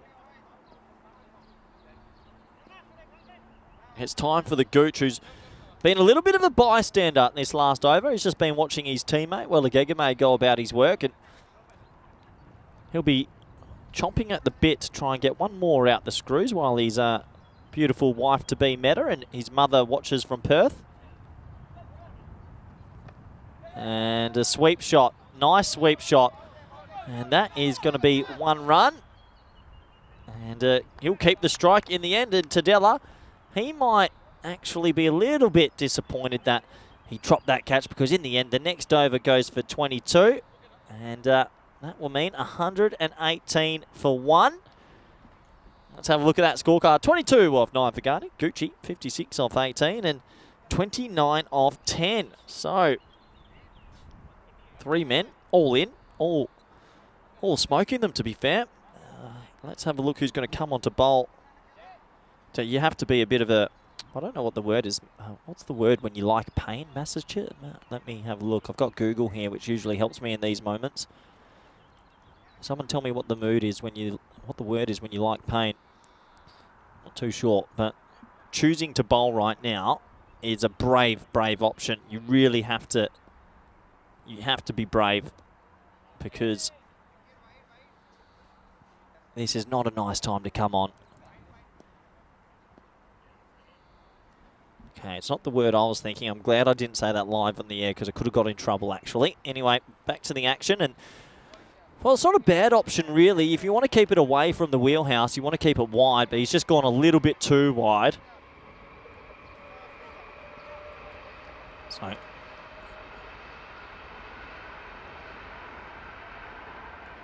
just the wide to start. Gucci, 56 off 18.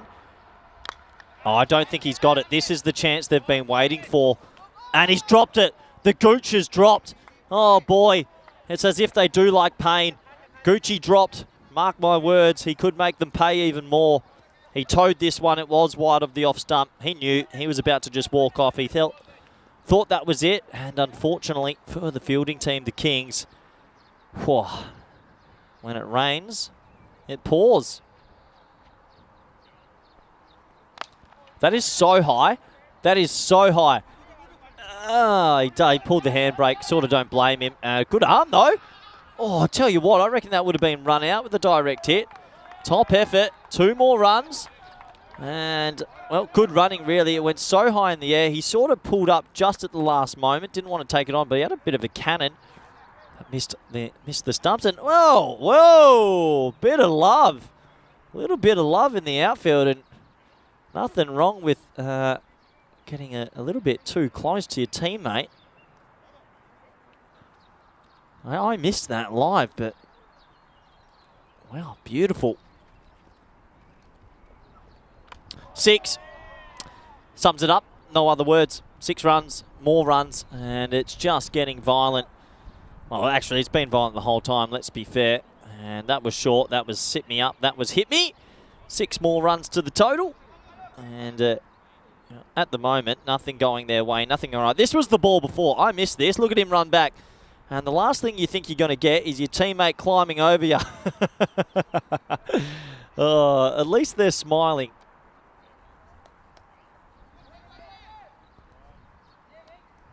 A couple people in the chat room saying, remember about commentary school, watch what I say. Don't you worry, commentary school served me well. That's why you didn't hear from me for 3 months. They put me in a cold room, 10 hours a day, no food. Just showed me highlights of everything I've done wrong for the last 3 years. And it was quite an extensive list.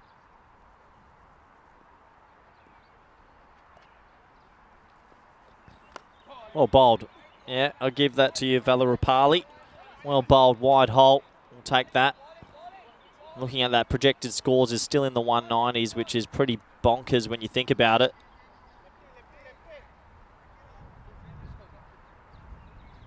So, single into the offside is 129 for 1. We got 20 balls left in this innings.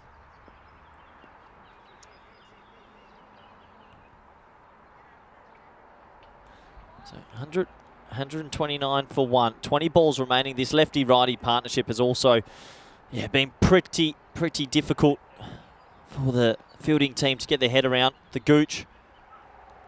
Oh, Gooch. No, he's going to be caught. Oh, get there. You got to get there. Oh, he's been dropped again. And I tell you what, Gooch, you've batted beautifully, but in the last 10 runs, you've had a lot of luck. And I dare say, back home we call it lotto. You got postcode lottery in Netherlands as well. The Gooch might as well go get himself, because the Budapest Kings must be enjoying watching him bat, because they've shelled him a few times and there've been some sitters. There's Prakash there, as you can see on the side of his hat, the big Prakash. He'll be a little bit disappointed with that one. Should have held on to it. Willigega, mate. He's on strike. He's actually very quietly, somehow quietly, got himself to 40 of 13. Well bowled. Don't you dare. Oh. Yeah, you got to feel for bowlers. I want that to go to the bowler. This is tough, right? I want that to go to the bowler. I mean, it's pretty tough. It's pretty tough already.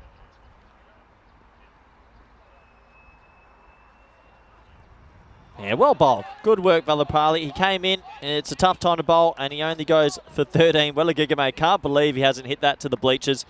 As we have a look at the upcoming events, and, well, I'll be heading home, back to the Netherlands. I've got a Women's T20I series coming up. Vinny Sandu's off to Malta. We've got, I think Rico or Charlie might be going to the Czech Republic. I'm then going to Portugal for a bit, and then we have Switzerland at the end of the month. So, basically, it's a lot of cricket. We're full-time all the time. And then after this month, we also have a plenty more coming up. I think we've got a bit of Rome is on the schedule, and then we have some Spain. I'll be in Spain again, so plenty to look forward to. And good to see everyone's enjoying all the action. As it looks like Keanu's asked a good question. Corey, if you've been to commentary school, do you get paid more? Well, arguably, you would think so, yes. As we get back to the action, and Gucci decides to use the whole bingo card and go with the leave, because that was not on my bingo card. One question I have for you, Keanu, and I'll let you answer it, as I know you're listening from Sydney, Australia. Should I get paid double if I'm doing commentary on my own, because I'm doing twice the amount of work? This is the big elephant in the room that needs to be answered. Crunch. Oh, that is a brute force, and that is 4. He hits it right over to the dugout where a few men aren't facing the cricket, and I wouldn't risk that with Gooch at the crease. He lost his timing maybe in the last 2 overs, but he finds it back with that shot.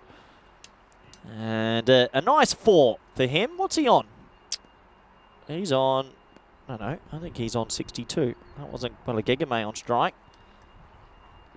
Oh, yeah! Cop that. That is big. And you bowl it short. That's into the nets. That's a freebie for a cricketer out there. The Gooch train continues. All aboard the Gooch. And to be a match referee for the company and travel all over Europe, and then to come out and deliver as he has, he's taken all the pressure off himself.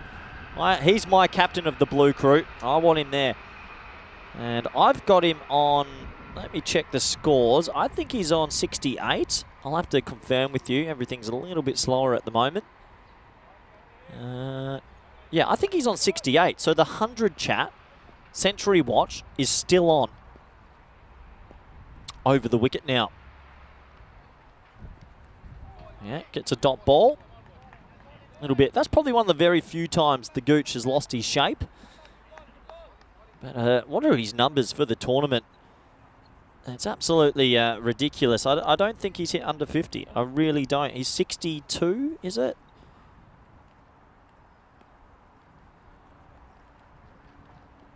Shot. Does he have enough?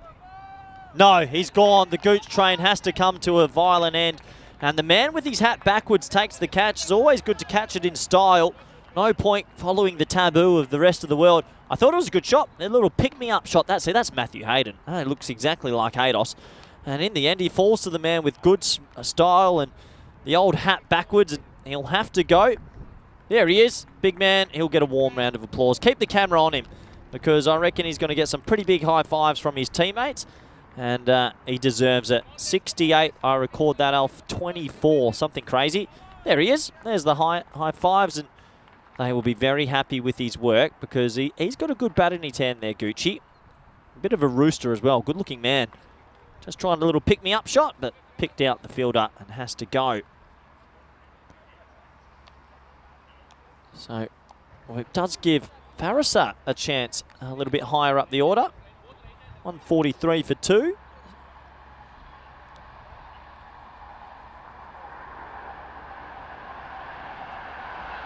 As a bullet train comes through the back of the noise. We are in 30 minutes outside of Budapest Centre, so plenty going on around here. Last ball of the 8th over. High. Could be 2 in 2. Oh, he doesn't want it. Oh boy, he ran right round that. I think there was some serious hesitation about going for the catch, and I can understand when you've been beaten this hard. It's yeah, it's tough to take. As 144 for 2 after 8. Andy House in the chat says, "Grr, turn your hat around." Seems like we've got a lot of people from work that have tuned in. 20, 12, 20, 26, 18, 22, 13, 11 there. Your Powerball numbers tonight. Good luck to any winners out there. I'm starting to get to that stage of the day where I think I'm losing my marbles a little bit. It's 1:50 p.m. I haven't had any lunch yet. And without a co-commentator, I feel like lunch could still be quite far away. But good to see so many chatters all jumping in. Shauna, I hope you enjoyed your son's innings. He did very well indeed. Watching all the way from WA. Beautiful part of the world.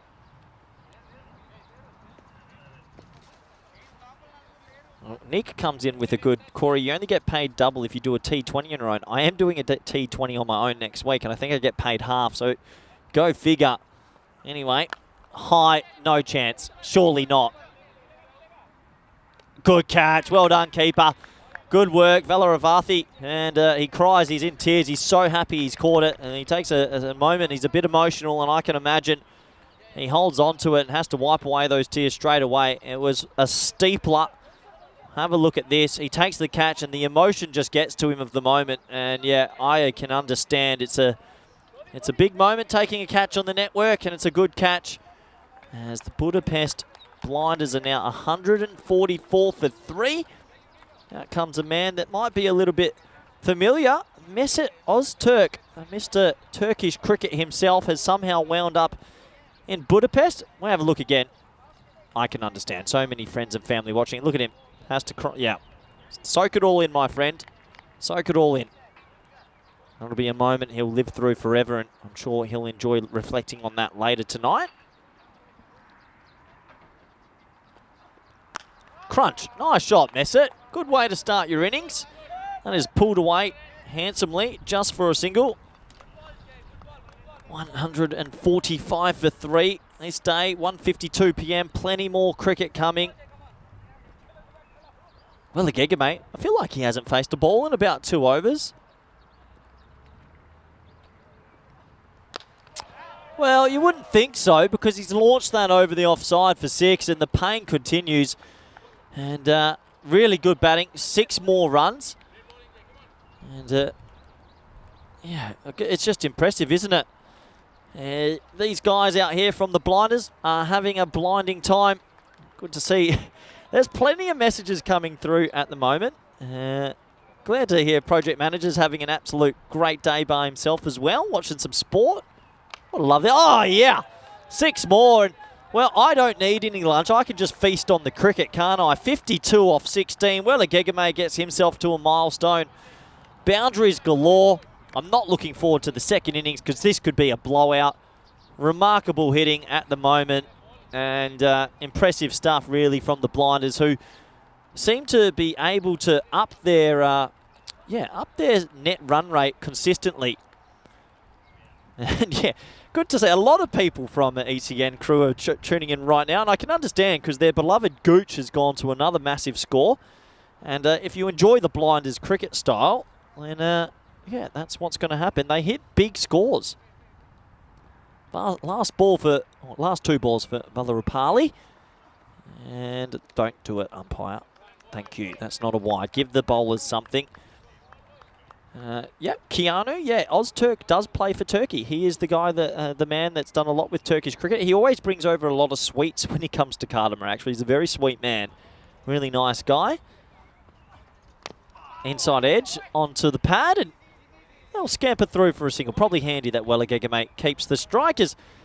We get to end of the 9th over. The score is 158 for 3. And, well, yeah, this has been pretty violent. It has to be said. Runs galore. And if you are a fan of big hitting, look, well, don't look away. Look now. These economy rates, 15, 12, 16, 26, 18, 24, and 13.5 is actually ridiculous. Usually you get one bowler that might be able to peg it back a little bit, but not on this occasion. So 6 balls left. I hope you're doing well, Andy, as well. Haven't seen you in a while, Andy House, one of our Blue Crew members. I dare say he's probably in Spain watching at the moment. Big Ange Postacoglu, Andy. Hope you enjoy him. Yeah, how's 6 sound? Yeah, no worries. Let's just go again. Another 6. It is raining 6s. I'm going to have to do the tally soon because it feels like there's been a lot. I've got that at 6 number 16, and I'm pretty certain this morning they hit 19 out of their 60 balls for 6. So, yeah, the 6 rate's been pretty high. I know Maxie and Scotty are watching at the moment as well. They're probably enjoying this. As that's a good ball. Well bowled.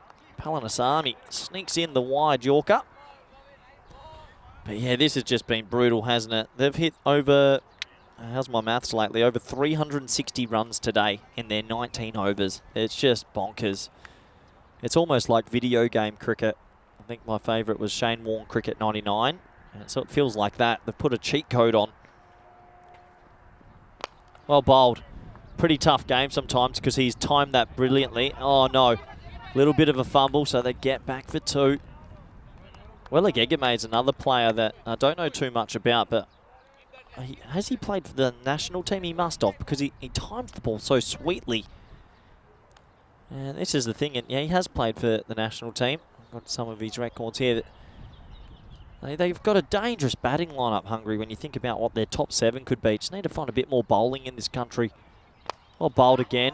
Maybe Palanasami puts his hand up as a left-arm seamer. Tight 2, really tight 2, and they're going to get there. Marcus Robinson, where are you watching from, Marcus? Yeah, 2 more runs to the total. 168 for 3. There's a good bit of sportsmanship, bit of love. Has been flying around the ground today. All these teams and players know each other pretty well. Small cricket community here in Hungary. Oh, he's badged him. Oh, yeah, that got him flushed. That's not good. So they're going to have to at least have a check on him. That's the 3rd badging today, and that was a red-hot badging. Look at it. He's through the shot early. Bang, side of the head. That's not nice. We probably do need to develop a little concussion test or something, because I reckon this week I've seen maybe 4 or 5 decent badges, and he's fine, which is good, but remarkably, there's quite a lot of batsmen that don't bat without a helmet, and I've never seen them get fully badged. It always seems to be the men with the helmet get hit. And Palanasamy, it must be said, when he does bend his back, he can get it through the left arm seam up. Good to see Welagegame is okay, though. No one wants to see someone get hit too hard. So, last ball of this 10th over. Oh, yeah, okay. Oh, that would have been a hanger. He made actually really good ground. They should get back for 2. He throws it to the middle of the wicket, which won't help. The keeper shouldn't throw it. He doesn't. We're done. Wow, catch your breath back. That was pretty action-packed. 170 for 3 after 10 overs. Welagegame will finish on 65 off 23. And, well, let's have a quick look at the highlights. It's this top order for the Budapest Blinders, who are absolutely crazy. It was Ghani, Gooch, Welagegame. All 3 of them. They might be the most feared 3 in Budapest, I think. They seem to be in good form as well. Ghani went early, and it left the Gooch at the crease, and he crunched it to all parts. I love watching this man bat. He had the support of O'Dowd and Edwards, who are supporting Gooch in the chat. He had his mother in the chat, his soon-to-be wife in the chat, and he put on a show, didn't he? Good on the Gooch. Stand back and deliver. Has a lovely bat swing. Good swing of the bat. Good arc. And, well, he was well supported by Asanka Welagegame, as he hit it to all parts as well. And just sit back, enjoy these highlights. There was a few drops. Obviously, these aren't highlights if you're a Budapest Kings supporter. But overall, just enjoy as much as possible all these sixes. More than 16 sixes in the innings. There's the Gooch, man of the hour. Another 50 for him. This was his wicket, his demise. It was actually quite a nice shot, but just clipped out to the man that had his hat backwards just to defy gravity a little bit. We'll have to look at his numbers this tournament, but the Gooch has been on absolute fire. He's been hitting it to all parts, and so has Welagegame. Really clean hitters off the ball. And if they do pick the right team and get everything right for September, they have a good enough team to go pretty deep, I think, potentially, at this year's ECC. Scorecard time, 22, 68, 65, 13 extras. That's going to round us up to 170 with 10 overs. Pretty impressive, 17 and over. Feels like a video game, but good hitting overall. Bowling scorecard, turn away if you don't like violence. Yeah, not great. Palanasamy, economy of 12, not bad. Could have easily had a wicket or 2.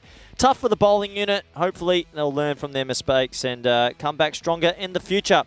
All right, I'll be back in about 10 minutes. I've got to go out to the middle to get something ready for later. Hopefully we'll sneak in a little bit of lunch, but I hope you're enjoying wherever you are around the world. I'll be back in the next 10 minutes for the all-exciting run chase. Bye for now.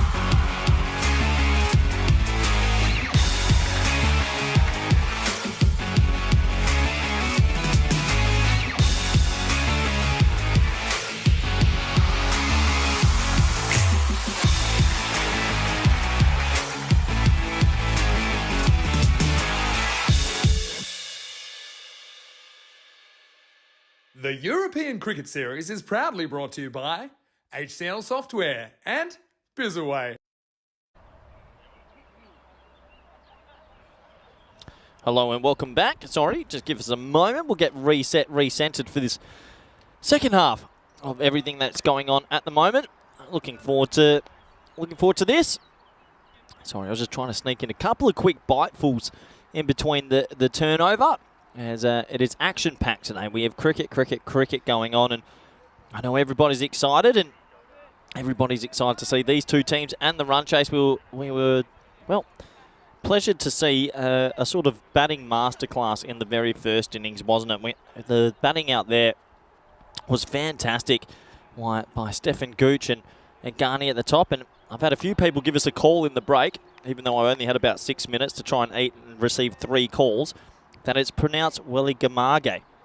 I think I said that correct, so my apologies, but my pronunciation is not always my strongest suit. That's why I need to go back to commentary school. We're almost set. Mohandas is going to bowl to Villavarthi. Here we go, ball number 1. Miles in the air, and 6. Okay, good shot, nice way to start. For a brief moment, I thought he could have skied this, and I was watching a young Manav Nayak out on the boundary track to his left, and he didn't get there in the end. He just had to watch it sail over the rope, and they need much more of that if they're going to get to these runs.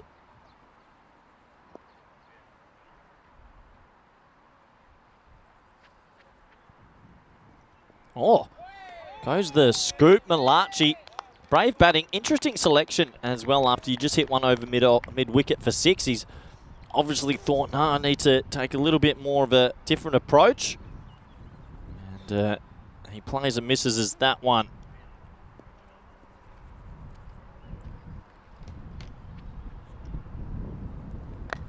Well bowled, swinging in, and well, it's a tight single, it has to be said, but they're going to get through on the misfield.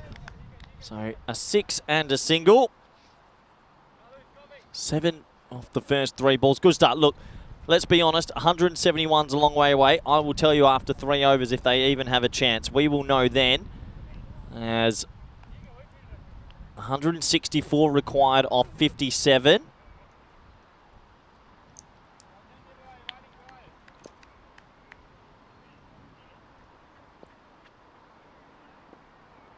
And that's a really good ball, actually, cutting him in half a little bit. And hitting him on the back elbow or the back arm or even the hand there as he looks down at himself. Let's have a quick look. It feels like maybe the wrist area, it's just clipped him on the way through. I want to welcome back everyone around the world. Thank you for a very fun first innings. We had viewers from all over the place then tuning in as the local train goes past through the effects mic. Shot. Oh, what a nice shot that is. It's high in the air, and that's going to be the second 6 of the innings. Well, I said I'll be able to tell you after the power play if they've still got a chance in this game. That's a good start. They've gone 2 6s. And if they can keep going like this, you've got to start to believe. 13 off 5. Ulla, he gets his first maximo of this game.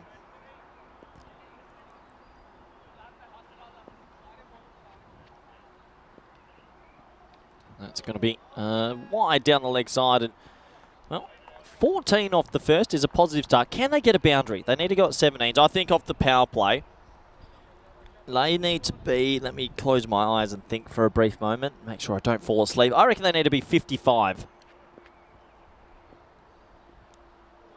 And that doesn't help. Dot ball just missing the off stump. It takes us to the end of the first over. There it is.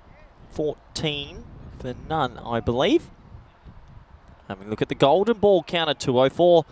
Starting to get up to numbers that are unprecedented. We don't usually have it go this long. 204 games is a lot. It's probably only 3 weeks of work for us, but feels like a long time.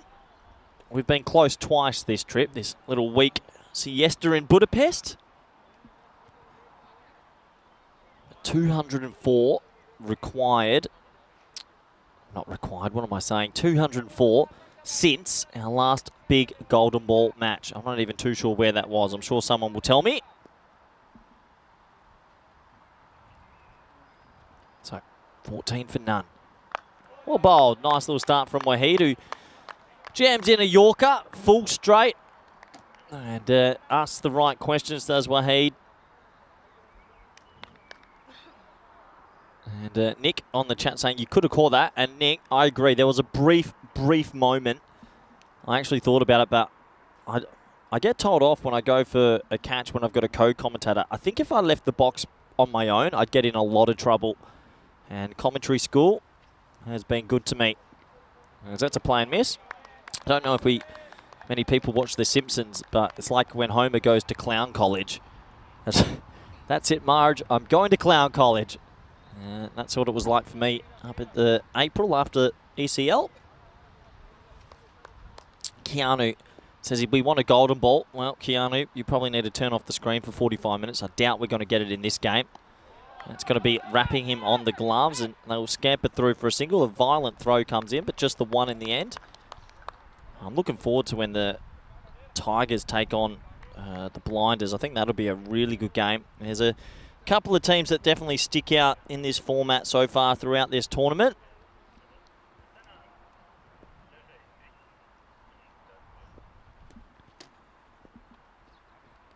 Oh, big, thick inside edge and through his hands. Oh, no.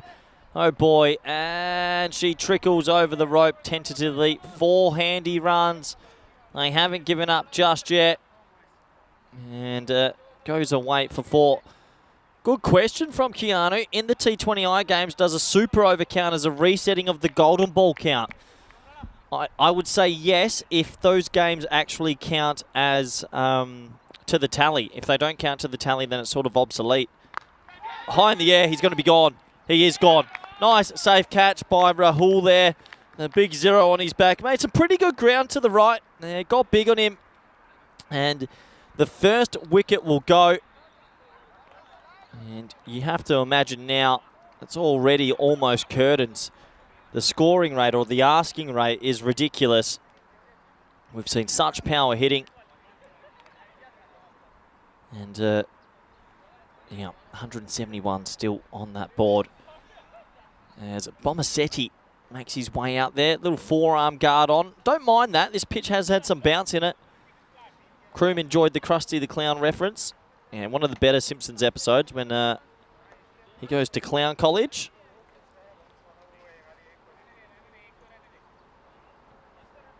I actually watched a Good Friends episode last night. I don't know if anyone knows the one where the professor eats Ross's sandwich. Good episode. That gave me a few laughs last night. And a little inside edge onto the leg for Bomasetti. And that takes us to the end of the first 2 overs. It's 19 for 1. Long way to go in this. If you do, I always say it, and I feel like you as the viewers need to give me a little bit more on this. As we'll have a quick look at the table, and Budapest Blinders are going for a world record net run rate break because their net run rate is redonkulous. And at plus 10, could it actually improve from a big win here? I don't know. But yeah, the viewers, I always ask for questions, and you give me not enough. It's disappointing. So I sort of feel that it's time for more questions because this could be a fizzler of a second innings. Not if we see more shots like that, though. 1 bounce, 4. And that is a lovely shot. Little bit of width. And a really, really nice shot for 4. Good batting.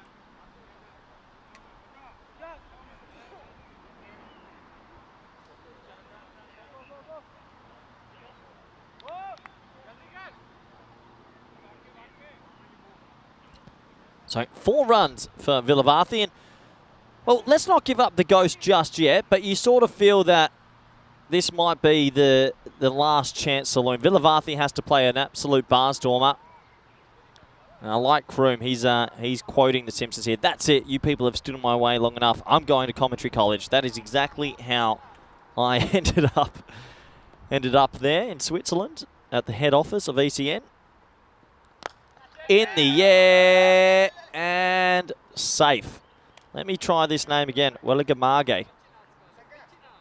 Someone tell me if I said that right. Welligamage. Meta, if you're still listening, send me a message because you did mention it to me. Pronunciation was one of the main lessons we practiced at commentary school. Oh, hits him in the hand. Good stop. Good fielding. Throws it to no man's land. Dot ball. Interesting. A lot going on there for a dot ball. Hits him in the hand there, so that will go down as a quarter of a chance, let's say.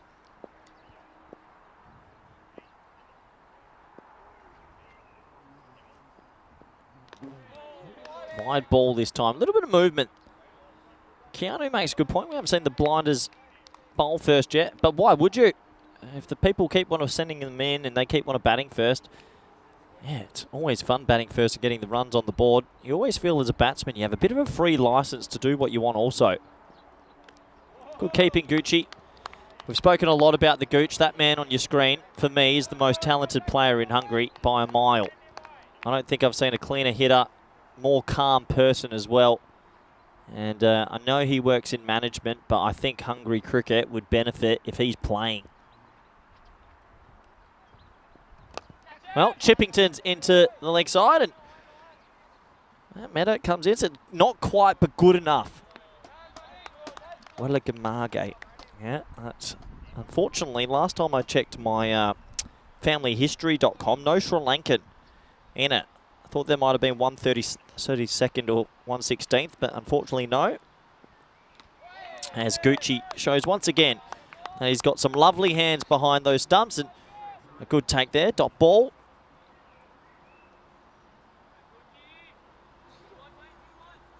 That's Welligamage. Welligamage, not Wellamage. I don't know. But anyway, he's a good player. I like him a lot. Let's hope he doesn't play for Hungary at ECC, so then I don't have to commentate on him. 27 for 1, last ball of this power play. I put the jinx in. That is amazing movement from short third man. Watch the man on your screen here. He premeditates to go to the leg side. Look, he just starts running. Either he's Nostradamus or he had a dream and knew that the ball would go there. Quite remarkable.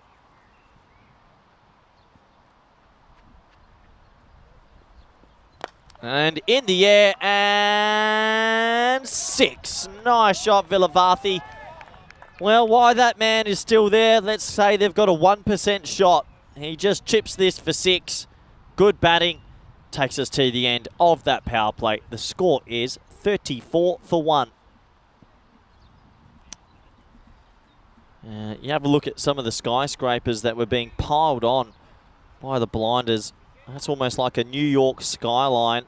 I haven't been to New York, but if I did, I'd imagine it would be that big. 34 for 1. Bomasetti on strike. He's 1 off 3. He's had 3 balls now. It's time to really be ultra aggressive, uber aggressive, let's say.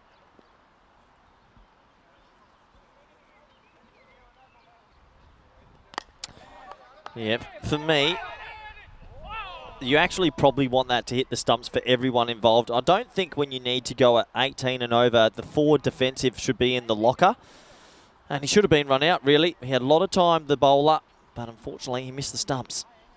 Wahid. 35 for 1.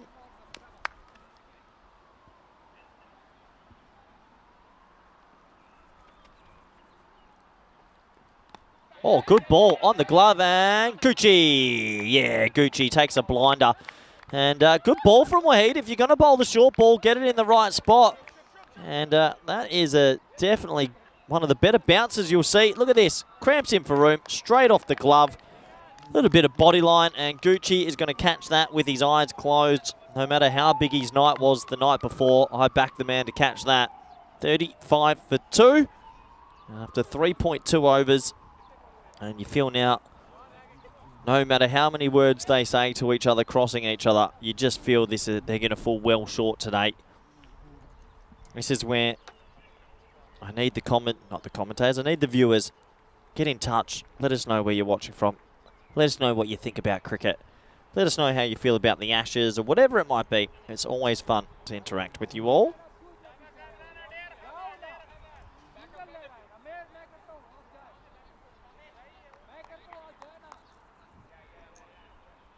So, new batsman comes strolling out to the middle.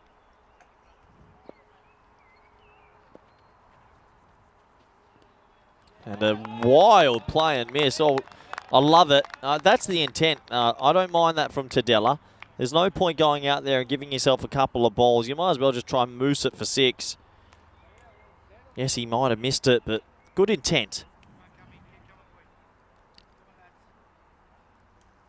As Kamran Waheed, 2 for 6.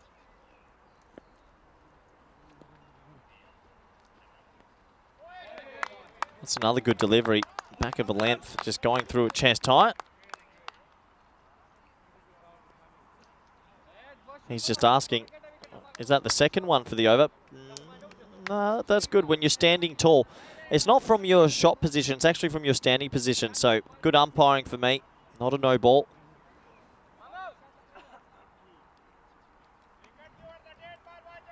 $35 for 2.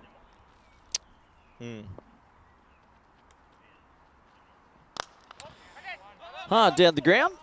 Just the 1 for Tadella. That'll get him off the mark, off the derrick. He goes to the non-strikers end. And you look at that asking rate, it's already above 20s quite remarkably. And it just shows how the blinders keep putting on these mammoth totals. It really does bury the opposition. Almost impossible to come back from here. You would just need someone to have the greatest innings of a lifetime. Well, that's in the air, and it's going to be safe. Watch the spin. It goes away. Good fielding. And they'll be able to keep that to 1 in the end. 4 overs gone. The score is 2 for 37.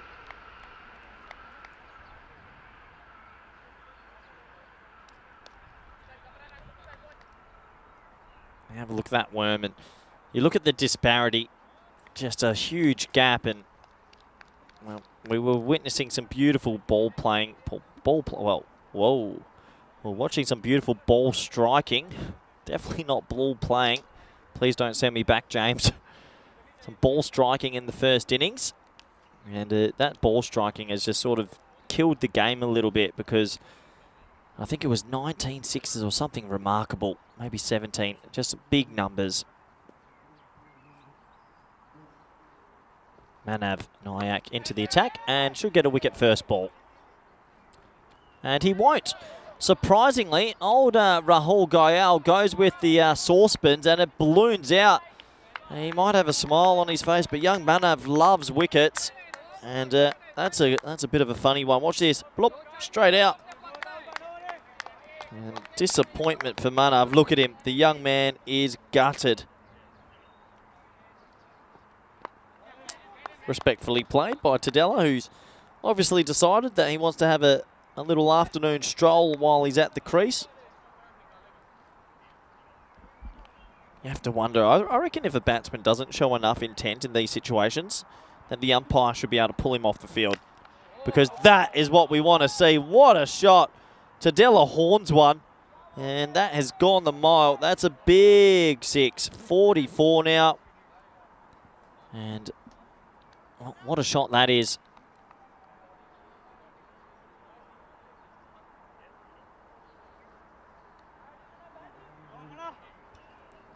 So, 44 now. Tadella leaves his crease and absolutely bones it.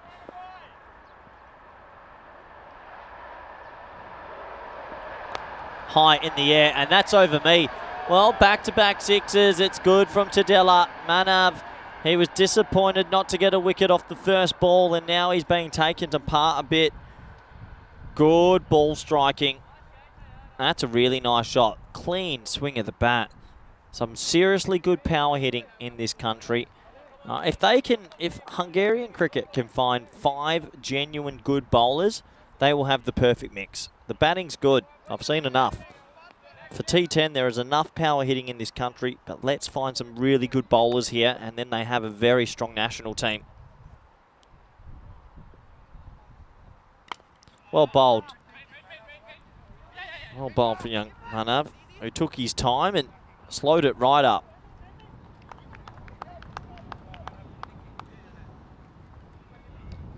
So 6-6 in this over. Single now. Bomasetti on strike. 4 off 6. Pick up sticks. What can he do? And he crunches that into the offside, and that should just be a single. So Takes us to the end of the over. The score is 52 for 2. 19-10, 5-14 for the men at the crease. Let's have a quick look at it. Social media, if you do want to get involved, you can follow us on European Cricket on Instagram, Twitter, YouTube, Facebook. If you want to message me on Instagram, cruckers_28. The next person that messages me on my Instagram, I will video call while I commentate. I don't know. Can I do that? Yes. Why not? It could be from anyone in the world. Hopefully Margot Robbie's out there as that's chopped down into the pitch as Ozturk comes back into, well, comes into the attack for the first time today. Let's have a look. I'll get the Instagram up. Who's going to slide in there first? There'll be one person at least.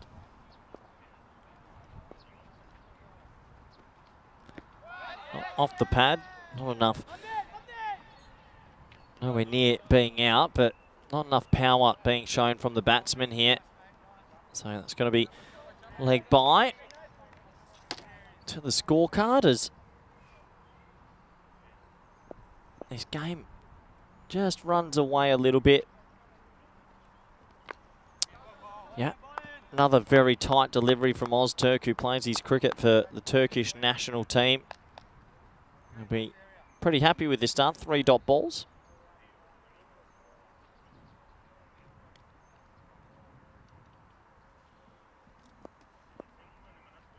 .53 for 2. And top edge, Gucci! Oh, Gucci! Oh no, that was the second one, Gooch. That would have been it. That would have completed the highlight reel. Oh no, that was our moment, Gooch. We almost did it again. That would have been an amazing catch. He went with the one juke. The Gooch, he flew, he turned like a gazelle in the breeze. He went with the one and it just didn't get there. Oh, I would have flipped the commentary table if he had caught that. That would have been my one flip for the year. And a play and miss. There's a very good over this from Ozturk. As my first message comes in from Roshan Kumar. Hope he's doing well. James Cantor, you're second. Unlucky. So, Chippington's into the leg side. And, well, that will be 1 run. And that will be over. What a lovely over that is. It only goes for 2 runs. And hold on, let me look at the tail of the tape. No, yeah, it looks like James has messaged in first. So our lucky viewer is James Cantor, if I'm pronouncing that correctly. Is it James Cantor or Cantor? Is our lucky viewer, and he is about to win a video call. How exciting for him. And I'll let you know his reaction as the phone dials in.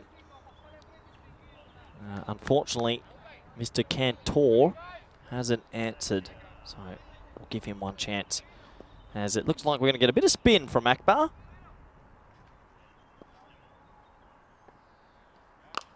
Short, pulled away. And just the single. Oh, the requests are coming in now. Yeah, good to have the viewers around the world watching all the cricket action. Obviously big in the subcontinent as well. I can understand why. They love their cricket out there. World Cup in India in October. As that's a short ball pulled straight. Nice looking shot. That'll just be a single. And, well, Kushgraj Howell, hope you're enjoying all the action. Nice message coming through. And yeah, very good indeed. And the one good thing as well is the World Cup will be in India this year, so very excited for that. I was actually looking at flights to India last night. Might go watch a few of the boys, as that's going to be cut away, and he drops him. Oh no, you got to catch that. That's an opportunity missed. And unfortunately, that is a opportunity missed. They'll be disappointed. Should have held on to that one.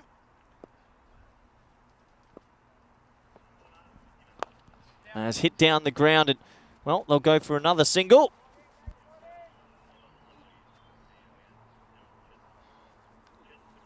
So another run scored, and well, you have to say the Budapest Kings have tried their best, but unfortunately the bowling has been too good, but it was the batting innings that has sort of dented them.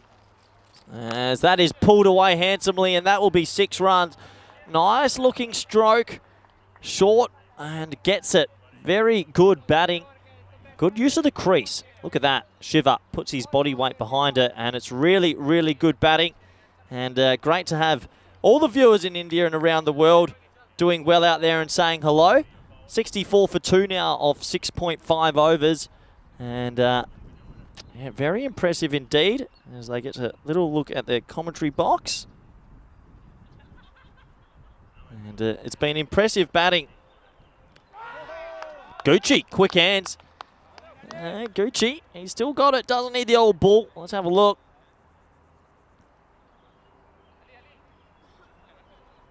Safe. Come on, Gooch. You're a tournament referee. And very, very good hands indeed. We look at what's coming up next. This is game 4 today. Budapest Kings versus the Vikings. Both teams are 2-1 on that scorecard. A lot of good players there. We don't need to go through all of them again, do we? We know them all. We like them all. And we're excited to see them all. That is for sure. Wow. Horned, baby. Horns. 6 runs. Bomber said he joins the party late. He was 8 off 14. It's almost like you get invited to a party at 9 o'clock, but it's nicer to come after the party starts. I reckon he's rocked up at about 10:40 p.m. with a couple of bottles and said, I'm finally here. And that is a great shot for 6. 14 off 15 now. Back to the dot balls. Manav with the quicker ball. And ECN, I'm not sure India's in the Schengen zone. No, I don't believe it is, but you would think that after doing so many hours, a visa would be issued from the robot. Well, it would be very helpful if I got some good news from the Greek cricket, or Greek world. Getting my EU passport any day, please, universe. Flighted, inside edge to Gooch, who moves pretty quickly to his left. Last time I saw Gooch move that quickly was up on the square in Kardama on a Friday night. Still got it. There's the Gooch. A good game and a good tournament so far.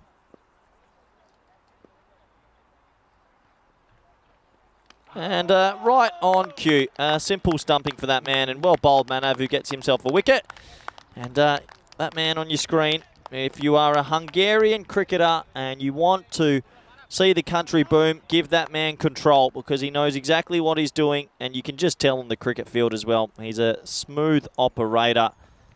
And the quicker that Hungarian cricket get behind that man and let him have free control, the better they will be.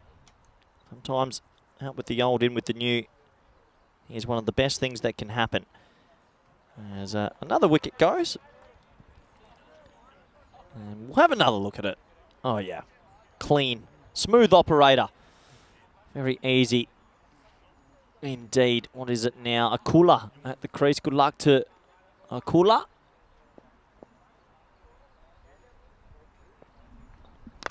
And Akula comes out and laces one straight, but he's picked out mid-on, so that will just be a single. And I do have to admit, starting to worry about my voice. I can feel that lozenges could be a good addition to the commentary cube at the moment. We've got 2 more games after this, and this is where I usually go a little bit south.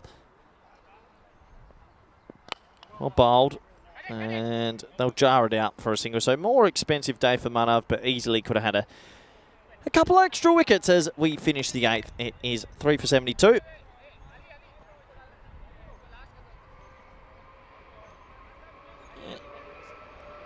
It looks like it. 14, 5, 15, 3. It's been up, down, up, down, up, down. It's almost like doing an aerobics class. And it's just been trying to keep fit. And yeah, they never truly had a chance to chase down these runs, unfortunately.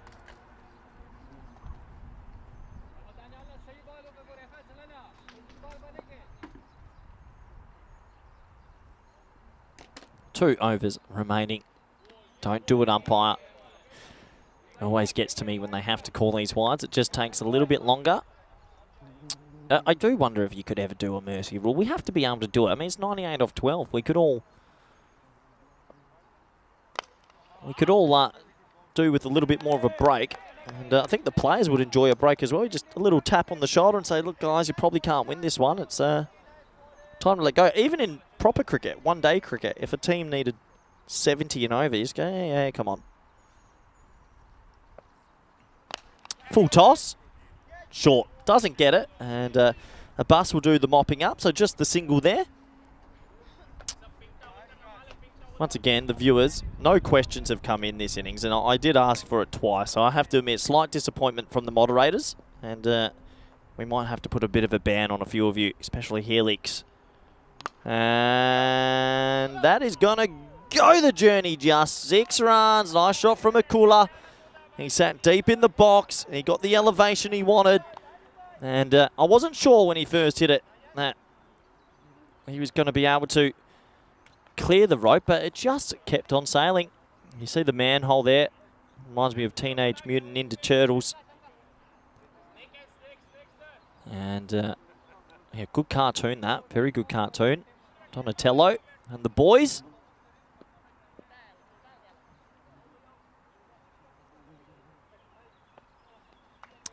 Oh boy. There goes 12 seconds of your life you won't get back. Akbar loses his rhythm on that one and drags it right down. Still 81 for 3. 9 balls to go.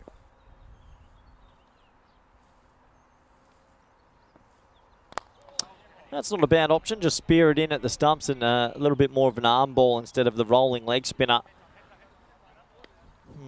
Just the one. I think it might be getting close to lunch o'clock as well. What are we going to have? 2:44 now. Next game starts at 3:15 on the air at 3:10. Yeah, we might sneak in a little 10-minute lunch. Hope everyone's enjoying their food or dinner wherever they're watching from. Oh, yeah. He's got every piece of that. I mean, that's not just high. It's also long. Tadella's actually come out and played a pretty impressive innings. Now, that's going to go for 6. He's 30 off 16, and in any other game, you'd say this is good. But it just happens to be they're chasing 170. And a nice looking shot, 6 runs. We've definitely lost quite a lot of balls this week as well in the bushes, in the shrubbery. We had to change ends from last time we were here, though. I think we were making a little bit too much noise for the people living on the far end of the field. I reckon that's out. They'll go up for a stumping. We're going to see this from side on, but I think Gooch is just racking up the fantasy points at the moment. And you can hear the crowd cry, Gooch, at the moment. Have a look at this. I'm pretty sure this is out. We're going to need to see it from side on.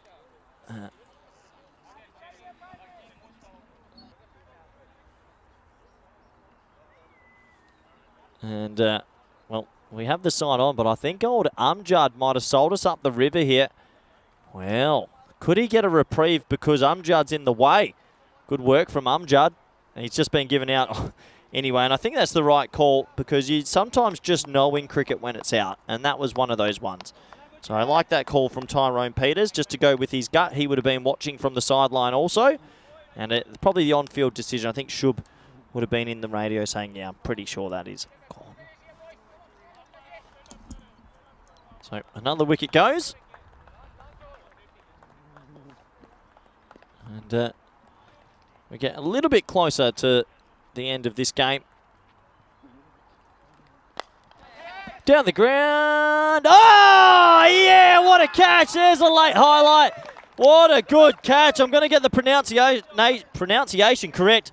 Welligamagi has taken an absolute hanger. Well, what a nice catch. And Ozturk, yeah, there's the smile to the camera. Ozturk picks up a wicket, but what a little bit of mayo at the end of this game. Oh, he did a flying scorpion. And that's a nice catch right at the back end of this one. And always good for the highlight reel. Highlight reel.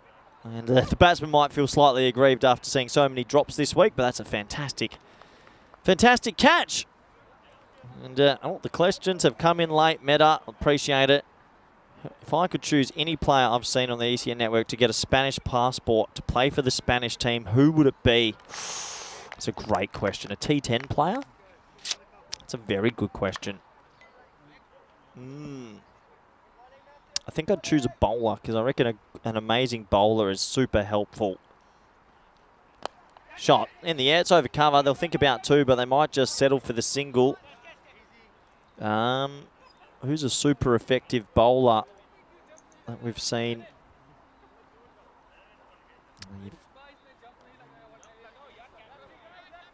Oh, you could go an all-rounder. I think someone like a Ryan Klein would be almost pretty good. You get 2 overs of good bowling, and then you get someone that whacks it as well. Maybe a player of a lower level, I would say. Oh, I know.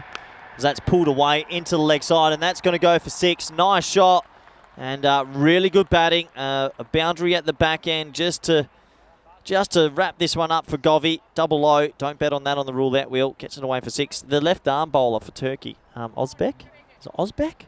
He was cool. I liked him. The Mongolian monk that bowls left arm seam. Sensational player. I would love to have him.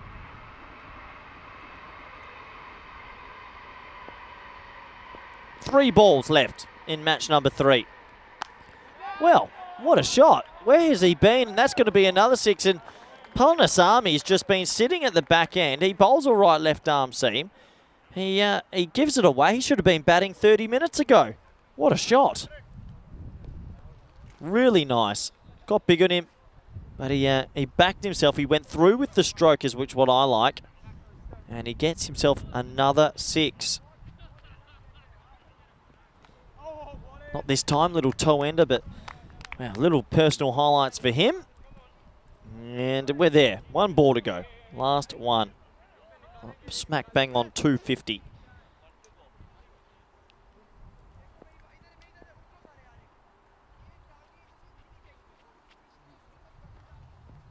And 6 more. So Palanasami enjoys his 4 balls. He makes 18 off 4. He'll be saying next game, boys, I would like to be at the top of the order. 3 sixes for him. The game's over. Well done to the Blinders. They destroyed them, really. That was a comfortable win set up by the batting unit. And overall, good effort as well from the Kings. They tried their best, but sometimes you run into an engine. And this was more of a steam train. They batted beautifully, and they really took it away. So, in the end, that does draw us to the close of this game. And we have a look at what's coming up next.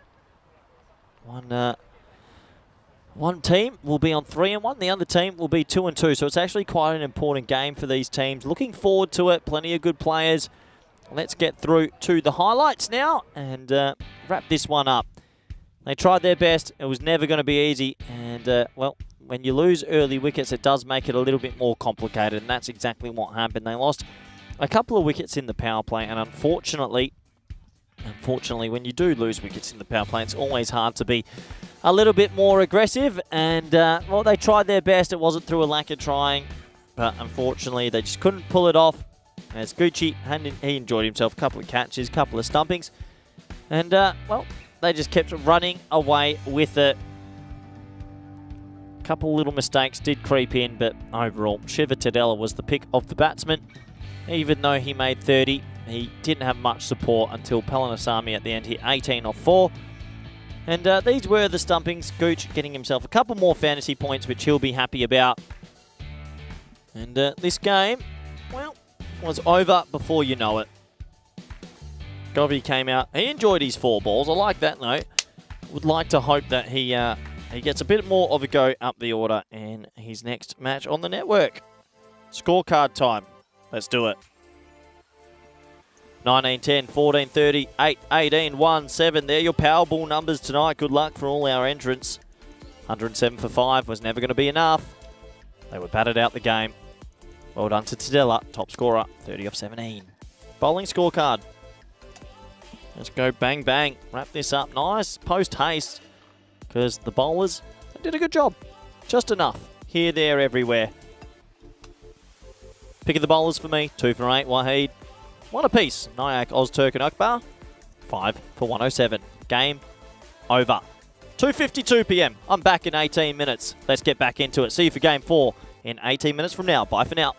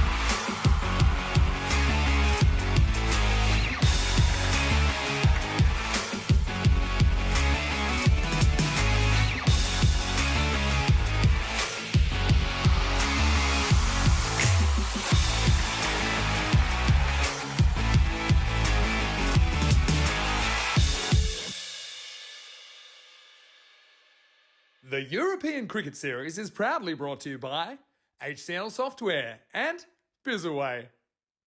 Hello and welcome back to the ECN. We're here on this Peacock Friday. The sun is shining, the shirts are loud, and we're enjoying a lot of action today. There's been some crazy scores and some crazy hitting. I can't believe what I'm seeing in Hungary. Has to be some of the biggest hitting I've seen all over Europe. We have the Vikings coming up against the Kings next. Looking forward to this one. Both these teams have been a little bit up and down in the tournament so far. They need a win in this to try and get closer to that top four, because if you lose this, it's starting to get a little bit hard as we're getting deeper into this competition. Anyway, let's go to Tyrone Peters. He's got the coin toss. The Budapest Kings to call. Heads. Heads is the call. It's a head. You would like to bat first. Lovely. Back to you, Corey. Thanks very much, Tyrone. Welcome back, everyone. Hope you had a quick changeover. Maybe you had a cold shower or a cold beverage, either. They both sound good. Because we're back, game number 4, and it's almost about to start. We've got the Vikings versus the Kings. These two teams, I think, are very evenly matched. They've had tough days at the office. Vikings got up a little bit earlier today, but they know they didn't play their best. And for the Kings, they just were on the field and actually copped a bit of a shellacking. So they'll be a little bit flat, I think, and they'll have to pick up the pieces very quickly if they want to get back into this game. You have a look at those lineups. Very good players all around. And someone's going to have to step up here for one of these two teams to get them over the line. The Vikings will go in as favourites by about 19 runs. So let's see if they can live up to that. They're going to be bowling first in this one. Never easy when you have to play back-to-back games, and the Kings are doing exactly that. So questions will be asked about their fitness and whether they're able to correct some of their wrongs of before. Good opportunity to welcome back all the viewers around the world. Hope you're doing well wherever you might be. And I hope you're enjoying all the live action. I really do. 5 live games today. This is game number 4. Rico Full is on a lovely little break today. I hope he's enjoying some time away from the ground. I'm sure he is. A few of our staff enjoying a day off, as they deserve a well-earned rest. Sam and Dee as well. Hope everyone's having a nice day. We're almost set to go. It looks like the man with the ball in his hand had a bit of a tough morning earlier. He had 3 catches dropped off his first over, and he wasn't too pleased with Faraz Iqbal. Now, he won't be able to handle it if that happens again. So, first ball, match number 4, Velavathi on strike. Here we go.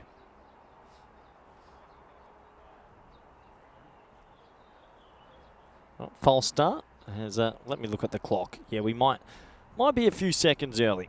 Usually we have to start right on the time allotted. So it's a 3:15 start. And there it goes, 3:15 now. Here we go. That's it, down the leg side. So that'll be a wide to start this game. And I hope everyone's doing well in the chat as well. And a few of you interacting with us, and a lot of people watching the last couple of games as well. From family members to Blue Crew members, and just a nationwide audience.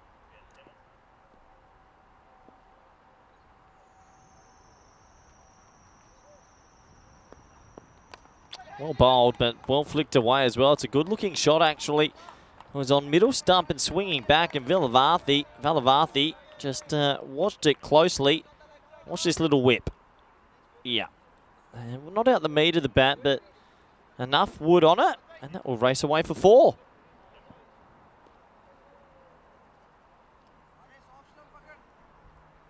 So that effectively is 5 off the very first ball of this game.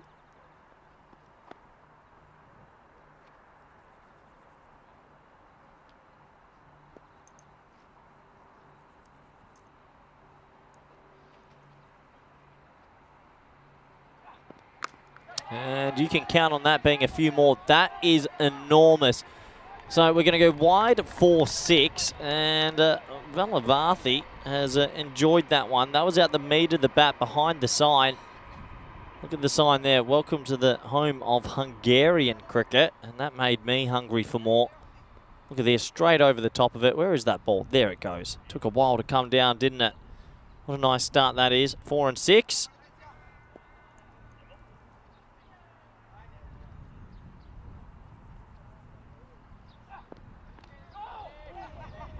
This one, bang on the body. So steady start from Iqbal. Probably hasn't found his rhythm yet. That one was a little bit shorter and into the pitch.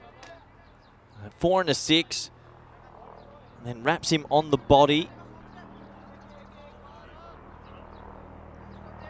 Already 11 off the first 3. Helicopter goes over the top. Chopper. And that's respectfully played into the offside. So Iqbal just trying to find his line a little bit.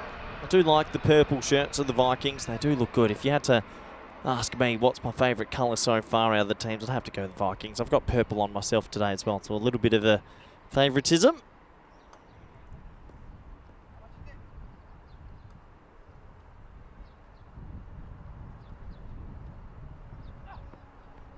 Oh, slight appeal, but I don't think there's any bat or glove on that. Maybe it touches the leg on the way through. It was more a polite inquiry than a big appeal anyway.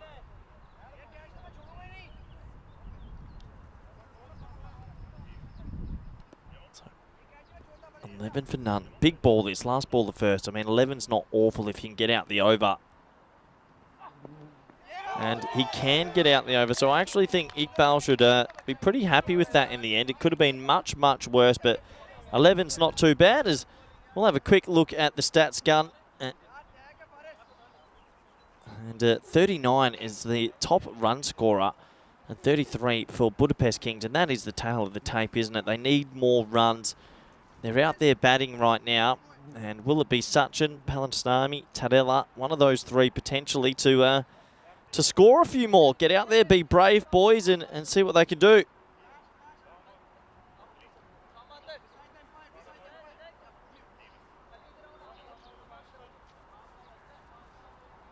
So 11 off the very first over.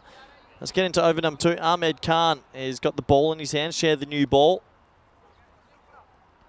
He'll be looking to get in the right areas early and see if he can get a wicket, first wicket of this match.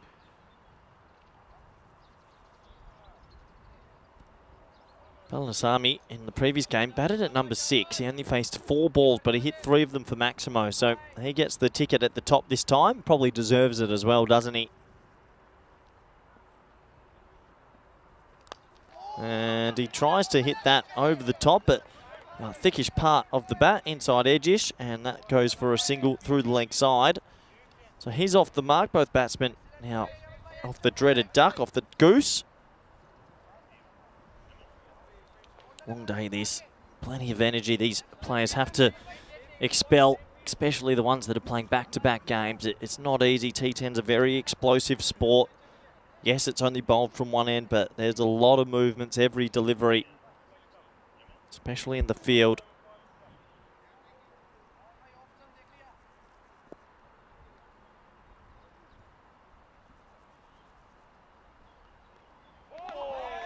Well bowled, he sneaks that in. Just beating the bat there. And you see they're pretty up for this, the Vikings, at the moment.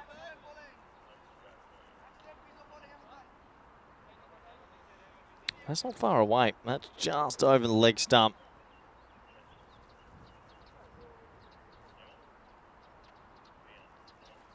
Short ball at the body as he charges, and the only thing that he can do is mistime it back to the bowler. Another dot ball.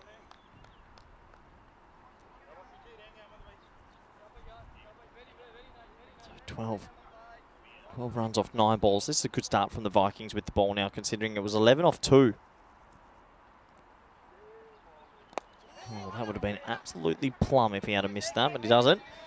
Gets bat on it. Yeah, it was 11 off 2 balls to start this game. So really, they've pegged it back in the last 1.2 overs. They've only gone for 2 runs. Really impressive, considering we're still in this power play. As that afternoon sun really starts to beat down now. It's gotten hot around the ground.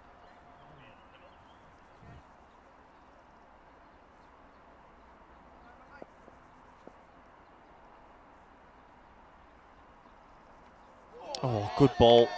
Beating the bat. Just dangling across from Khan, and they enjoyed that one, I'm sure. Pitching on middle and actually decking away a little bit. He's got that ball to do a bit. Nice delivery. So good start this now for the Vikings with the ball in hand. And maybe I put the kibosh on him because Palanisami's hit that into another universe. Well, I'm not too sure if you enjoy the Marvel universe, but that's been hit into a new dimension, it feels. And he's clocked that, has old Govey. He gets a 6 for his troubles, and it's good batting.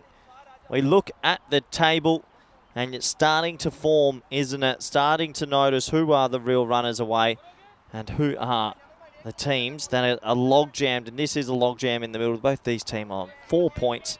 Massive game for their tournaments. They do not want to lose this one.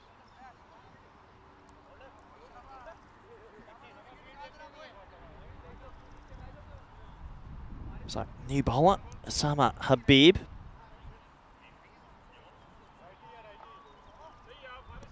Just tinkering with his field a little bit. I don't mind that. I like it when a bowler sort of takes the initiative to have a little bit of ownership and, yeah, you know, set the fields that he wants to bowl to. Doesn't always have to be up to the captain.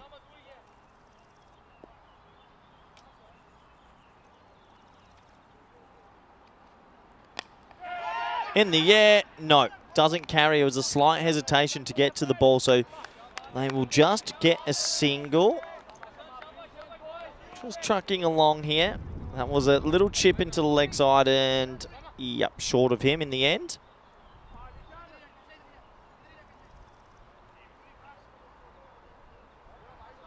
Was it 20 for none now? Both these teams toing and froing a little bit in the early stages of this T10 clash.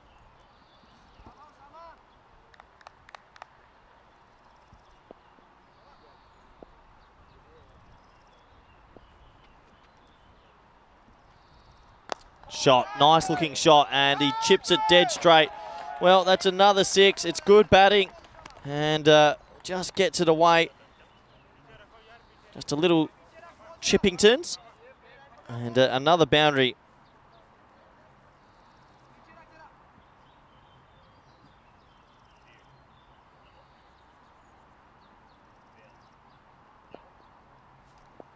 Nice shot for 6 from Palasami. And that's up in the air. Is someone going to get there? No. It's going to be safe. And they'll double back for the 2. And well, that will take him on into 15. And they went miles in the air. I was wondering if anyone was going to get that. But no, they didn't. And good running in the end. They maybe watched the ball a little bit too much. But they ended up getting for 2, and I should say well done to everyone on our crew. I've just sent a quick message in the group for a Red Bull, and they've run me one in about 8 seconds. That is what you call team play. Thank you very much, Onka, who was run over as we get into this afternoon session. Dot ball. What people need to realise is when we do go around the road so much with the European cricket family, everyone looks after everyone. It is sometimes a pretty fun, adventurous ride, but also can be a little bit tiring. It's always try and keep everyone up stronger together, as I can hear Anders, the director, in my ear. And I tell you what, I needed this Red Bull to bring me back. Our major sponsor, as that's a play and miss. Oh, don't do it. No, the keeper goes for a cheeky run out. Wasn't there. It's almost like in the European Cricket Network. We're a big family, big cuddly family. It's like that Friends episode where Ross and Chandler have a... No, Ross and Joey fall asleep on the couch together. One of the great episodes as that's pushed away into the offside. And it's going to stop. And they'll get back for 2. So that will take them to 30 off 3.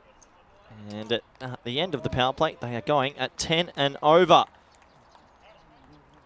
But yeah, it is a good episode, actually. I don't know if anyone's watched that one, but then they keep sneaking off for sleeps and naps together. It's actually quite funny. Have a look at that scorecard, 11-8-11.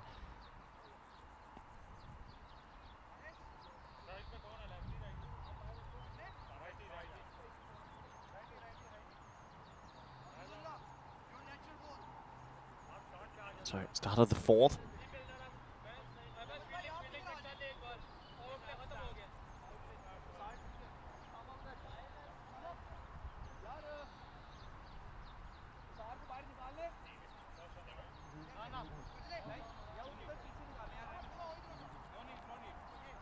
So slight delay as they get the field run. You can understand Nuri wants to bowl a pretty good spell here, and not easy coming into the attack when you've still got the opening batsman out there.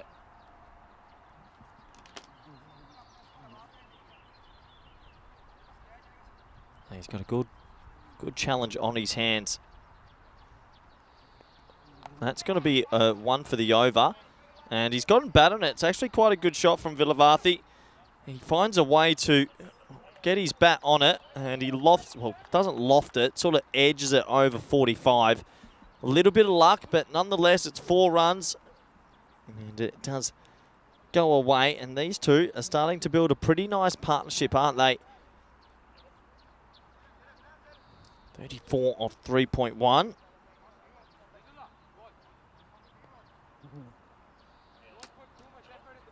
$16 off 11 for Villavarthi. Panalasami, 17 off 8. These two really brewing. That's going to be a wide down the leg side. Went for a cheeky stumping, the keeper. And he cruises back into the crease. You see there, shuffling down. And yeah, nothing wrong with that. The keeper just keeping him honest.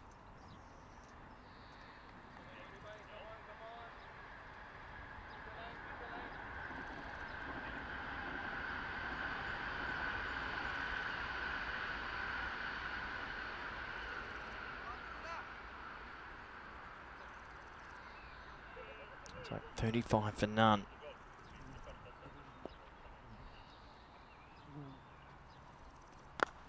Yeah, well played. Well bowled from Nuri, just tucking him up for a little bit of room. Yeah, once again, just feels that this team, the Kings, try to want to be a little bit cautious. They're trying to find the right balance between being aggressive and picking the right balls to strike.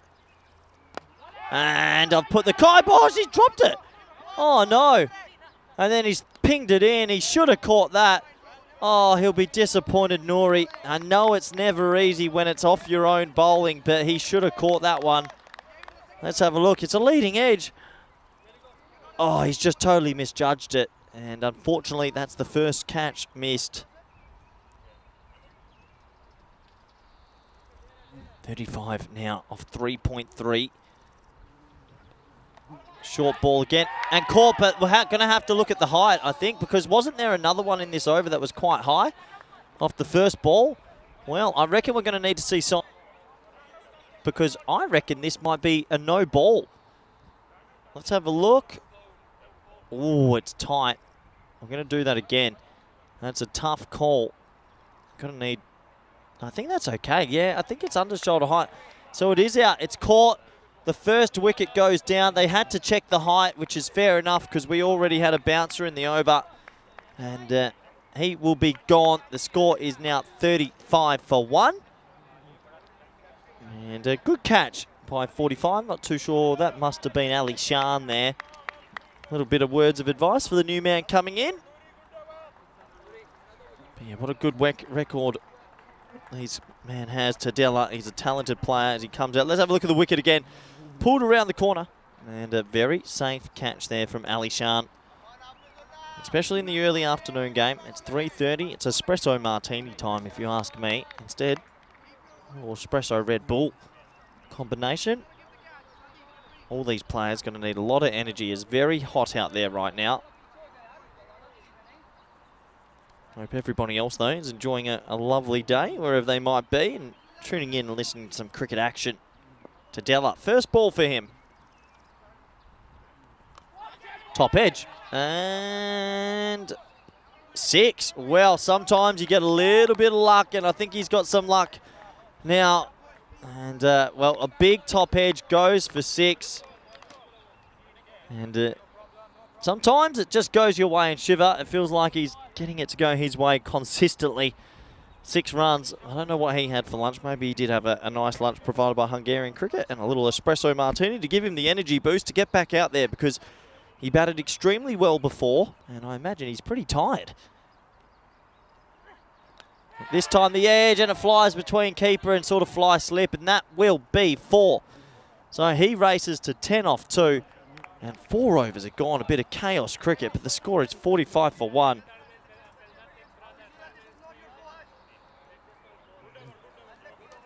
45 for 1.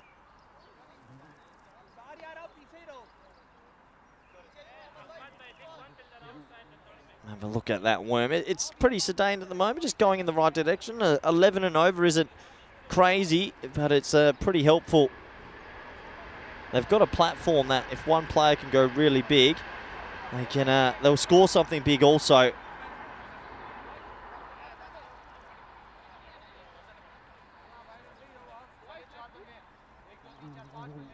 So 45 for 1. Palanasami's on strike. They're taking their time with these overs as well. Definitely in no rush, it feels.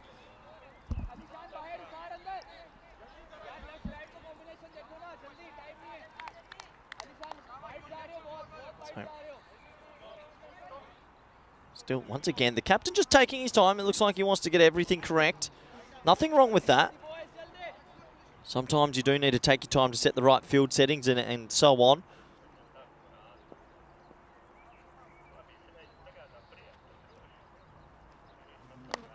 Well, that's a nice looking shot. A little bit of width on offer, and he sort of leans on it from backing away, but yeah, that doesn't make sense. Doesn't lean on it. He's more backing away, if I'm honest, and just sort of gets the elevation with the bat. It's not the most agricultural shot, but he gets a lot of power, does Palanasami, and he'll help himself to another 4. You see there, it doesn't look pretty, but it's effective. I don't know what bat he's using, but it's pretty good. Now, I like this cricketer. A little left arm seam, seems to time the ball well also.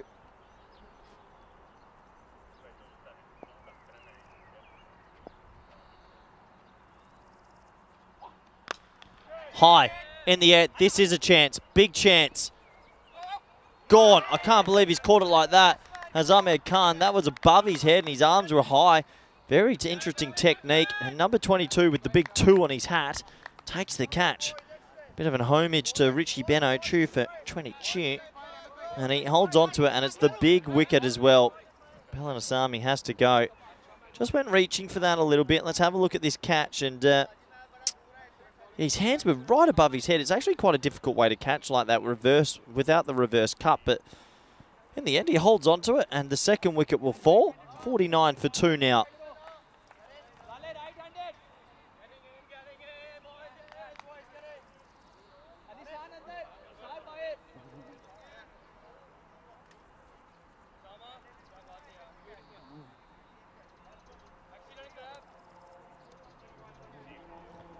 So another wicket will go down. And while the wickets keep coming, that'll make the Vikings feel a little bit better about themselves.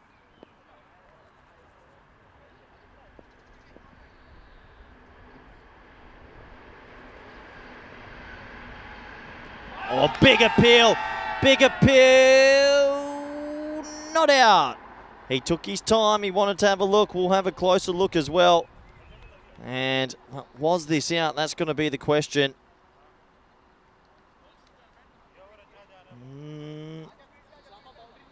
Oh, it's tough. It's a close one. It's very full. So it didn't have that much longer to travel. Could have been out. The umpire has to go with his best judgment. This time another slower ball. And on the pads, and just a no leg by, just a dot ball.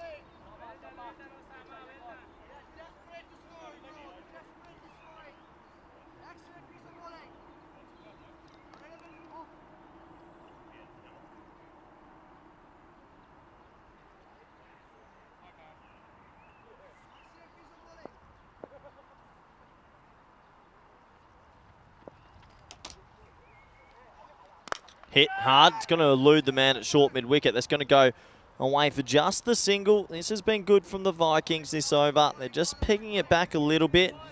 Doing enough, doing what they need to do to make sure that they stay in this game.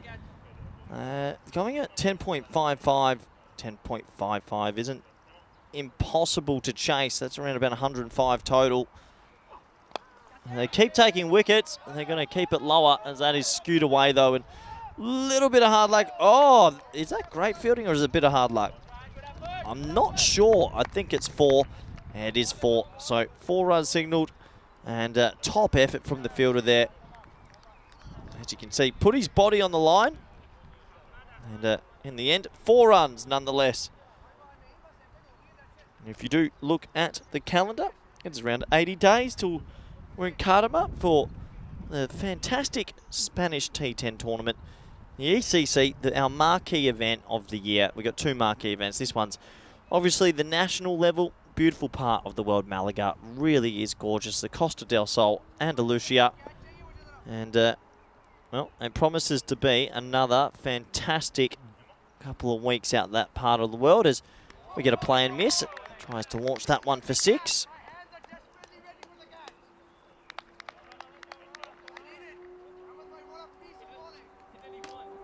Dot ball.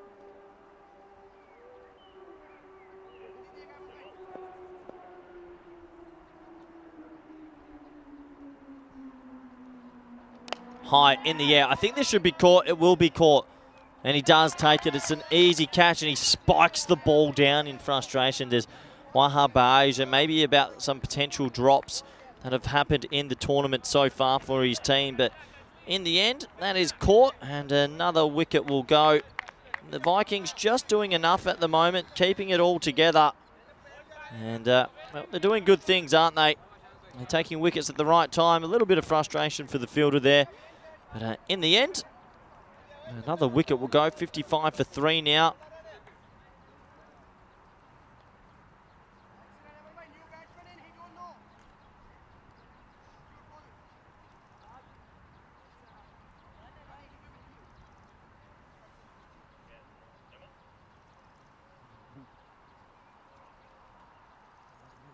So new man Akula has made his way to the wicket.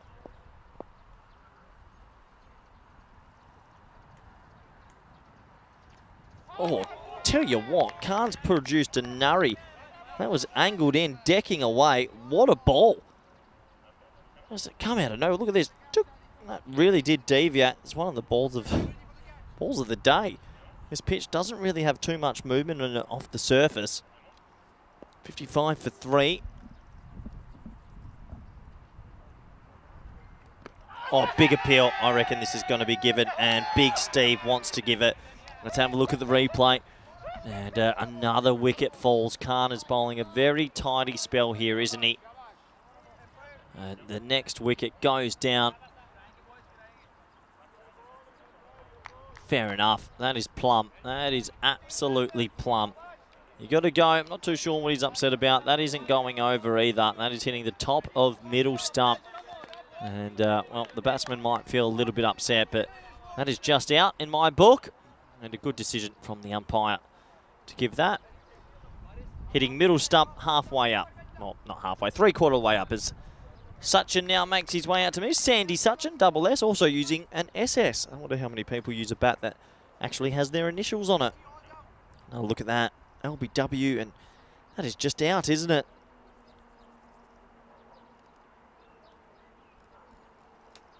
So, wicket goes down. Sandy Sachin with his SS in his hand.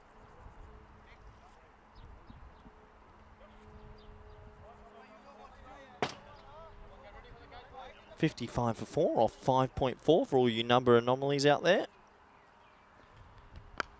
And well, a nice little start from Sandy, who gets his wrist into it and flicks that around the corner for a single. It's quite decent bowling this from Khan. He's got 2 for 9.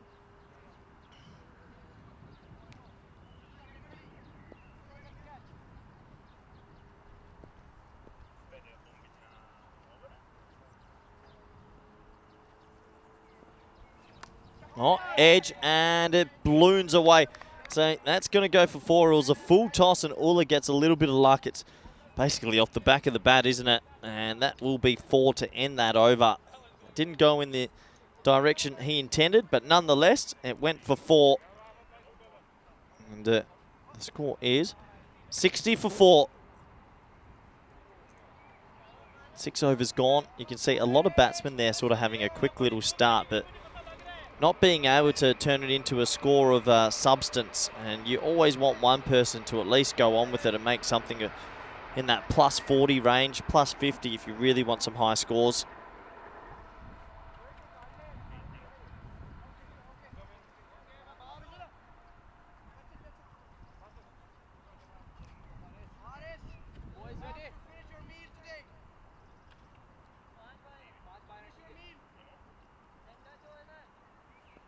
So we're back to it now. Iqbal is going to continue and bowl his second over. There's a nice area from Iqbal, and that should just be a single. He's a little bit frustrated with the fielder not maybe attacking the ball and stopping the single, but I think there would have been a one there anyway.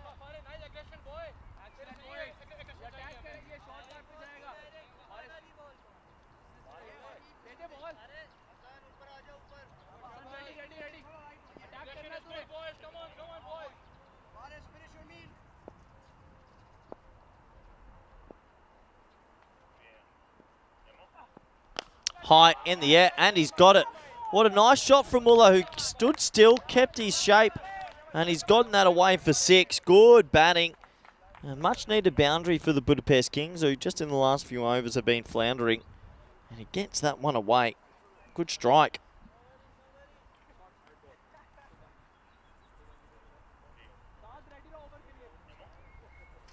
So 6 more to the total. 67 for 4.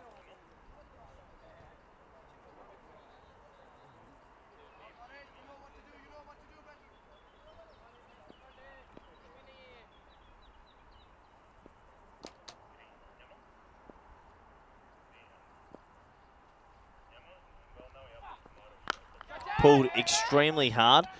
One bounce, and with the one-handed stop out there is Osama Kajla, who pretty calmly takes it with the one juke, stops 3 extra runs. This game just going through the motions a little bit at the moment. Been a bit topsy-turvy.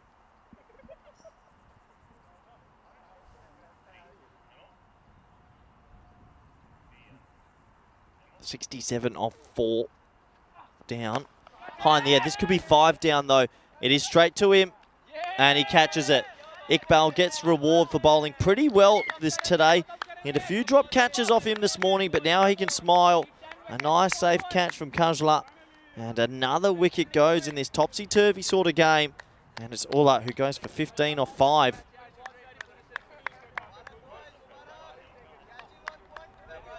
Around the wicket line. A little bit of shape back in, but you can see with the bat shape and the ban arc, it was only going one way. He hit it straight up. Wasn't looking to hit it long enough. 67 for 5 now.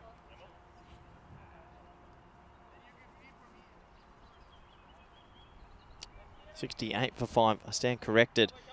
20 balls left in this very first innings. They'll still be wanting, I'd say, 105 if they can. Someone might have to play a little bit of a cameo at the back end.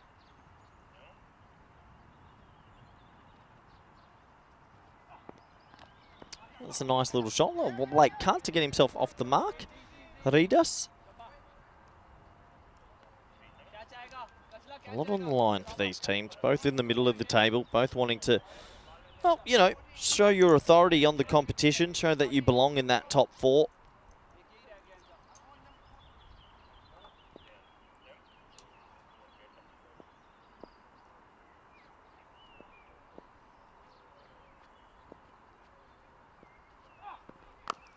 Pulled away handsomely. Well, what a good shot that is.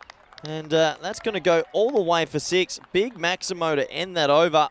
Sort of came out of nowhere. He timed it well. Look at this. Bang. And that's nice body shape. Just caressing that ball over deep square leg. Another boundary. And, well, that ends another over. Let's have a quick look at this. And, well, this is what we were talking about, the ECC. Look at these teams. So many talented teams and so many talented players. It's the Euros of cricket, and only brought to you by the European Cricket Network. Looking forward to that tournament, one of the more fun events to work at as well. They always are gracious hosts out in Sunset Beach Club and Hotel, and we always have a good time as a company there, and be good to see the bosses, and it'll be good to see all the staff and all the players. It is a very, very fun month. And a beautiful time of year to go to Spain because the weather is usually pretty good. Well bowled. Straight from Gory and well defended. 75 for 5 or 5 for 57. No, I'm losing it. 75 for 5 or 5 for 75. It's happening. It's that time of day for me. 3:45 p.m. I've been talking on my own for probably 8 hours, and this is when the mind starts to go a little bit wonky. Hit hard down the ground. He's got to get around to the left. He does. He keeps it to 1. Yeah, I'd like to know if there's any other commentary that do this much volume. Well, Anders in my ear, my director saying, you're holding up okay, Corey, but if he actually peered into the cube, there would be alarm bells ringing, I think. Oh, a glove. I think that's out. That's got to be out, doesn't it? Oh, he's given him. He has given him, and I think that's the right decision. There was definitely a noise as it went past the head, and I'm pretty sure it was glove. Steve took his time, but he got the right decision. That's out in the end. It doesn't matter if the umpire does take his time, as long as he gets the decision correct. You can see here, bit of glove on the way through. Definitely out for me. And in the end, he's dismissed. And yeah, the umpire just took his time. He thought, oh, well, I'm not going to get this one, but he did in the end. And another wicket will go down. 76 for 6.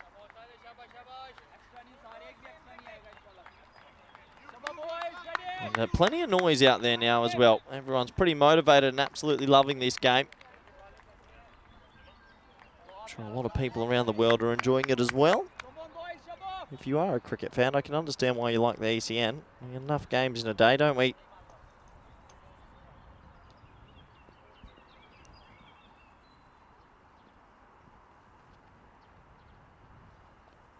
That's going to be a really big wide this time from Gory.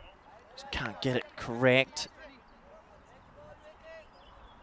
What a fabulous Friday this is. Weather-wise and conditions-wise, it's actually a perfect time to play cricket.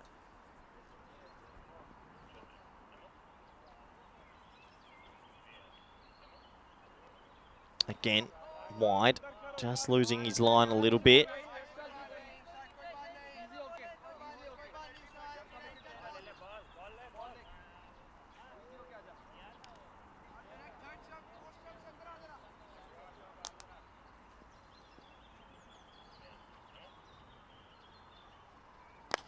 Hard down the ground, nice looking stroke, and Ramachandra will just get the one, so he's now off the mark. Want to be one of those innings, hasn't it, where just nobody's really looked set or got it away from the Vikings. The Vikings have had the wood of them all over them. Good name, the Vikings as well. Games of Thrones. Never really watched that series though. Not for me. Down his throat and gone. Takes a nice catch in the end. It's Ahmed Khan down there, the captain at deep mid-off. He watched it closely. It sort of swung a little bit away from him last minute, but it's a good, safe catch. And he sort of checked the drive. He hit it well, but he did hit it straight to the man. And Ahmed Khan holds on to it. See there, it swings through the line of the ball. And just at the last minute, went a little bit further away than I think he thought. And a little bit of a dive there to make sure that he holds on to it. But good catch in the end. Another wicket will go down. And, well, they're doing a good job here, the Vikings. The score is 7 for 79. 3 more wickets to go. And they'll be very happy if they're chasing anything under 100.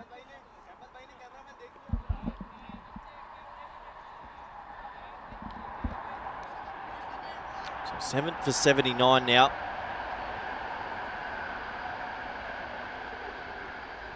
Question will be, can the Kings have a late resurgence here? Can they do anything at the back end?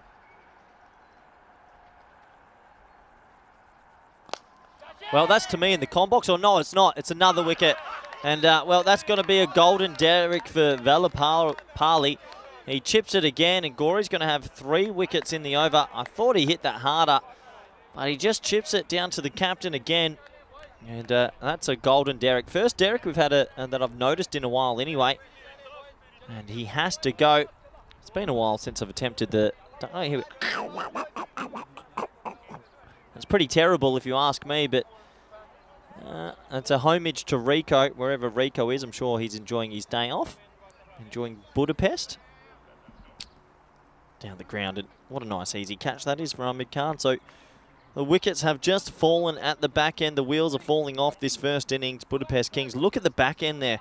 They didn't lose a wicket till the 4th, and then it's gone wicket, wicket, double wicket, wicket, triple wicket. Wow.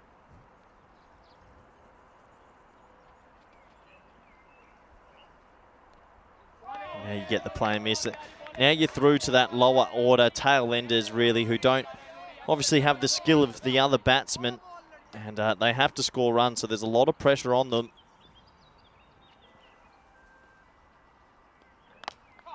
Pulled away, high in the air, and he actually gets it for 6.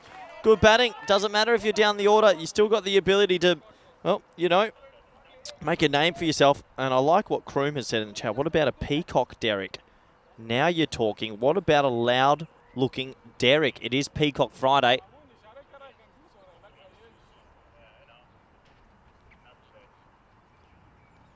And that's slashed down the ground.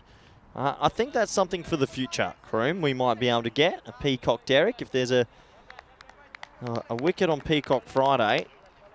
And it's a duck. I do like that. Very good idea.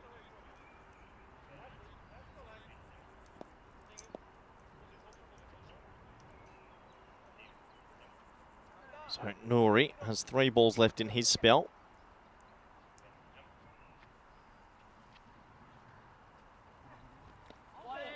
Little inducker. It's going to come off the leg. So like the orphans of cricket, we might see some leg buys signalled here, and we do. Doesn't go to the bowler, doesn't go to the batsman. 8 for 87.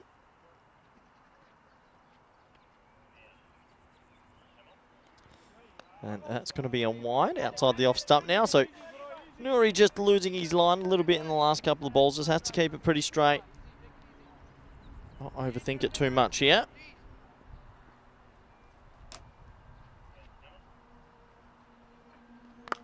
High in the air. Well, this is a catching chance, but it's a steepler. And it's caught. Well, the Vikings have improved a bit this innings with their catching. They had a bit of a funny morning before where they dropped a lot, but this time they're holding their chances. Another wicket goes down. And the score is 9 for 88. Yeah, look at that. He tries to smoke it away, but he gets under it. And a bit of a thickish top edge as well. So another wicket will go down. And they are 1 wicket away from bowling them out here. And we haven't had that in a while. It feels like all the innings have been fully played. Bowled out. Could be on the cards here.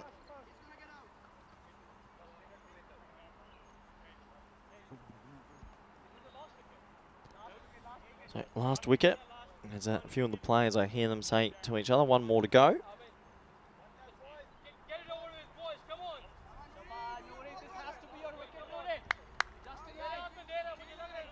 Nine for 88.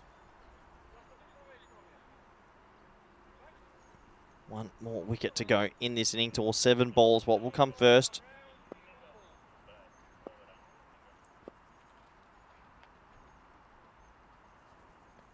And defended into the offside, and he'll actually get off the mark by Massetti. Just pushing that into the offside for a single. So 1 run there. And at 9 overs now complete, the score is 9 for 89.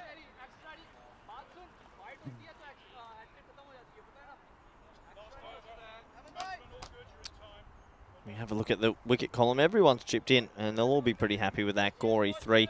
2 for Nouri, 1 for Habib, 1 to Iqbal, and 2 to Khan. So all the bowlers have had a bit of taste of success. You don't often see that, but happy days for all of them. Bomasetti will be facing the last over. Gori has fantastic figures of 3 for 4. He'll be looking for a 4th. And tucked around the corner. And, well, in the meantime, they're still got to be able to score runs. And Bomasetti gets himself 4 runs. Handy, valuable runs as well in the context of this game. Another 4. And, well, the runs have been difficult to come by. But they're going to get themselves into those 90s now.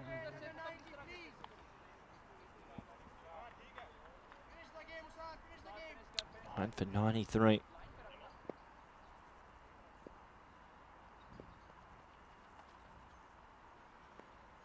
Oh, that might be a wide. Yep, it is a wide. I like that call. I think that was too short and called from square leg. It's over the head height. Yeah, good decision from the umpire. And you can see he just, yep, he knew straight away. Called wide ball straight away. It was over the head. So that's 1 bouncer for the over, and he can't bowl another one.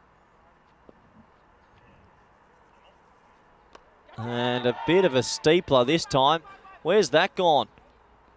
That might have gone for 6, you know. I can't believe it has. Well, this last over has given them a little bit of an injection. It's a big, terrible slower ball, I think. And it goes for 6. So a 4, a wide, and a 6. All of a sudden, the 100's up. And all of a sudden, if you're a Budapest Kings player, you might be thinking, we might be able to take a little bit of energy into this second innings. Something we all need. It's going to be another wide. So, Corey just losing his line a little bit in this last over. The Vikings were doing so good, but all of a sudden, 3 figures has been brought up.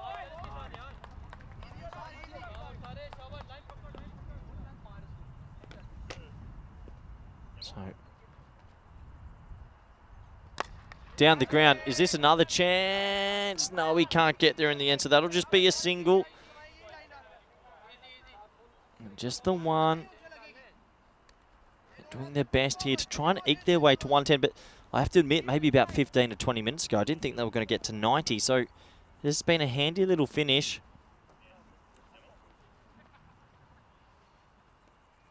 Play and miss from Mandali, who looks like a genuine number 11. Not going to be easy for him. Corey, if he can just be patient and keep it outside that off stump. Mandali, obviously a number 11, thinking if I bat further outside my crease, I have less time to think, and I like it. Not too sure why he has come advancing down the wicket. Because you give yourself less time, and that would be closer than you think. He comes out of his crease, obviously, to face that ball. Must have got back in time. Have a look here. Misses it. And then, yeah, a little shuffle back in to the crease, but a little bit peculiar that he decided to bat half a metre down the track when obviously he doesn't have the quickest hand-eye coordination with the bat. But that's up to him. Everyone has their own methods. Looks like he's a bit deeper this time. Last ball of the first innings. And he gets it. Nice shot. That's why he should have been deep in the crease. And Mandali will get 4 off his last ball after missing 3 in a row. Good last over for the Budapest Kings. They'll believe momentum is a thing in sport. And a pretty handy last over overall. And will it be enough? I don't know. It was an odd innings. It was as if no one really got in, but everyone contributed just a little bit. And the Vikings will have a chase on their hands. First innings complete. Good sportsmanship. Everyone clapping each other off the field. Let's have a quick look at the highlights, shall we?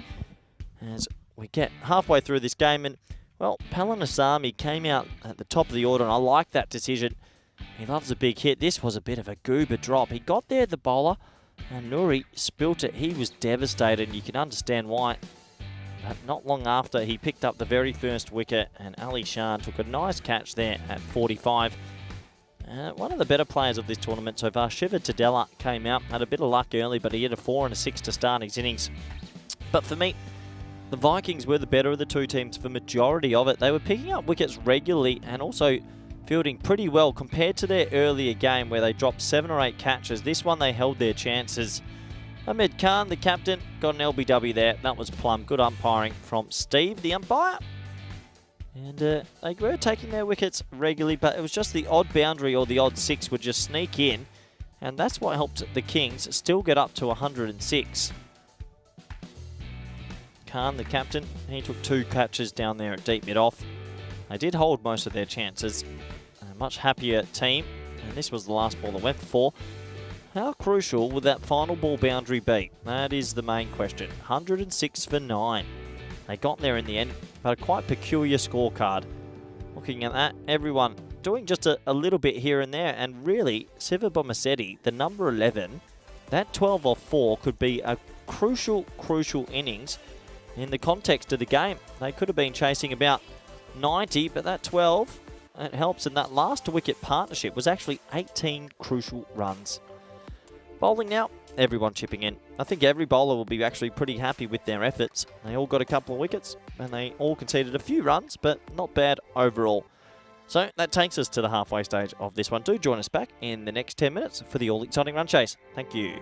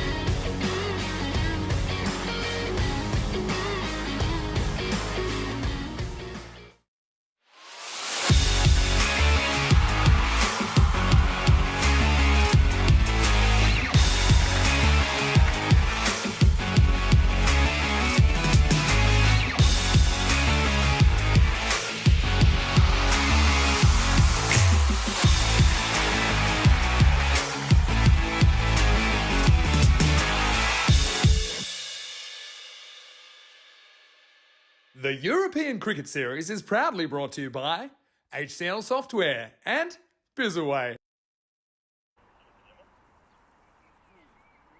Hello and welcome back, everyone. We're in the second half of this T10 fixture between Budapest Kings and the Vikings. Interesting first half, 106 for 9 was made on the board. 107 is the target. The Vikings, they'll fancy themselves to chase these runs, but a couple of early wickets might cause a few wobbles, and we'll have to wait and see what happens from that. Good opportunity. Welcome back, everyone around the world. Hope you're doing well wherever you might be. Plenty of places that you could be watching from, and if you are watching, I hope you're ready for a good second half. This should be good. And tail of the tape, every game's gone the journey with the overs, so maybe this will be a deep finish again. So we're almost set to go here. And opening the bowling, he's going to be Skanda. And he starts us off with a wide. Sort of also the tail of the tape. So a lot of innings start with wides or extras, and sometimes it can tally up, and you've got to be careful when you're defending a low score. You just can't be giving too many extras away. Good to see everybody in the chat still there and all enjoying the cricket. Hope you're doing really well. As that's edged away for 4, so a little bit of luck for Khan, and this is M Khan, not A Khan. And M Khan enjoyed that, I reckon. Doesn't matter how you make your runs, or it doesn't matter what happens in life. A bit of positive intent, usually good things will fall your way, and it's a very handy boundary to start this match. 5 off the very first ball, and that wide also is a little early boost. As we have a quick look at the two boundary rides. They're still operating with these 2 men out wide, deep cover and deep backward point. And pulled away, and well, because I just described that field to you, you can imagine that there's not many people on the leg side, so that'll be 4 and 4. And what a lovely start this is now. And unfortunately, if you're a Budapest Kings supporter, you might be screaming out that we need some wickets early. As it is pretty stifling hot here in Budapest now in this afternoon fixture. 9 off the very first 2 balls. High in the air, can he catch it? The keeper calls for it. He catches it and he's ecstatic, and look at him. Oh yeah, bit of jiggy jig. There's a nice little dance for you. He's pretty happy with that one. That's Velavarthi. He made some good ground. He takes the catch, and I think he took a catch earlier today and he was in tears. He was so happy. This time it is pure elation. Look at this.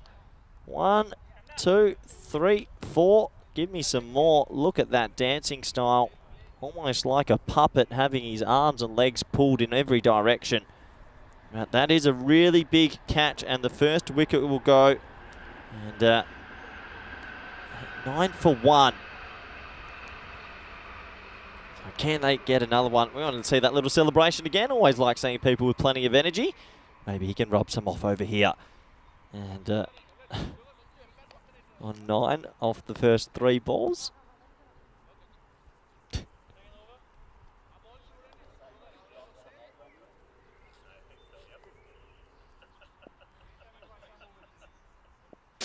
As we get back to it, ball number 4 in this run chase. And a play and miss. And it hits him in the leg. And we stop the ball though, will the keeper. I was having a little giggle to myself, been out in the sweltering heat all day. But I'm enjoying it. Hope Rico's enjoying some time away from the ground. We've got 9 off the first 4. We've got a wicket. Pretty standard T10 over.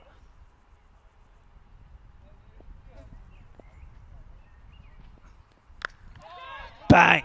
He says catch it, but the only one catching that is someone in the bleachers. That's an amazing cricket stroke. 6 runs. There was, it looked like a bit of a baseball flat bat. Look at that. Over the offside. That's a RBI triple. But in this game and in this format, that's a 6. He crunched that, and I think he's pointed to his bat. He might have broken his bat from that. Or maybe some tape has come off it. Look at the umpire. There's Steve. Steve, the umpire, is fantastic. He's got plenty going on in his pockets. Not too sure you want to dive too deep into his pockets. Not too sure what you'll find or if you'll come back out. So 15 off the very first 5 balls. I think Kajla wants a piece of this pace.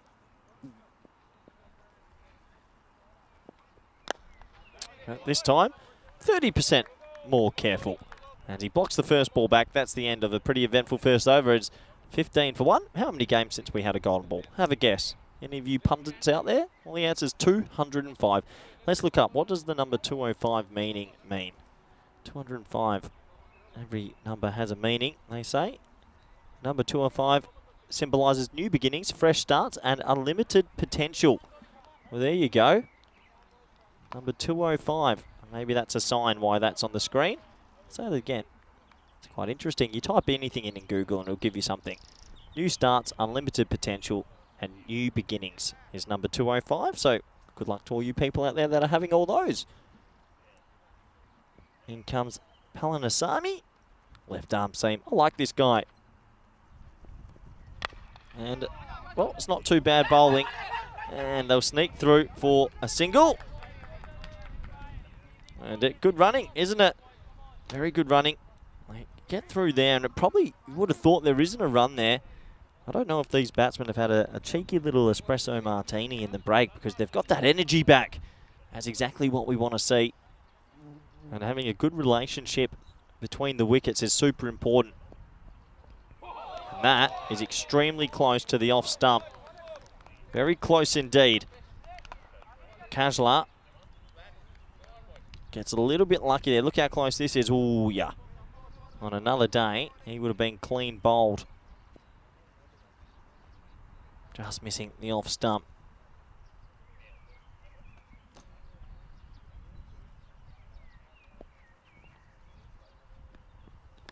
Hit away into the leg side. They're just going to go for a single.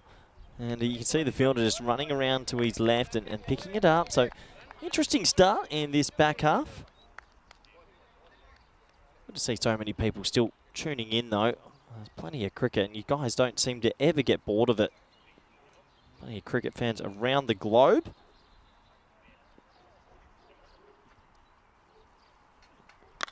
Hit again hard into that leg side. He's trying his best to muscle it. The throw will come in and they'll have to just settle for a single. Yeah, I wonder what everyone else gets up to when they're not watching cricket. These guys must watch about 12 hours of this a day, and I don't blame you. It's always entertaining.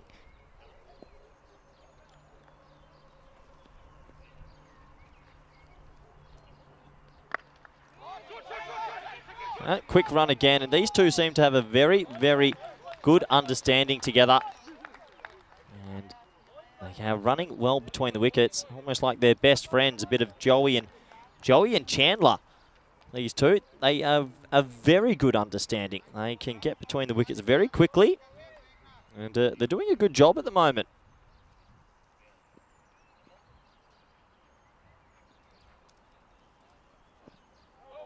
Oh, no ball. That's a bit of a Gundy ball.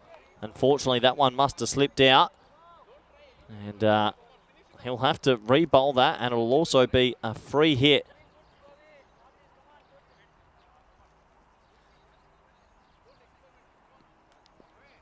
So, free hit time. That was a bit of a mistake from the bowler, but no one means to make mistakes. We'll have to go with the free hit now. What can he do? Good comeback. Really good comeback. So, he beats the bat. Another over will finish, and the score now is 20 for 1 after 2.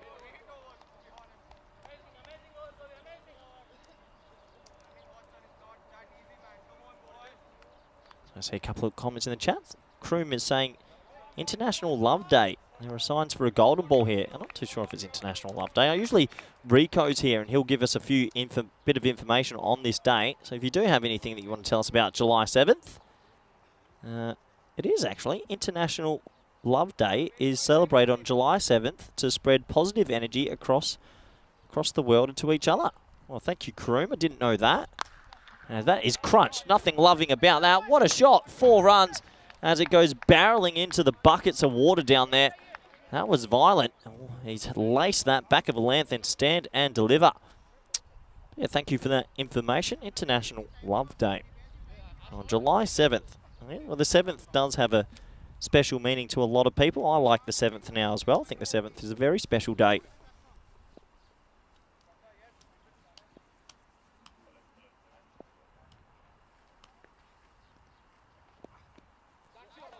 Beats the bat. Oh, and a little bit lazy from the wicketkeeper, Palavarthi there, who's going to let that one go through for a bye. This is the thing. In this heat, people do tend to make a couple little mistakes. And that bye is just pure fatigue. He's a better player than that. He shouldn't be missing that, but a bit of fatigue and a little bit of an error just creeps into his game. High in the air. This is a catching chance. Can he get back? Oh, it's almost hit him in the head. And no, he doesn't get back. And just the single in the end. A little bit of luck for the batsman.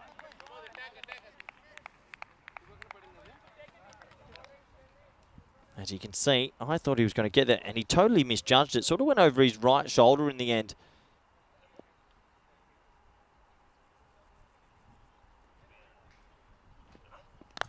Hit down the ground, through the gap, and it's going to go for 4. Well, this is when that fatigue sets in. Harry just decided not to use his hand and get low, trying to go with the big juke. And unfortunately for him, he couldn't peg it in, so that's going to be 4 more runs to the total. And the runs are starting to flow here for the Vikings. They're good at this.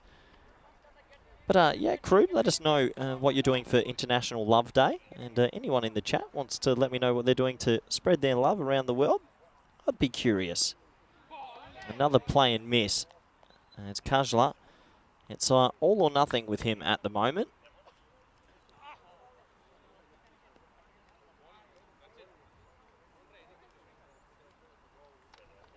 So, dot ball. Last ball of the power play.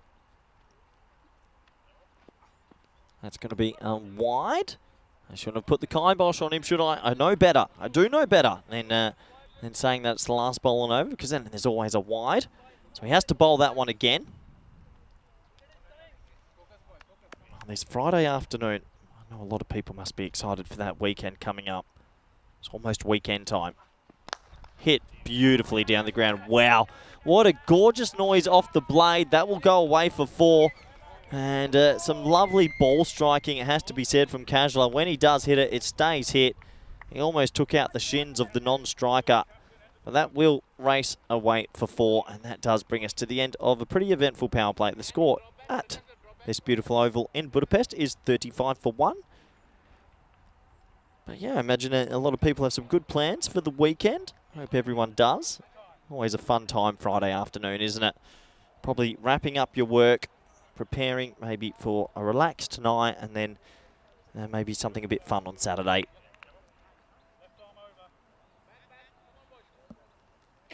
Looks like that Govey is going to be coming back for his second over. I like it. They need a wicket, so it's better to stay aggressive and back yourself. Palanasamy only went for 5 in his first over.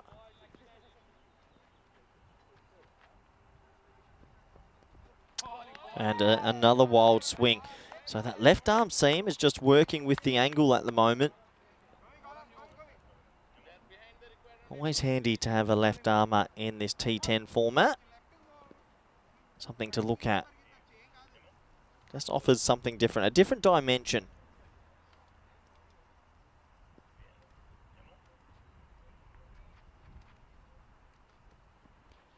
And this time, there's a big appeal. He's given it a wide, Steve. Steve's gone on the walk. Not too sure where he's walking to, but that's going to be a wide. And there was a little bit of a noise, but I don't think it's bat. Was their leg? No, that's a wide. Good decision. Doesn't fall for it. So they almost tricked him with the big appeal.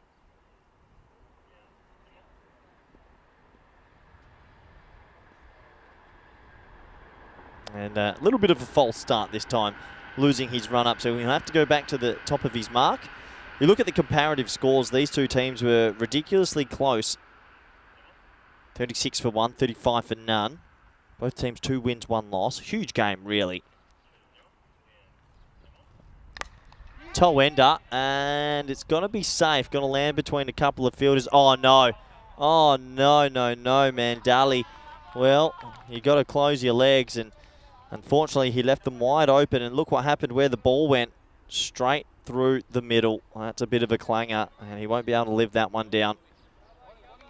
Need to be committed and get yourself behind the ball at all times.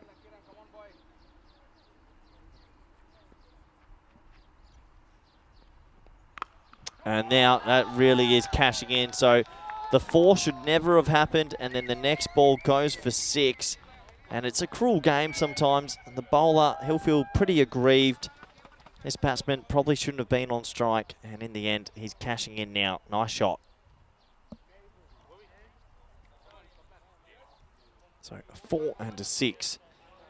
And that is a bit of a pressure reliever, you feel, for the Vikings.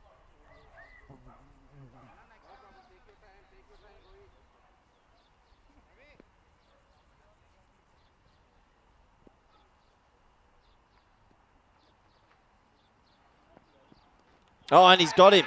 Well, that's a really good ball from Govey, who comes back and he taps himself on the back with both arms.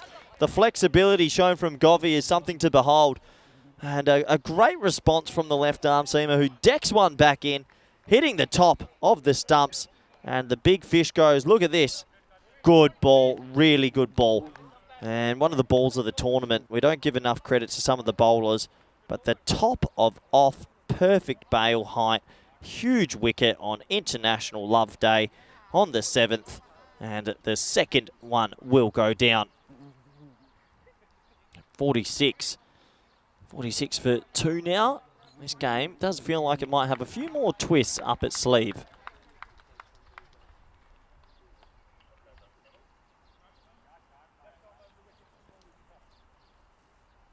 So you can see there, big celebrations for the man on your screen. And he beats the bat with his next ball. It's been a pretty decent little spell, really, considering you've been hit for a 6 and a 4 this over.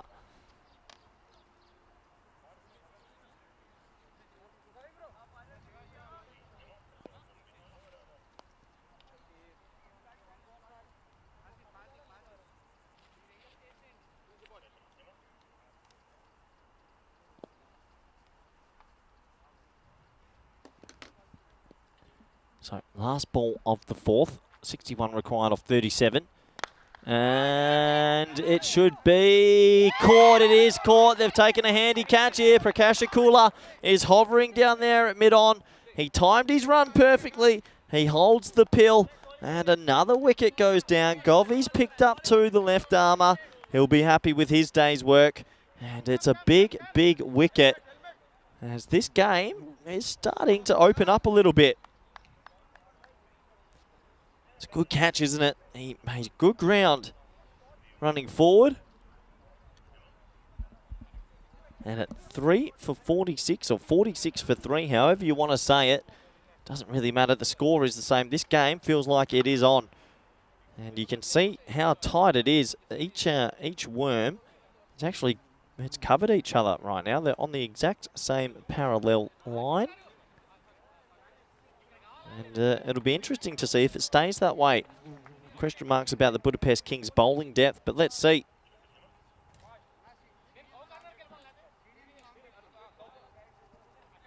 So a bit of spin coming in now. Siva Bomasetti. He made a pretty good cameo batting at number 11. And what's he going to be able to do here? He can't bowl a bad spell here. He has to be on straight away. Can't offer up anything easy for the batters. Needs to be effective. No loose balls, no full tosses. Make them earn their runs.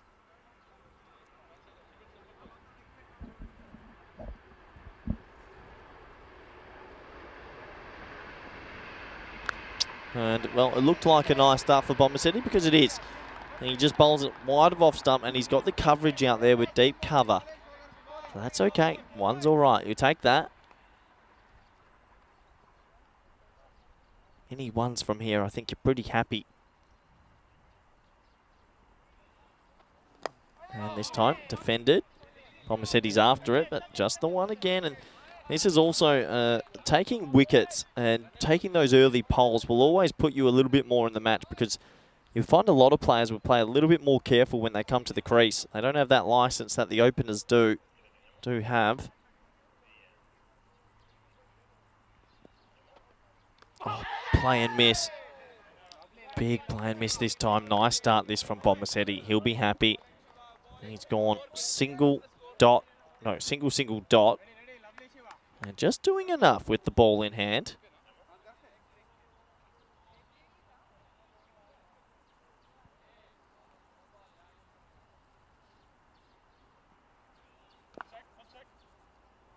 Just waiting for the umpire to get back into position. Steve. Again, Bomasetti, good bowling. Just offering enough, and they'll get through for a single. They'll think about trying to be cheeky, and nothing wrong with being a bit cheeky from time to time, I'll admit that, but they don't get through. And given bite, not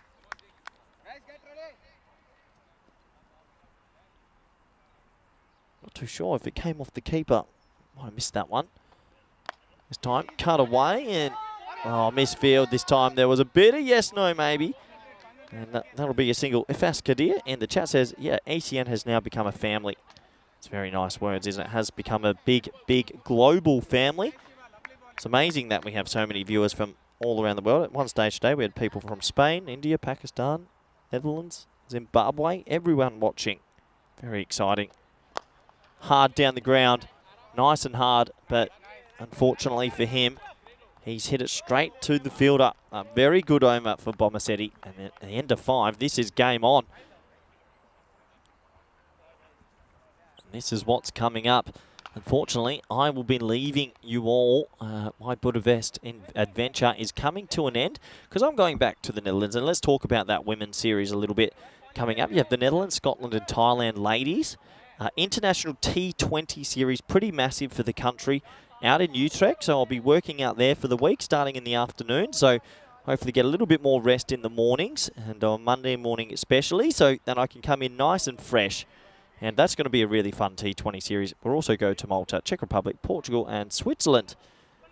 So non-stop action on the ECN.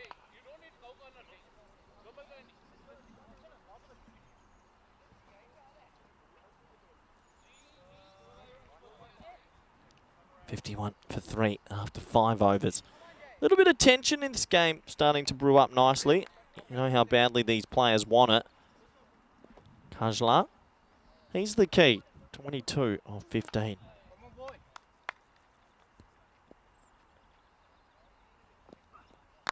And he hits it high, he hits it long, and he hits it for 4. So Kajla, he'll be happy with that. He gets that ball away. They're still ahead, I think, Vikings in this. You always know that, yeah, good shot. You always know while Kajla's there, you'll be pretty confident. He's such a dangerous player. I'm not too sure about this around the wicket tactic. I keep saying it, but I'm sure if we had a stats gun showing around the wicket right arm, it would show how badly it gets hit more. And things like that do not help. It's basically 5 off 1 ball now.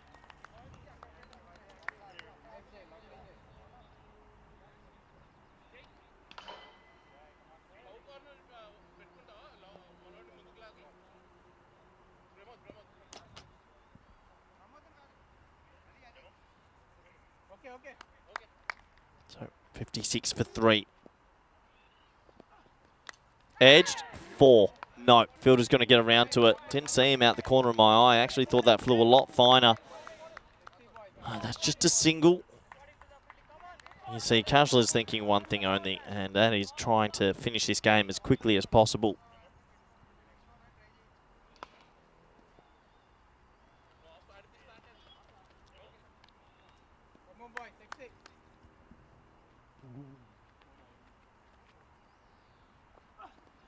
Oh, well bowled. Good bowling. Well, that one took off just a little bit. Still a long way to go. 50 required. But if they can take the odd wicket still while they're going about this innings, they're going to believe they're still in with a shot, will the Kings. Can't give up. Got to believe.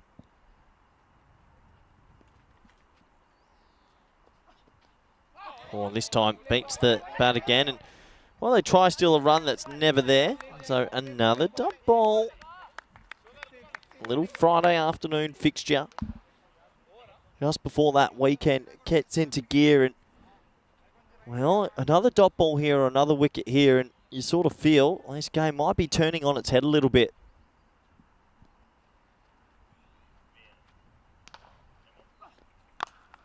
Timed down the ground, just the one. It's not bad batting. I mean, at the moment, you'd think Kajla's the hot hand, isn't he? So you probably just want to try and get him on strike as much as possible.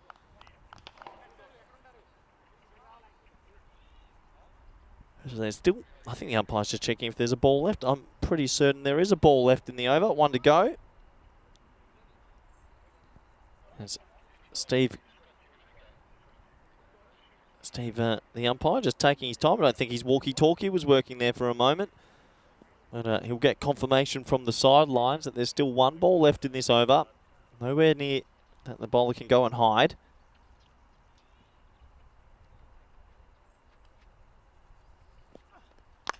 And that 1 ball proves pretty crucial because that's been hit into the bleachers. That's a home run. Take me to the baseball field because that is big. What a shot. Kajla is enjoying himself and he deserves a drink for that. What a shot. 64 for 3 now. That shot there really twists this game just a little bit more in their direction. 33 off 18.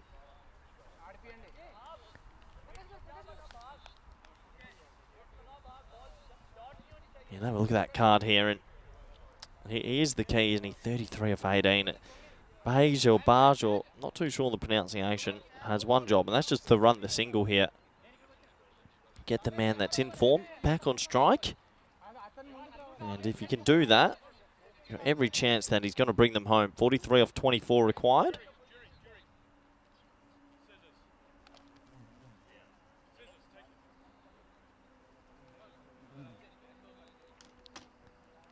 Just a slight delay. I think that the batsman's asked for a bit of scissor on the bat. Oh yeah, look at that. You can't tell me these umpires, the men in black, aren't prepared. They've got everything in those pockets.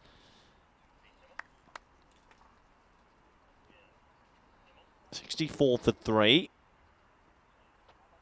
That should be out. This is a big moment. The keeper cannot drop this, and he won't drop it. So a wicket falls, and well, they'll be super happy about that because once another wicket falls, it sort of brings them back into the game. And if they can keep getting back into this game, you never know what will happen.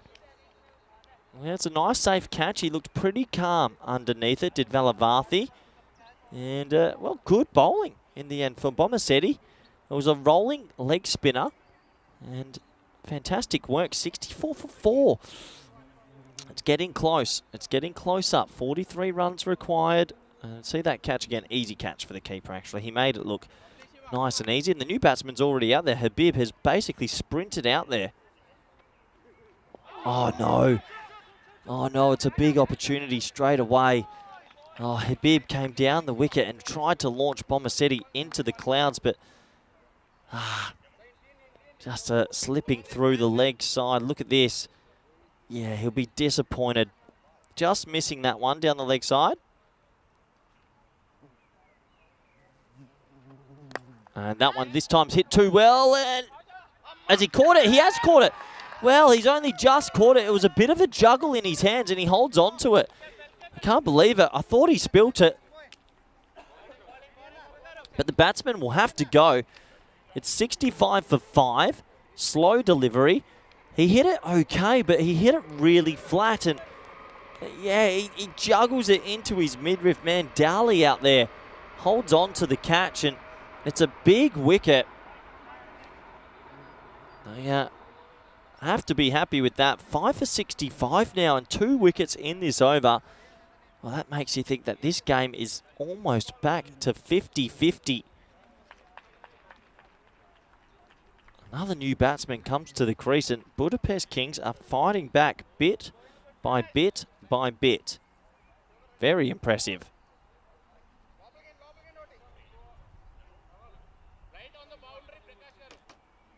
So, 5 for 65.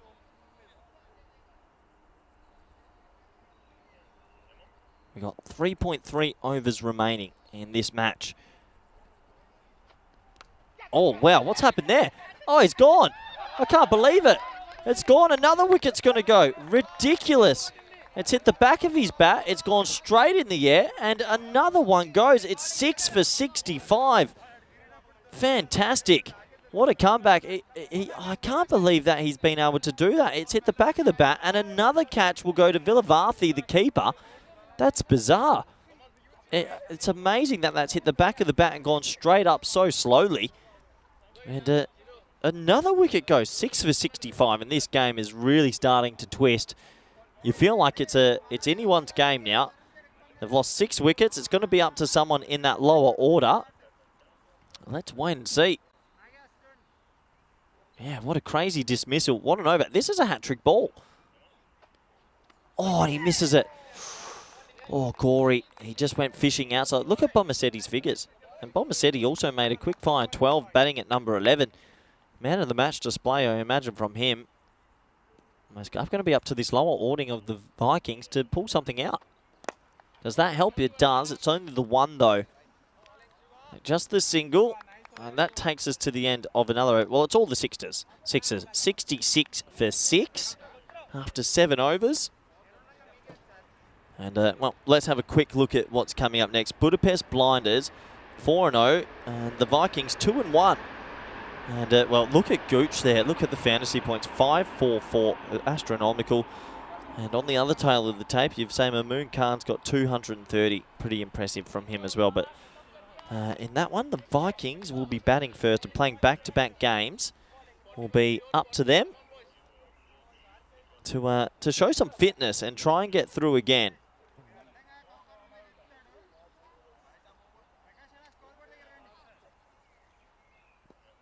So Gorey on strike now. 3 overs to go, 41 needed. Have the Kings gotten ahead? Yes, they have.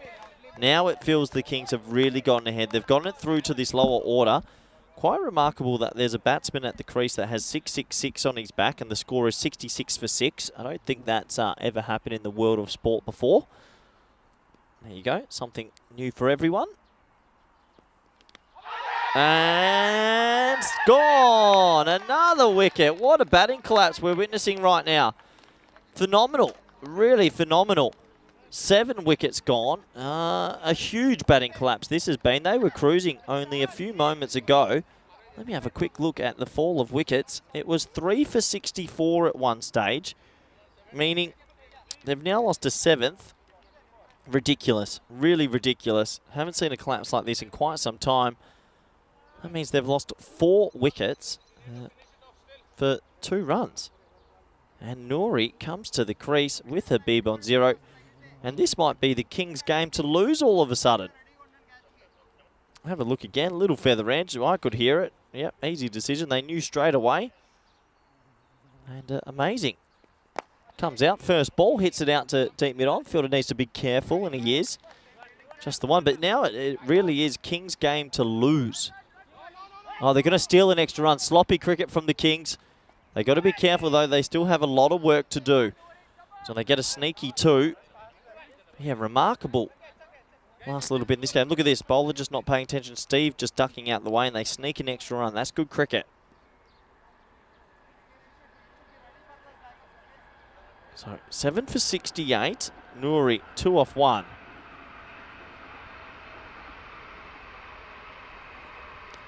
Good bowling. Good bowling from Sachin. And that's Sandy Sachin. Just keeping it outside the off stump and just doing what he's doing effectively. There isn't too much to it, but it's just effective to keep it wide of the batsman. Doesn't need to move too much. Don't put it in the wheelhouse. That might be a little bit too wide, or did he sneak it in? No, good call. And I think that's the right call. That was definitely on the line. Wide shout. So still 2 balls left, 38 required. Someone from this lower order, can they hit the big ball? Sort of. They don't need to charge in and go for the catch. They'll be happy with just the 1. 37 required off 13 now. 1 ball left from Sandy Sachin, who haven't seen too much with the ball, but looks okay. Last ball of this 8th over. 37 required now. Hits it pretty well, but picks out the fielder. That was a big ball. They probably needed to get that away to the boundary. Another over goes begging. A massive batting collapse here has really changed this game on its head. And after 8 overs, the score is 7 for 71. And a remarkable comeback after 3.2 overs, 3.3 overs. At one stage, they were 1 for 46. So you put that in comparison, what's happened in the next, well, 5 and a bit overs. It's an amazing comeback. You'd imagine the Kings probably should get home from here, considering it's players that are from the lower order out there to try and make majority of the runs. But yeah, I think the Vikings will be a bit shell-shocked from all this. They were in complete control.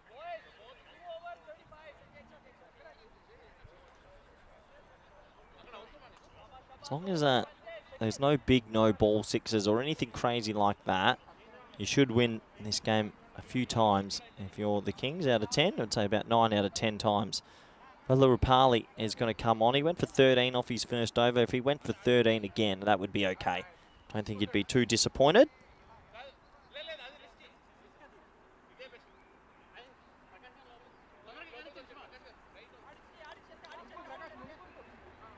So we've got 2 overs remaining, 36 runs to get.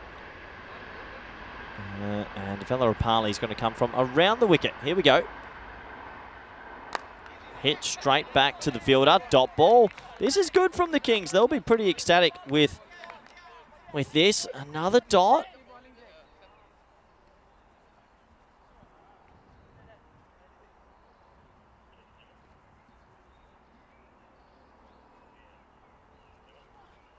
And he sneaks that in. Another dot. Well, the batsman has his hands in the air remonstrating, but Habib, I apologise. That is nowhere near a wide. He sneaks that well inside the tram line. And this is a fantastic display of cricket from the Kings. They should be pretty happy at the moment.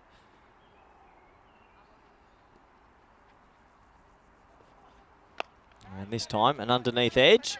That will sort of go straight to the fielder. They get a single. Kings are going to come away with the win here. It really feels like it. Unless we see something crazy at the back end, they should be pretty happy. They've just done everything they needed to do at the right time.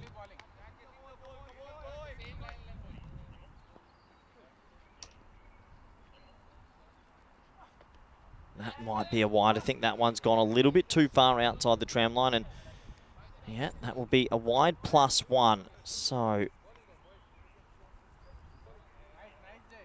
wide +1, 33 off 9.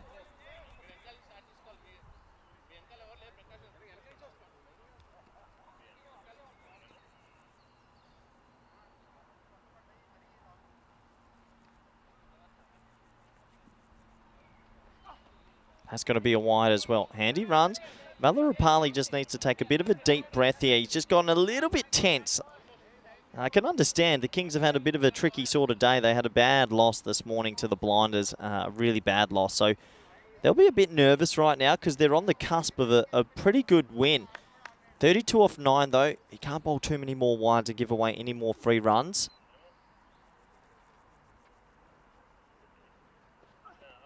That's going to be a wide. Rapali just needs to take a deep, deep breath here. He's getting a little bit twitchy. I think if he can just bowl 1 or 2 more good balls, even if he gets hit for 1-6, they'll still be okay.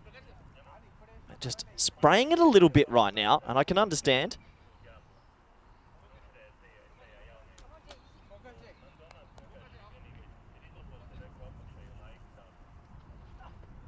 And umpire, oh, he's going to call it. And they should have run. Look where the ball is.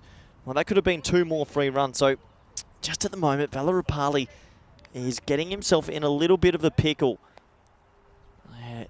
It's a wide again. I'm good. That's good. It's good to see someone come up to him, just give him a tap on the back and say, look, it's okay. Take a breath, focus, and let's get the ball in the right area. As that is on the toe of the bat, straight to the fielder, and it would have been run out by a mile. They'll get an extra run for the throw, and just a couple little mistakes are creeping in here at the back end for the Kings, who have this game under control, but they just need to take a deep breath. I can understand, playing live on the network, they get a little bit nervous, but just take a deep breath and they should be okay.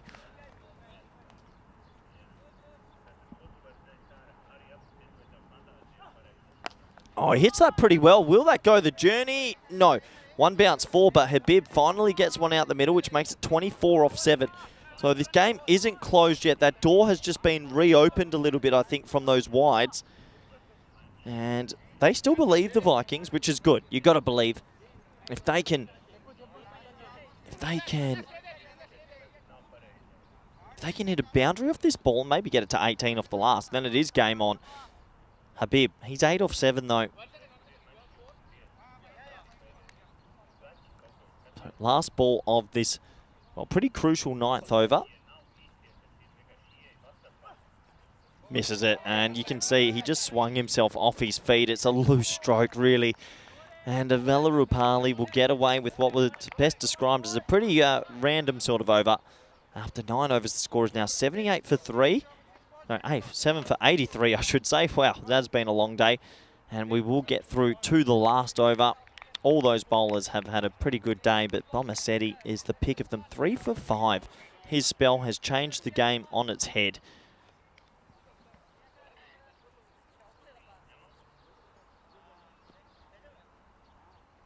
So 7 for 83.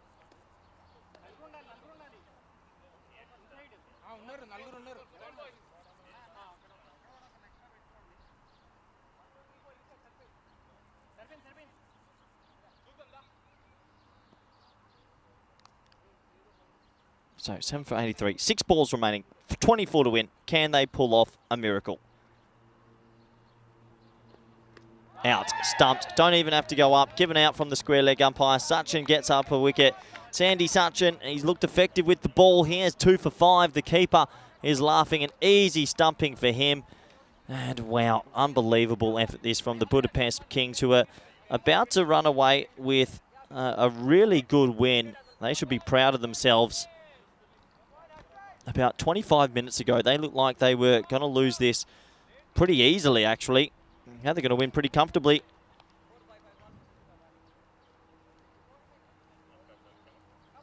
So it was a little bit short outside the off stump, but the batsman was advancing, coming down the wicket. And easy hands for the keeper, who picks up some extra fantasy points. I'm sure he'll enjoy that.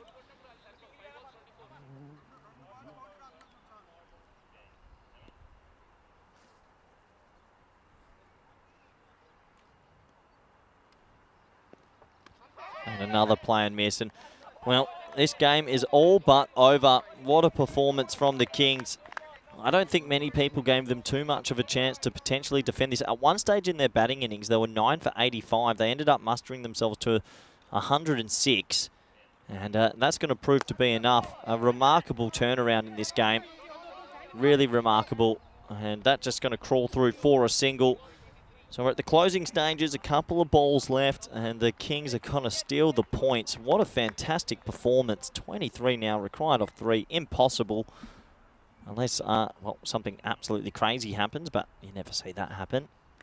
Edged, and that will fly away, and it will fly away just for the 1. 22 off 2 then. And I think the spinners, Bomasetti and Sachin, have been the point difference makers. They've come in, they've bowled a little bit of spin with a few arm balls, and those deliveries have been fantastic. They've been able to steal their way back and ahead in this game. 8 for 85. High in the air, should be caught. Another wicket. It is caught after a little bit of a boggle. Big smile on his face, and that's Shakir Allah. He, I think, had a bit of a laugh to himself there. He almost spilt the unspillable. And that will be another wicket gone. So that will take us to the final ball. This game has gone over a little bit. It's already 5 p.m. actually. So 9 for 85. Final ball of the game. Number 11 is going to come out and try and give himself just a personal highlight. It's Fiaz. But yeah, what a batting collapse. At one stage, once again, I'll remind you, it was 64 for 3. And since then, they have just capitulated. Last ball of this game. Game 4 today. And well bowled. Slow, a little bit wide. Dot ball. That is it. 85 for 9. Remarkable. Budapest Kings should be very happy with themselves. And that is end of game. Goodbye, Nick. In the chat says, goodbye, Corey. You boiled water. You will be missed. Very good indeed, Nick. And enjoy the rest of your evening.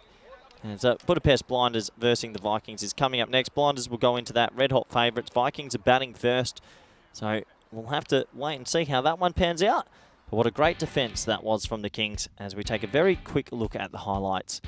And, well, it started off, it was actually all the Vikings, despite the early wicket, at 9 for 1. They hit the ball to all parts and they got ahead. They really got ahead as they were 46 for 1.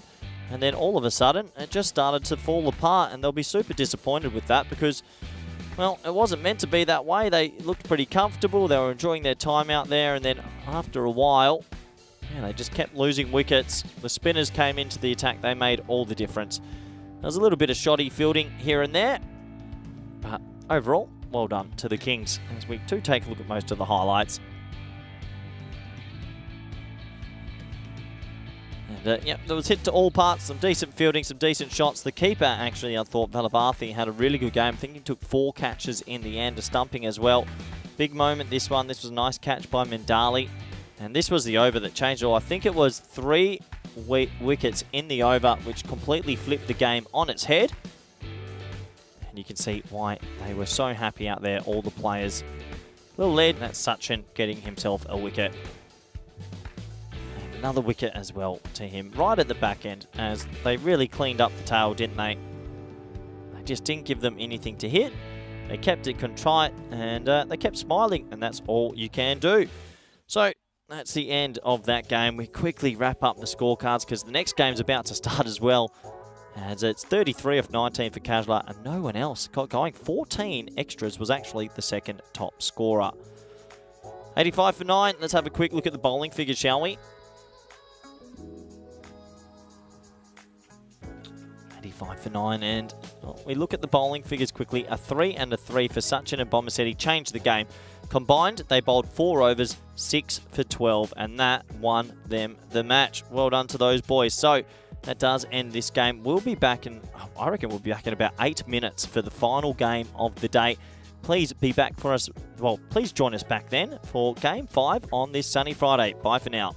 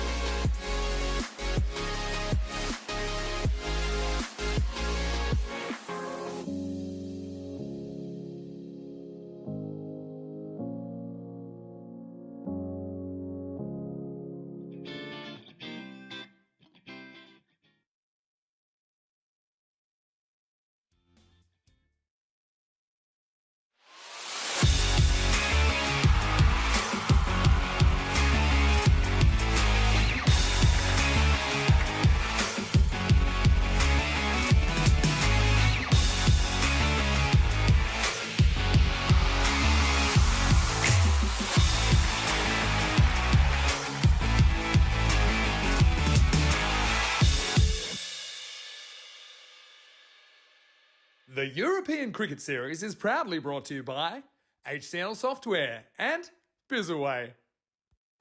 So welcome back everyone, we're here for the ECN, it's game 5 today, looking forward to the final game. It's been a long attritional day for some of these players, they're working very hard in the heat and the scoring has been fantastic, the bowling's improving as well. This should be a very exciting game. Tyrone Peters has the 2 captains from the Vikings and the Blinders. Let's see what happened at the coin toss. The Vikings to call. Heads. Heads is the call. Yes, it's a heads. We're gonna bat first. Bat first. Back to you in the comms box. Brilliant. If you're wondering why there's a bit of byplay there, it's Tyrone Peters. Stefan Gooch had kept winning the toss and he said you can't keep winning all of them, so a bit of fun there between some friends. And well, in the end, the Vikings have won the toss and they will bat first. My apologies, in the final game today. What a long day this has been. But we've got one more to go. Blinders versus the Vikings. This should be a good game of cricket. Looking forward to it. And we'll have to see how it pans out. The Vikings are going to need a lot of runs on the board against this very dangerous Blinders side, because the Blinders, well, basically, it's like they're playing another sport. It's almost as if they're just going out there and they're baseballing the ball all the way to the bleachers. They hit a lot of sixes, a crazy amount of sixes, home runs everywhere. And they are a very special team. And it'll be interesting to see if the Vikings can do anything to stop them. I imagine it will be pretty tough, though. We'll have to wait and see. The players are just in their huddles and we'll almost be underway here for game 5. Supercomputer is saying it's going to be probably the Blinders that get up, but yeah, you do imagine there's maybe a twist in the tail. Can the Vikings score enough runs, and then can they bowl extremely well?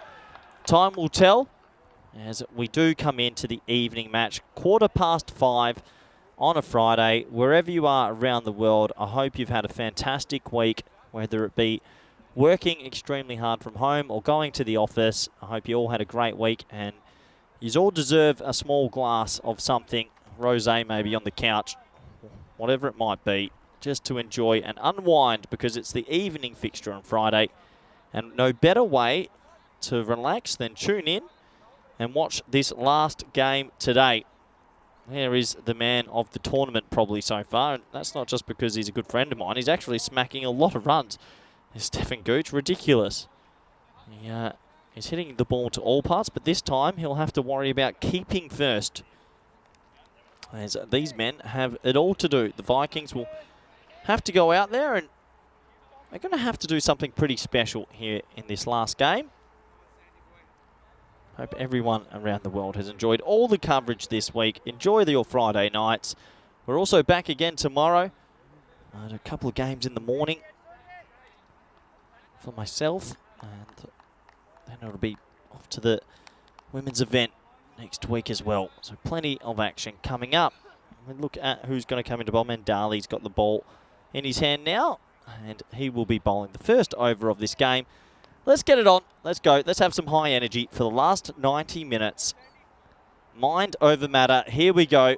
First ball coming in to Khan. Match number 5, Friday, Budapest. Here we go. Shot. Oh, straight through him. Well, he hit it so hard, I'm not too sure that the fielder wanted to have a bar of it. And that will race away. What a nice shot that is. He crunched that, really crunched that. 4 runs. And unfortunately, if you're a Blinders supporter, you'd be disappointed because that could have been half a chance. My apologies, Mohandas, that is the opening bowler. Khan is correct though.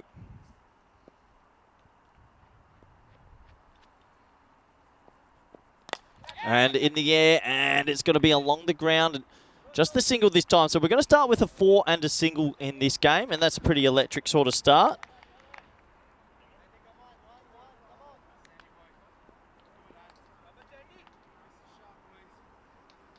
So 4 and a single to start.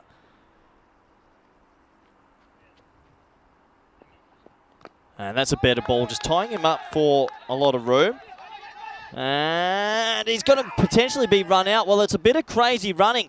I was a little bit surprised to see him back up so much, and he looks devastated. Let's get a look at the replay. I think he could be in trouble. Look, he just started going. There was never a single there. Gooch was alive. Gooch was watching. The throw came in. Oh, this is close. We're going to have to take this right back and slow it right down. This is really close.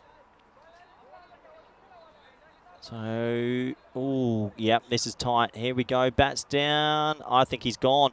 It looks like he's gone. We'll wait for the signal. Maybe they need it back a little bit. Maybe just a frame.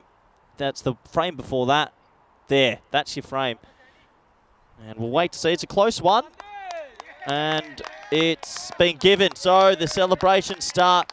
And it's going to be a derrick, I believe. That might be a duck. It was no run there. That might be a diamond derrick. It could be. Unfortunately for the batsman, it is a diamond derrick. And there you go. Diamonds are forever. And I'm a huge fan. We don't often get the diamond derrick. And that is one happy duck. So a diamond derrick happens. And you have a look here. Good work from Gooch. He gets another run out, and he gets a more statistics and fantasy points for himself. If you have him in your fantasy team, you'd be pretty happy. But good work from him, and yeah, that was out. Definitely out.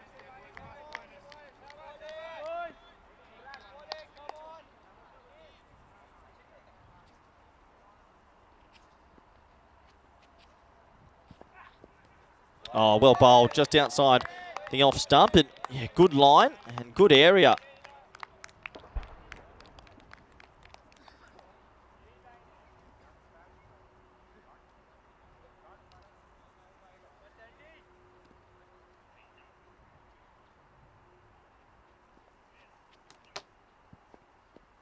Hard shot, nice shot, goes for 4. Well, it was a full ball on the stumps, and Khan delivers a glorious little shot. It was full and straight, and he whacks it through the offside. So good batting, and another 4 here, and 9 for 1. Well, interesting start to this game, isn't it? We've had a couple of wickets. We've had 1 wicket, I should say, and we've had a couple of boundaries.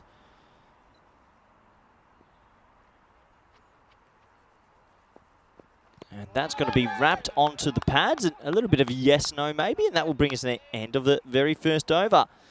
As that does mean that it's 9 for 1. Let's have a quick look at the stats gun. And, well, this is all the statistics that has been coming on during this tournament. And you can see the big thing. This is Budapest Kings, though. This is the previous team. So the Vikings are the only team that we should be mentioning here. And their top batters, Khan and Kajla. Well, they're a very dangerous batting pair, and you look at some of those bowlers as already. They've got 5 wickets and 3 wickets, but we'll have to get some of the blinders stats up as well. It's been a long day. And we'll have to make sure we try and get you everything possible for you to catch up on. As well, isn't that a quick delivery from Wahid? He gets that one through it. Pretty good bounce and pretty good carry. And a little bit of a laugh with some of his teammates there. Shorter ball, straight, and beats the bat comfortably.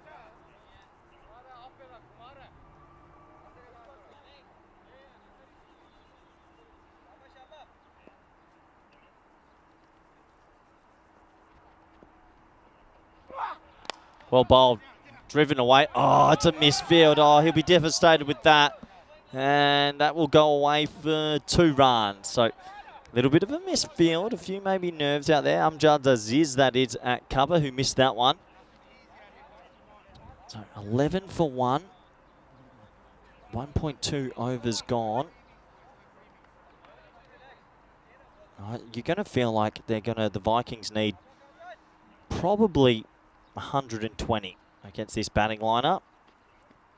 That's going to help. That will help. That's a top edge that will... Oh, wow, that might be some of the best fielding we've seen. I think he saved 4. Remarkable. It's gone away. And, yeah, I think he stopped that. Let's have a look. 2. Yeah, great work. His foot was about to go over the rope, and he taps it back. Well, look at this. 2. And, yeah, brilliant fielding. Brilliant fielding. That's some of the best ground fielding we've seen all tournament. So he saves a couple of runs for his team. And this has flown. This has really flown. That's going to go one bounce forward. This is nice from the Vikings, who have come out here and they've started the positive of the two.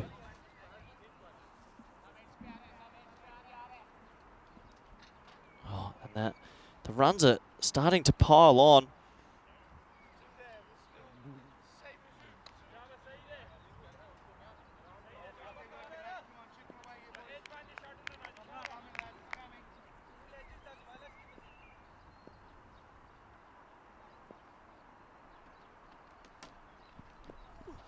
Slower ball, crunch. Oh, he's hit that so hard. Oh, that flew off the bat like a bullet from a gun. It almost goes for 4 still. Ooh, remarkable shot. And it goes away. And a really nice shot. It is pretty good fielding so far from the guys. It's hit him in the leg. And it goes for just, I think, 1 run.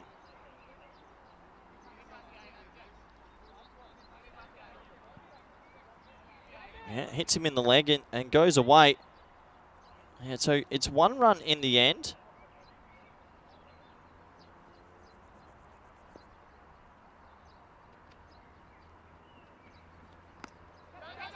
Yeah, off the leg this time.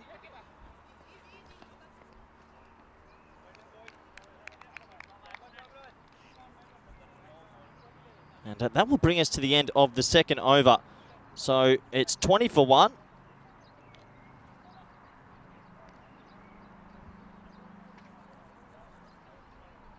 And we have a quick look at the table.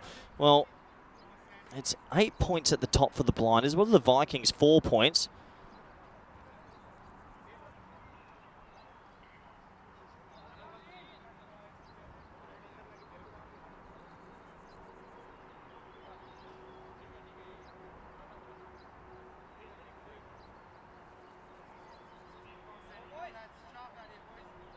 And it's 20 for 1 after 2. I need to get my concentration back because it is a hot, sweltery day. And the cricket's been fierce at the start of this game. Oh, smacked away. What a nice shot. Oh, no, it's a bit of a misfield this time on the boundary. That's going to go away for 4. And, well, sometimes people make mistakes, and that one's just crept through him.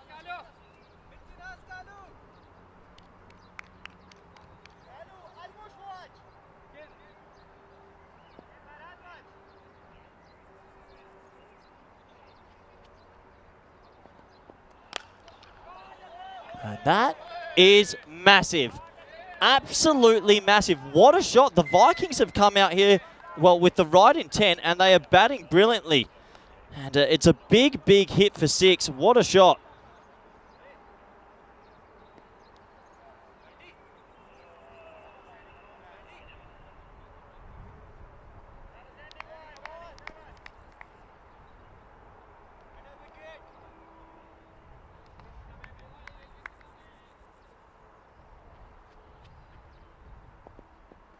Yeah, hit away again, and that's going to be out to deep long on. And just the single.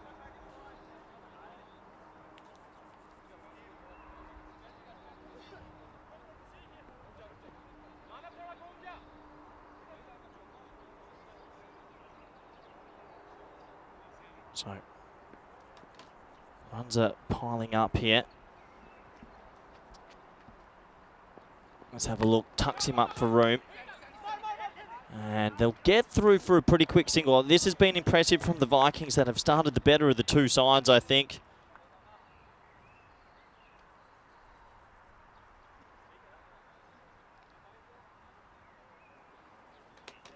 $32 for 1.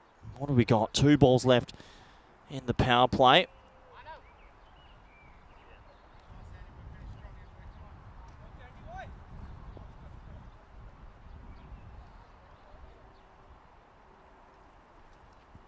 $32 for 1. 2 balls remaining. And that is going to be another dot ball.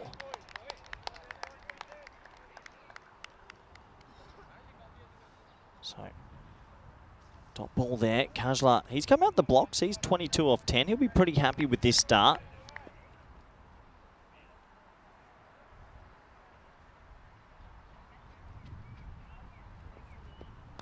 And wow, what a shot. He's hit that so hard. And Well, that's going to be a single, and, well, it will take us to what can be best described as a very eventful start to this game.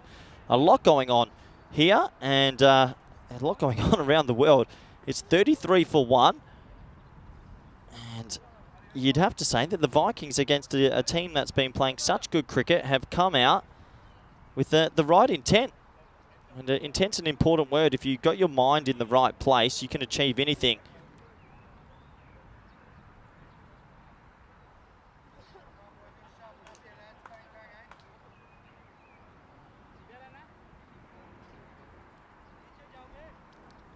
.33 for 1. It looks like Ghani's going to get the ball in his hand and see if he can slow down this sort of flow and slow down this energy that's coming from the batting group. 33 for 1. Oh, that might be a bouncer for the over, and yeah, I think it will be.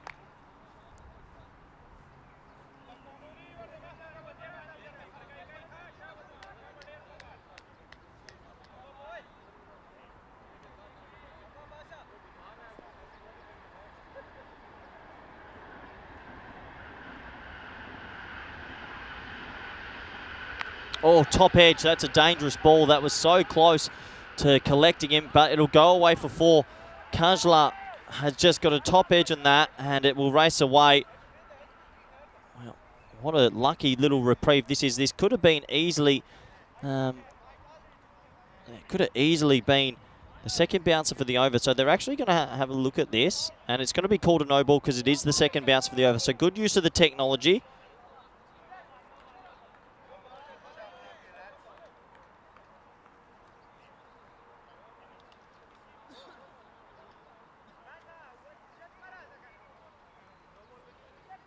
So, yeah, you can see the umpire just telling the bowler what's going on, and he's a little bit confused, but because he'd already bowled a bouncer earlier in the over, what happens is if you bowl the second one that goes over the shoulder height, then, yeah, and you can get in trouble, and this will be a free hit. So just the 1 run scored, and that's a good ball to the man that's got a free hit, but Kajla's raced away with this start.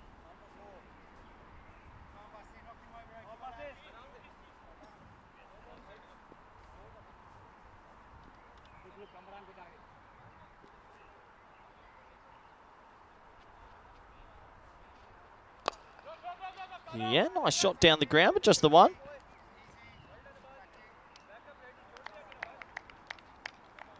So a lot happening at this game at the moment. It's a little bit difficult to... Yeah, it's a little bit difficult to surmise this start because Kajla has come out and really shocked a few people at the ground. And he's going to keep going. He's not getting everything out the middle of the bat, but the ball is just going to areas that's picking them up some runs. And the Blinders probably for the very first time in this competition have a little bit of pressure on them. 41 for 1 off 3.4. Khan back on strike.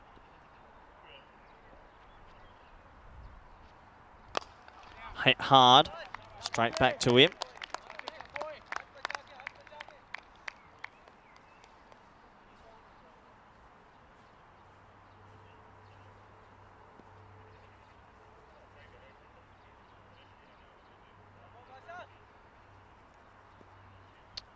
Last ball of this 4th over.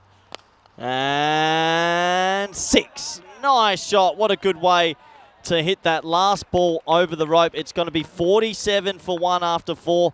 This is a dream start for the Vikings, who have come out and shown some pretty good prowess with the bat. And overall, they'll be very happy with this start. This is game on here in Game 5 on a Friday night. And I hope wherever you're watching from, you are having a very fun time indeed. I don't blame you. This is a pretty fun game.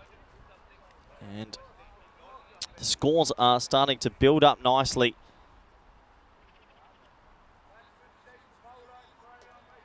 At 47 for 1.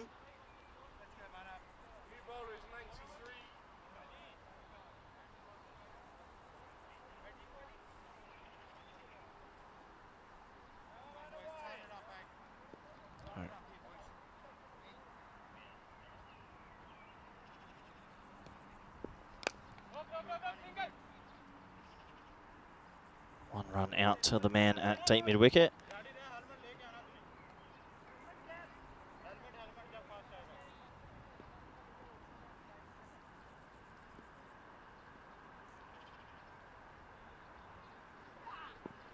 Well bowled, young Manav Naik.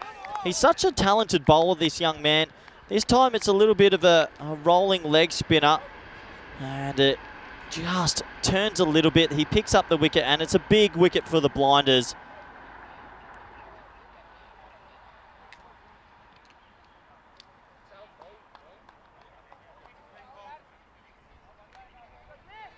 Really good bowling.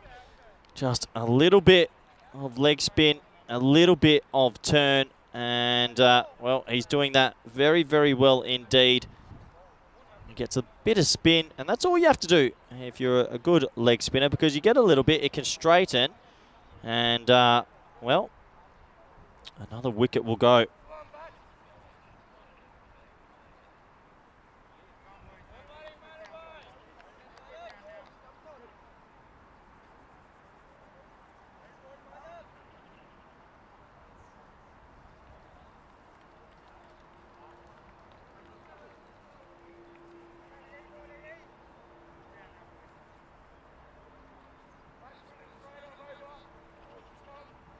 So a new batsman comes to the crease, and it's Iqbal. What can Iqbal do? He's going to need to get on with it straight away. They're going to want to get as many runs as possible. I know that's not easy, but they're definitely going to try.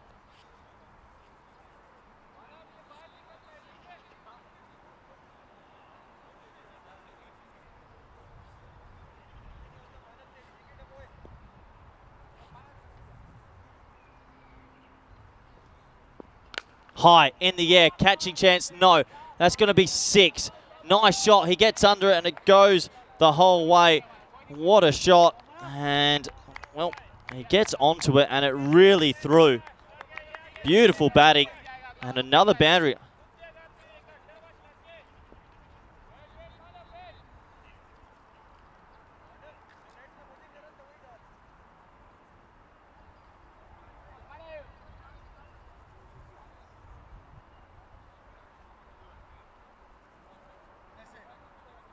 So, a 6 there. And this has been a really impressive sort of start here from the Vikings, who knew that they had to get on with it when they're playing a team like this. They can't mess around, and they're not messing around, actually. They're scoring at a good rate. 55 or 4.4 is actually very effective. Oh, good delivery from Manav.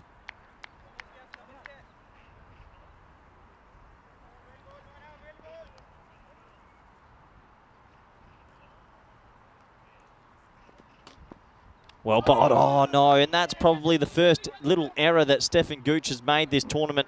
He's been so clean otherwise, and well, just a couple of errors have built up for the Blinders. Hasn't been their game so far, but there's still 15 overs left, and anything can happen. This is what's coming up a little bit at the end of the year. We've got the ECC, 25th of September. Really looking forward to this. And, well, it's been pretty impressive indeed. With all the 2 tournaments we've had, these teams have put on a pretty good showcase both times. England were the inaugural winners over Belgium, and the Netherlands won over England last year. So 2 separate champions. Will we get a 3rd different champion? We'll have to wait and see.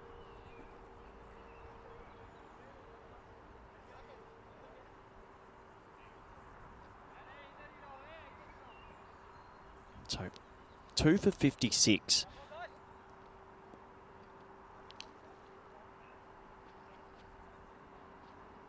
That's pretty well bowled. He sort of follows him there. And just the 1 run off the inside part of the bat. What are we looking at now? 29 deliveries remaining.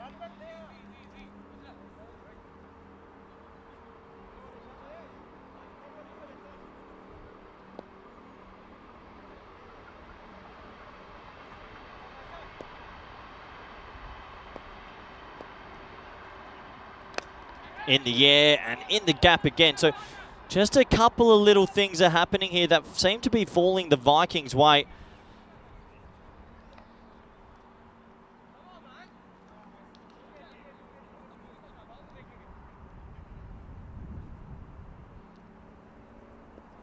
And if it keeps going like this, we might have a very, very good sort of finish to today. If they can get up to 120, this could really lead into a pretty big climax, and we could have a very tight finish. As that is hit away for 4. Nice shot again from Casual. This is a special innings now. He's taking it up to the team that hasn't lost a game. And 4 runs. Really good batting. It's 2 for 62.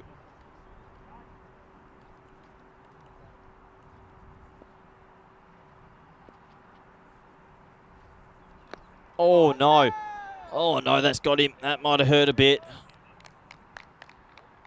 Yeah, but he seems to be okay. Gives a thumbs up to his partner and says, no, it's okay. We will get on with it. There's some bit of Bronx cheers from his teammates on the side. And a little bit out of breath. I reckon a few people at the ground right now. I think Kajla especially will be a bit out of breath. Myself as well. It's been a very long day. Quite hot now at the ground as well. Very steamy at the ground. Bit muggy as that one is high, and it will be safe. That will go away, and they'll think about it. They're going to come back. It's really aggressive running, and it's good running. They're going to get 2, and it's 2 for 64 now. We've got 1 ball left in this 6th over.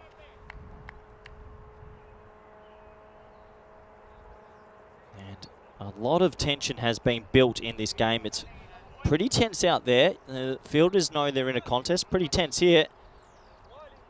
I wasn't expecting a tense finish to today, but this game has really come out the blocks firing.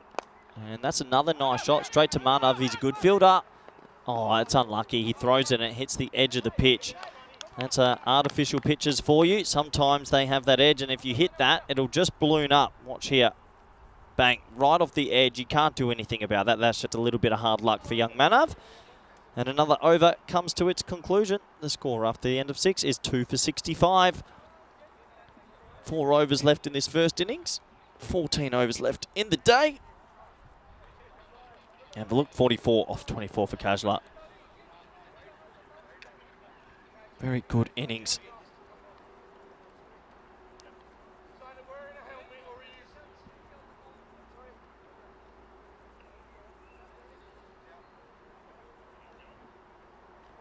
Let's have a look here.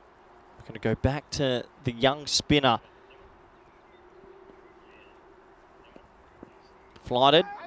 Good keeping from Gooch. A straight shake of the head from the umpire, so I don't think we will need to worry too much about our extra third man and officials coming up. Gucci takes it well, but his foot stayed grounded the whole time, so definitely a dot ball. Kajla actually really deserves a 50 here.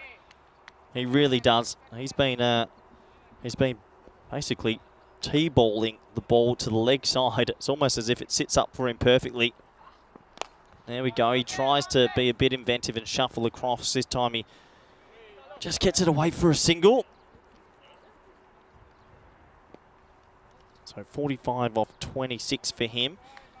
I think the blinders, just in maybe the last 10 balls of this game, have been able to peg it back a little bit.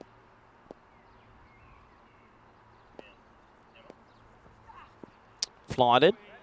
Wide. Signal to wide. Manav's had a very good little spell. He's been able to peg it back. He's been the main bowler that's not conceded too many. That one's a little bit flatter, and it eludes Gucci, and that's a direct hit, so that could be very close. Now, direct hits are always a little bit closer than you think. Let me see the umpire's call as well. He thinks there's a bit of bat on it.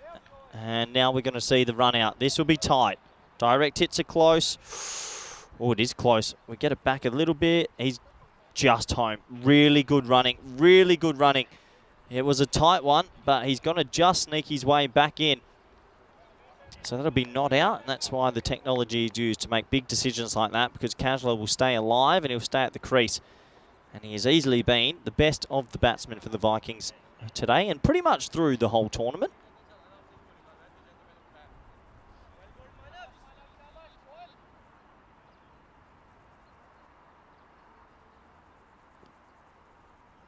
Well, Manav just losing his run up there and deciding to go back and not release the ball. Fair enough, you can do that. No issues at all with that young man. Down the ground and 6 more. What a good shot. And what a deserved 50 for Kajla. He'll get a very warm round of applause from his teammates, as they should. He's chipped that beautifully. 6 more runs. And you can see there over the sign, the home of Hungarian cricket. A handy shot, and it goes all the way for 6. Good batting.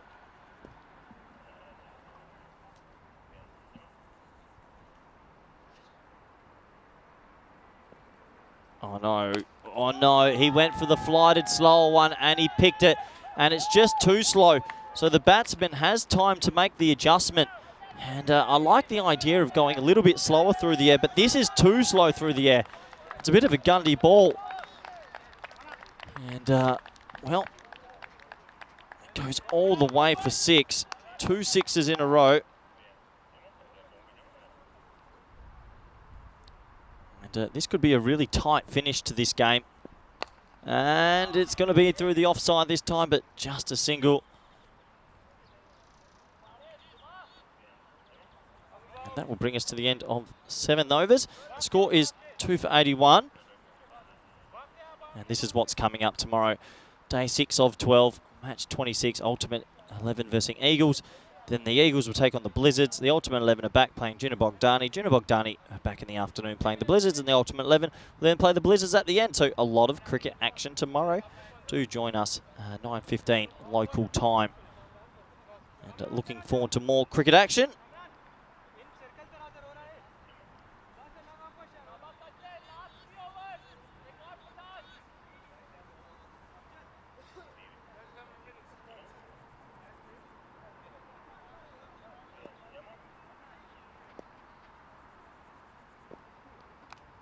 Four. I reckon that might fly away. No, I've called it too early.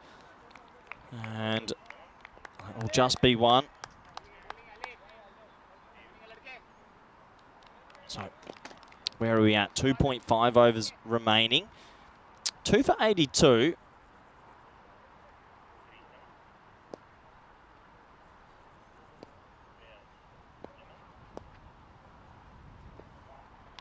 High in the air, big moment. Who's got it? And Manav takes the catch in the end. Gucci was going to go for it, but Manav called him out of it. And I don't mind that. Both players wanted the ball, but as long as one person makes the ultimate decision and ends up committing. And this time it was Manav who said, you know what, that's mine. And Gucci was going to go, but he didn't get there in the end, and it is Manav's. So another wicket goes, and they desperately needed that.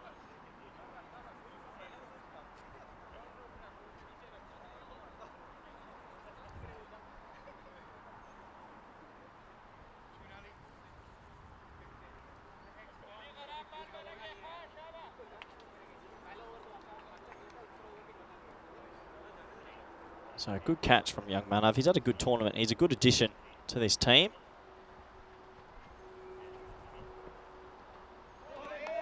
Three for 82.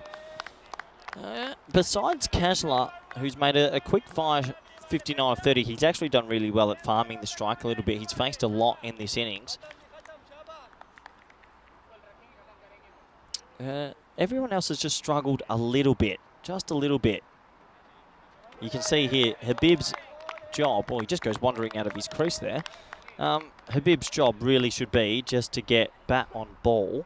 It doesn't have to hit the boundary, actually. Even if he just got a little bit of bat on ball and got Kajla back on strike, that would be great for the Vikings here.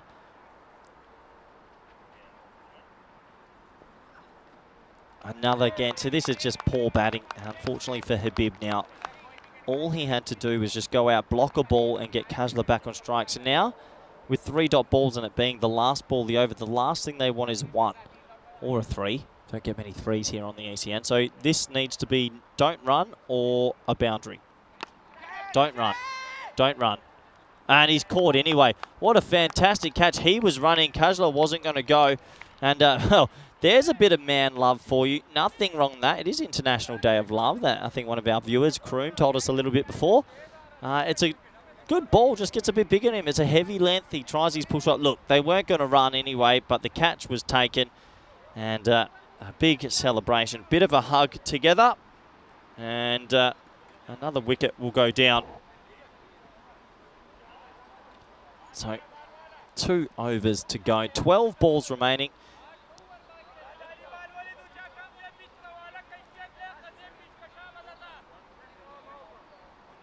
And we will get to the innings break shortly. Everyone will get a little 10-minute turnover.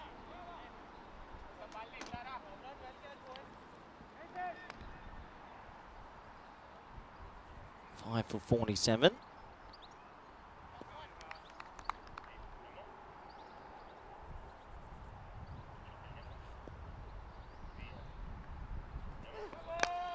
Oh, big shout of no ball from the umpire. And what's this for? It must be for front foot. And yeah, I think so. Really big shout. And as you see him walking back to the crease, yeah, he's just showing there the bowler where he thinks it was. Yeah. Good umpiring. Big call for no ball. And the right decision has been made.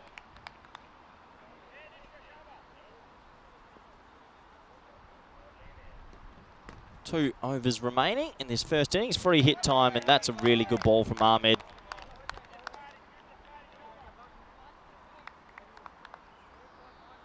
So dot ball outside the off stump this time.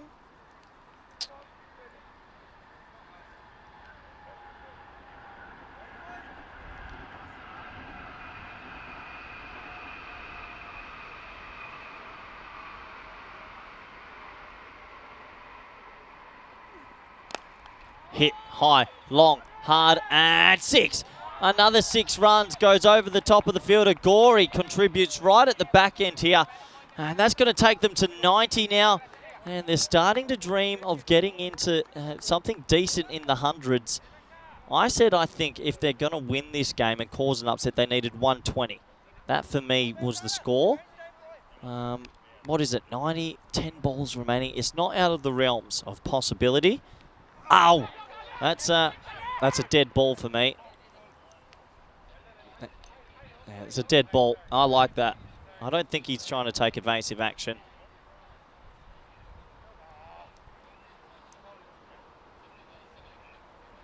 Yeah, so I don't like this rule. For me, that should be a dead ball. I don't really like he tried to take evasive action, so he gets a leg bite. It's an odd rule, that. But in the end, that'll actually get casual on strike because it's not signalled a dead ball. The decision is reversed. Really well bowled from Ahmed again. Left arm seam, getting a bit of extra bounce and carry.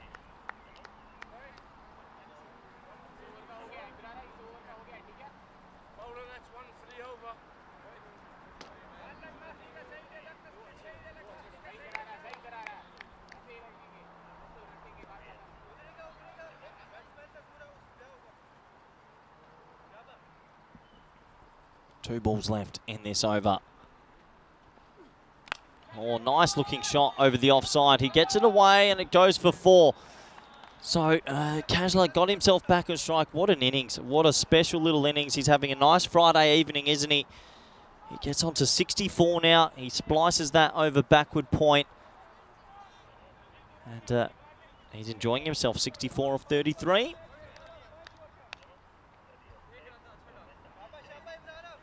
Yeah, Kroom in the chat saying he just let it hit him. Yeah, he sort of did. Tried to slightly get out of the way of it, but that does go down deemed as evasive action. I don't really agree with that, though. I sort of feel that's just a dead ball. If you don't offer a shot, you don't offer a shot.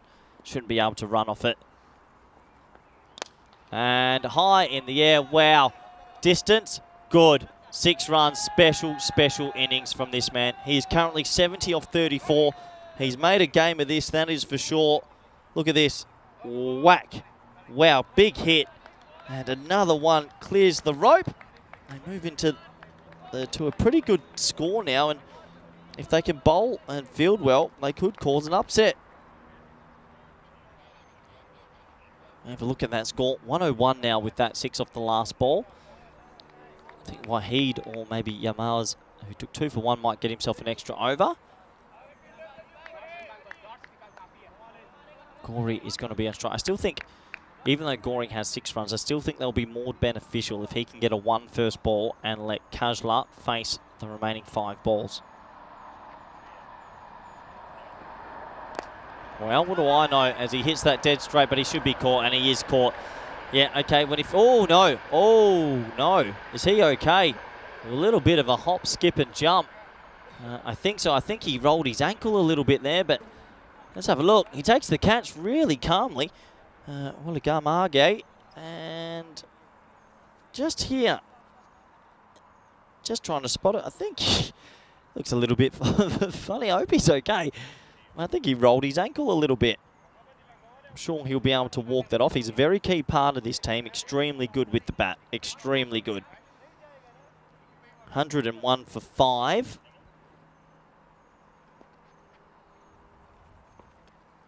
Gone.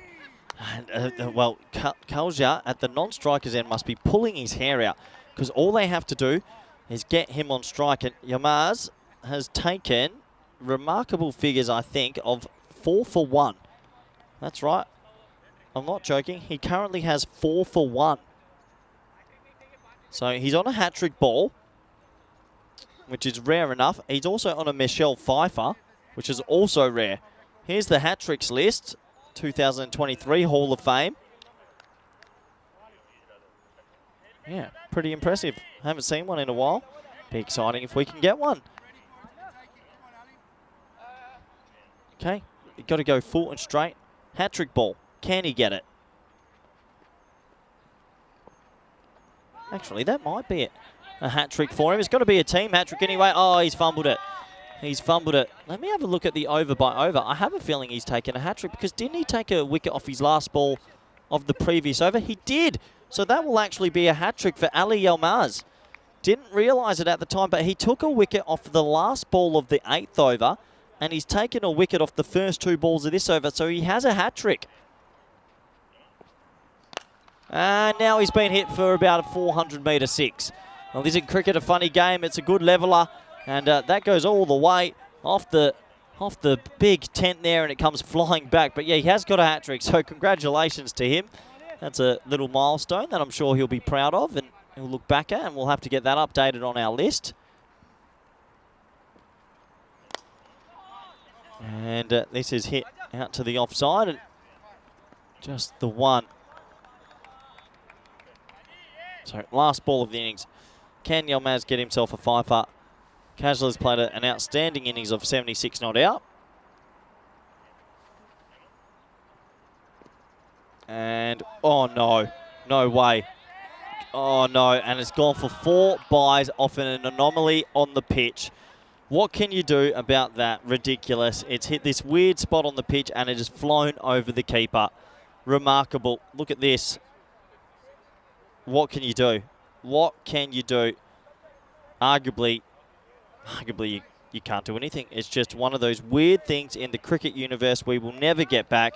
That is the end of the innings. 112 for 6. Remarkable innings from Kajla, who ends up on 76 off 37.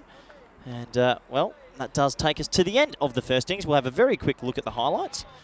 So I'm going to run off for a quick little bathroom break in this small changeover.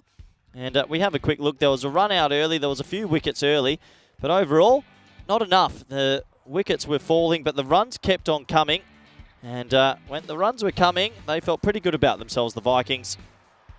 Kajla hit it to all parts. He did his job really, really well. He batted through the innings. Manav Nayak came in the attack, did what he does best, picking up a couple of wickets. And they tried their best to peg them back, but unfortunately they just couldn't do it enough. The wickets just kept on falling, and it was just a one-man show. Kajla batted through the innings and really took his team up to a score which is defendable if they bowl really well. He made 76 not out of 37. And despite some good fielding, 112 for 6 is a pretty good score from the Vikings. Bit of love there between the players. It's also okay. There was a late hat-trick as well for Yilmaz, who took 4 for 7. And I'm sure we will get his name on the honours board. And here were some of his wickets right at the back end. Bit of a death bowler, just keeping it full and straight.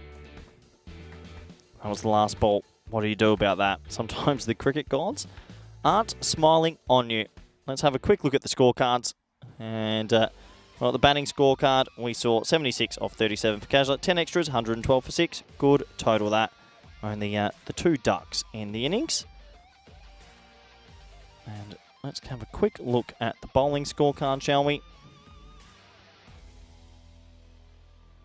112 for 6, 4 for 7. Yomaz, he was the pick of the bowlers. All right, I need to go. I need a quick 10-minute break. I'll see you shortly for the run chase. Bye for now.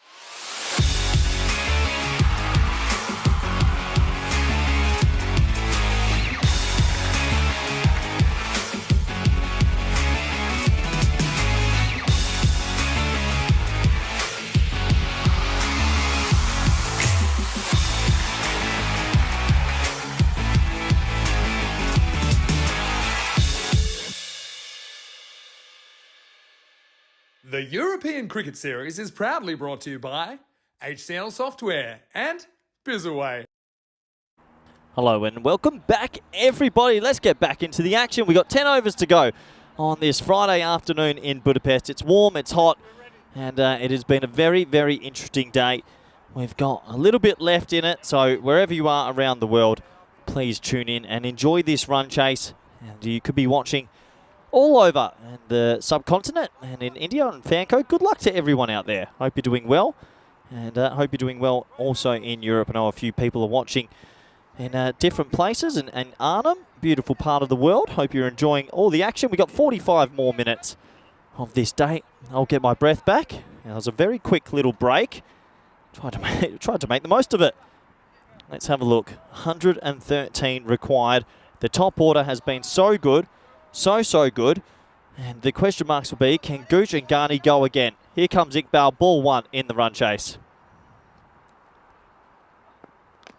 Tries for the big shot first ball. He's going to get an inside edge, and it's just going to go away for a single, so that will open proceedings. And yeah, my apologies if I do sound a little bit out of breath. Just had a very quick turnaround, tried to make as much use as possible and get back to the action. Sometimes the action does come thick and fast here on the ECN network, and no Rico today, so just me as your company. Gooch is going to be on strike, and what a tournament he's had. He has been smoking the ball. Can he keep it up in this one? We'll have to wait and see.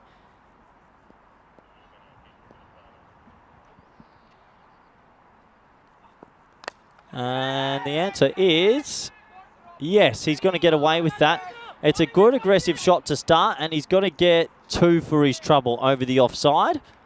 Let's just have a quick look at his figures. 291 runs already for the Gooch in this tournament, and it's quite remarkable when you think about, with 36s and 15 fours. So he has enjoyed his time out in the middle. As that is clipped away off his legs for a single, and they'll scamper through. Oh, the throw comes in and hits Ghani. Oh, that's a bit of a stinger. I hope he's okay. He'll be okay. He'll be all right. That'll just sting a little bit, and you can see 3 men touching his arm gently. Usually, that will make him feel just that little bit better. Yeah, right on the forearm. He'll be okay. Needs a tough cookie. And you can see he's getting on with it. Ghani. Deep breaths for him. What a Friday this has been. 4 off the first 3 balls. And a wild swing at that one. So 113 being the target. You imagine that a good power play would be around that 35 to 40 region. Going at 12s or better. If they can do that, they'll be in the box seat. Wickets in hand, of course, always help.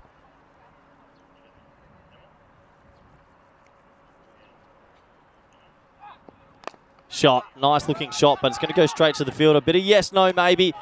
And a small fumble from the keeper there. And remind ourselves that a lot of these players have been here throughout most of the day, so I'm sure there is quite a bit of fatigue setting in for the players, and they will know there's some big opportunities on the line here.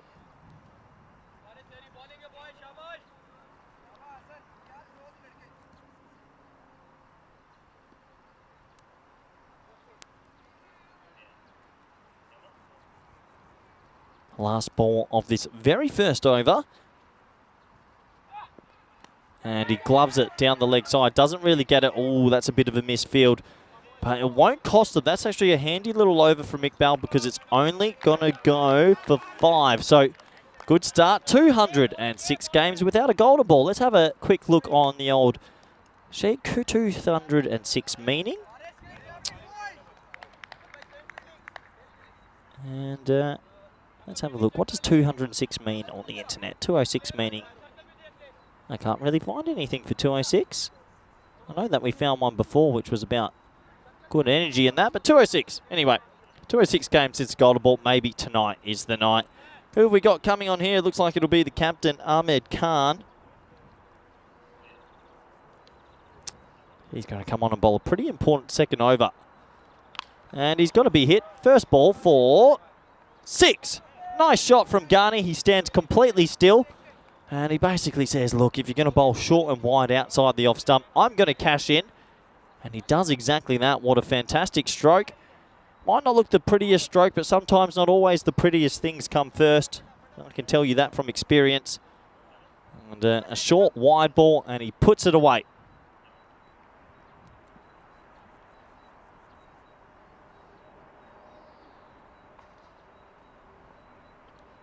Oh, a wild swing this time. I was there to go, though. He got given width on off, and I think he'll feel like he missed out there. It could have easily been hit through the covers for another boundary.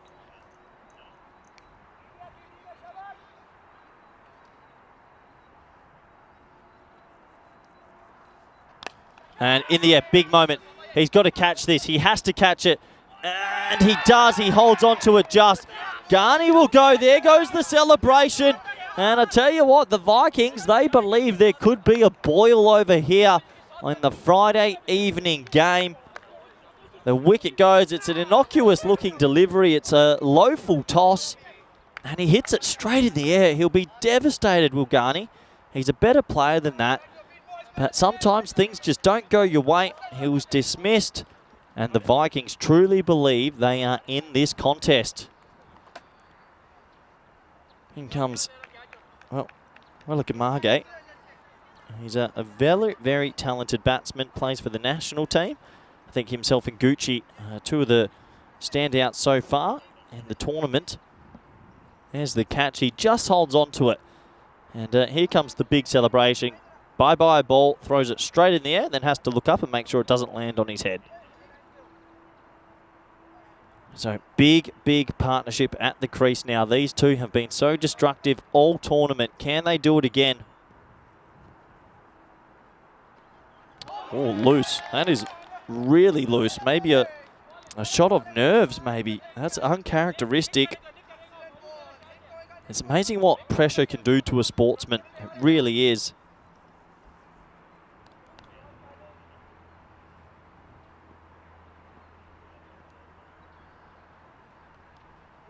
And then he follows it up with a pretty good delivery outside the off stump. So Khan has picked up a crucial wicket and he's getting a couple of dot balls here. That's pretty nice bowling, doing his job.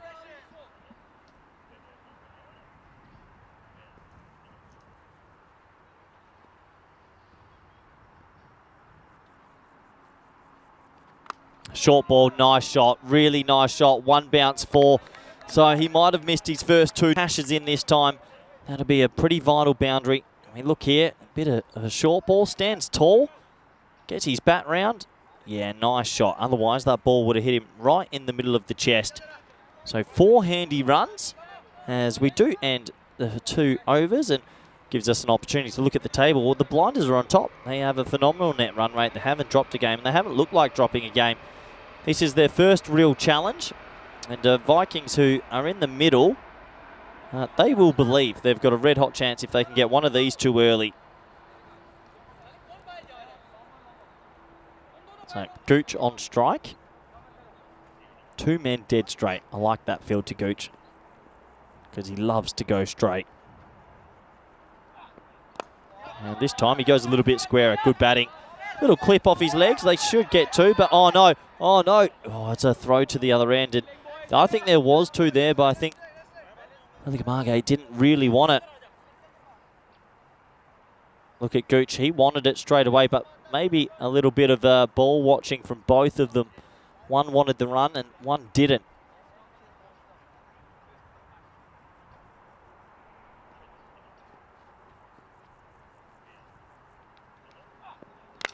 Oh my Lord.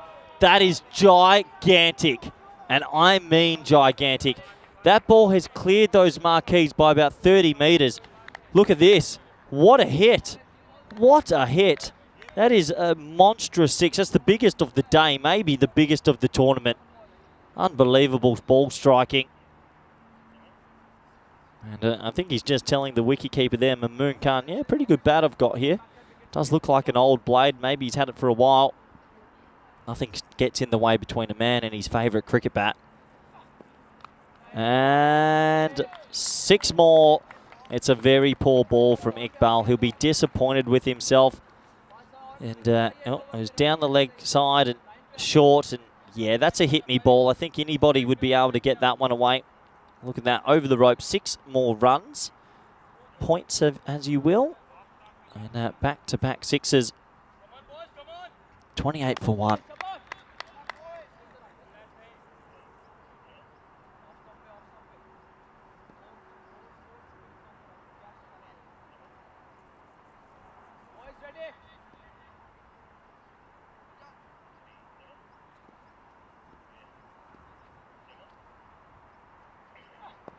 Another short ball. Oh, play and miss this time. Just outside the off stump, and that might be the one bouncer for the over. So this game on a bit of a knife's edge at the moment. We have the score at 28 for 1. They're trying desperately to get themselves up to this 113 to keep their undefeated record.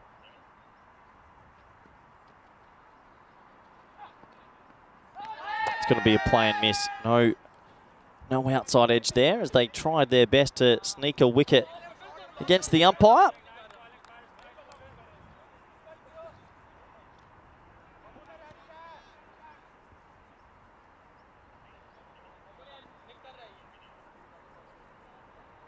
Last ball of this third over of the power play. And it's, oh, he almost falls on the stumps. Haven't seen that before. He almost hit himself off his feet. It's going to be a wide, so it's not the last ball of the over. Too many wides still crept into today. Have a look at this. Tries to hit it, and whoa, a little bit of a dance move. The swinging 60s, as they say.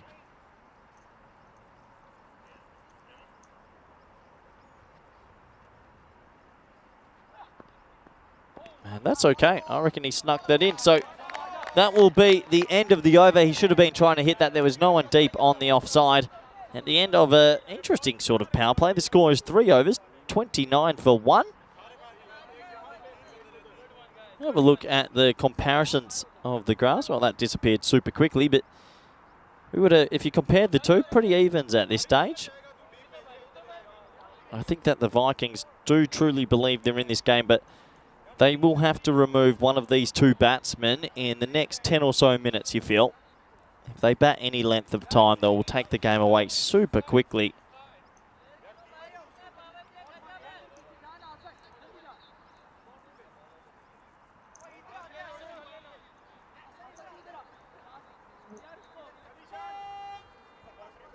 Well, the old horn in the background. Free hit horn maybe. But it's not a free hit. So Habib has the ball. Let's have a look. Because we're outside the power play now, the field spreads. The field starts to go to all parts. Lefty, righty at the crease.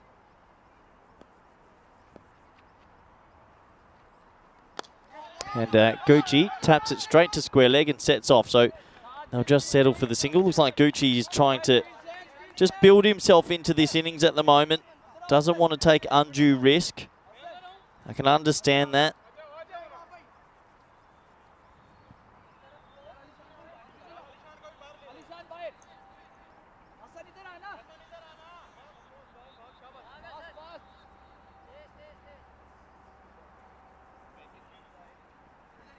Just see some of the fielders running all over the place. They're trying to change their fields a lot for the lefty-righty partnership.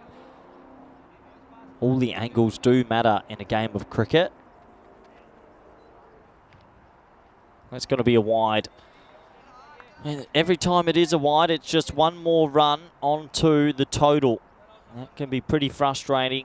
They need to be good here. They're versing the top of the table.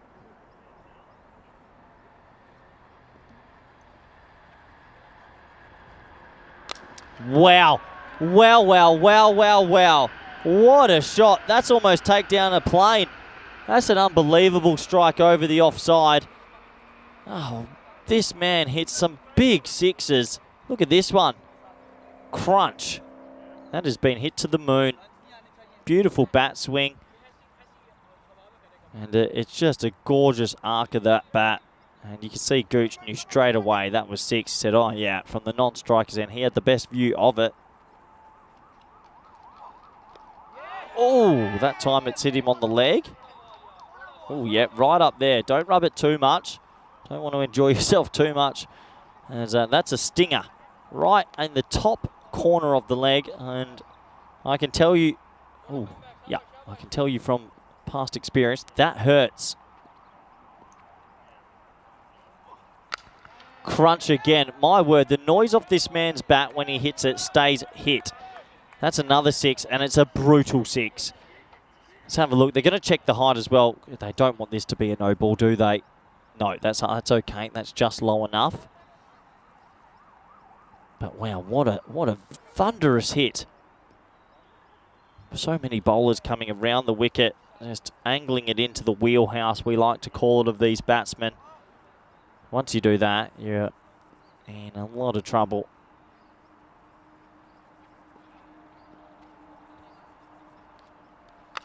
And 6 more. Adios, pelota. Bye-bye, ball. That is a gigantic 6. It really is. 49 for 1 now. Look at that hitting. Look at that brute power. And if there was any concerns about this run chase, these 2 men at the crease are right now saying we're not too worried. We think we're going to be able to get there pretty easily. They're going to have to get that ball back, and this over has exploded 20 runs off 5 balls this over.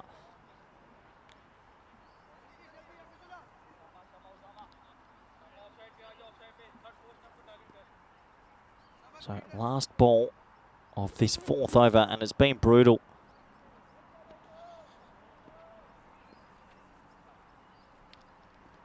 Oh! Whoo! Oh my word. That's huge. That is so big. That is so big. Oh, that's cricket.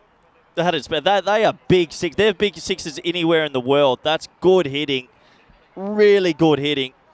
You can't bowl around the wicket to a guy like that because you bowl every ball in the same spot. You have to come over the wicket and change your lines. But what do? He's a good player. That was scary big. And all of a sudden, this game is just racing away. Crazy cricket. Honestly, you will only get it here on the ECN network. 40 of 13 for Walega Margate. Probably I'm not pronouncing it correctly, and I apologise if I'm not. But incredible hitting. The 55 is up off 4 overs, and Stefan Gooch is only on 5. Who would have guessed that? That's cricket. It's a tough sport sometimes. It really is.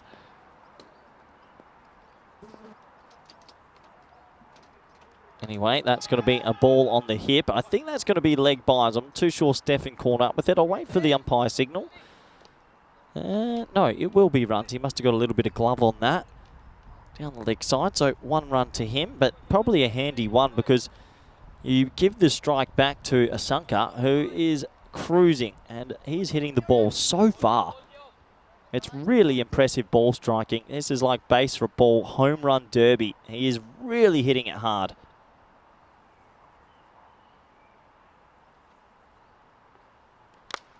See, over the wicket, and he's got a chance. Oh, no. Oh, boy.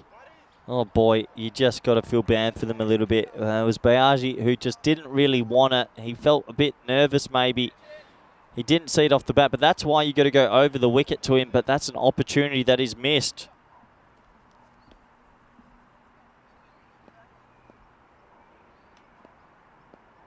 Gooch on strike, who's playing a bit more of a second fiddle role this time. Nothing second fiddle about that as he laces his drive dead straight, but it'll just be a 1. That required rate now has dropped to under 10.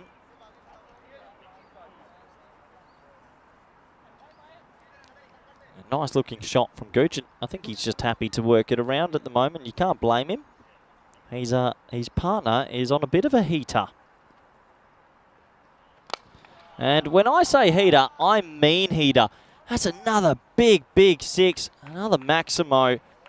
Incredible ball striking. What do you do against a man that is in this much form? The answer is not too much. That goes many a journey. He's raced away to 47 now. They need 49 more of 32. Oh, yeah. Another 6, and that is huge as well. This man at the moment is hitting 6s that are beyond belief big. These are 6s anywhere in the world. Asanka Walakamage has raced himself to a 50, and what a 50 this is. I've got him on 53 off 16 with 8 6s. Just incredible.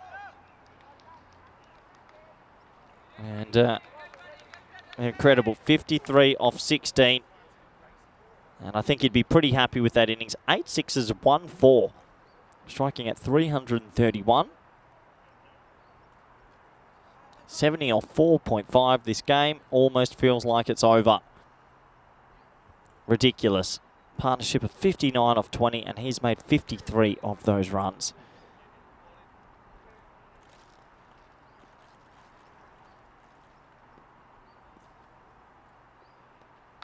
And he goes again, and he gets it again. That's 6 more. And what a shot. It's unbelievable ball striking. It really is. Short at the body, pulls it, maybe takes his eyes off it gently. It hits the rope right on the full. Watch the rope here. Yeah, it just wobbles a bit. 6 runs, and yeah, this game has just fast-tracked out of nowhere. We could be on for a slightly earlier finish. And I tell you what, after talking all day, I wouldn't mind it. Incredible ball striking.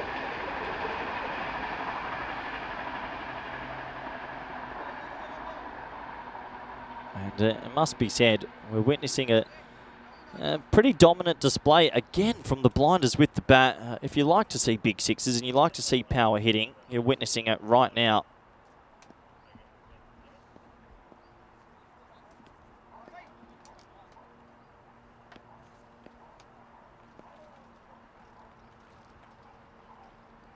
As that is going to be a dot ball, I believe, outside the off stump. Nice little ball there from Fiaz, who comes into the attack. And, well, he'll be hoping to, just try and stop the bleeding a little bit. Can he pick up a wicket somewhere?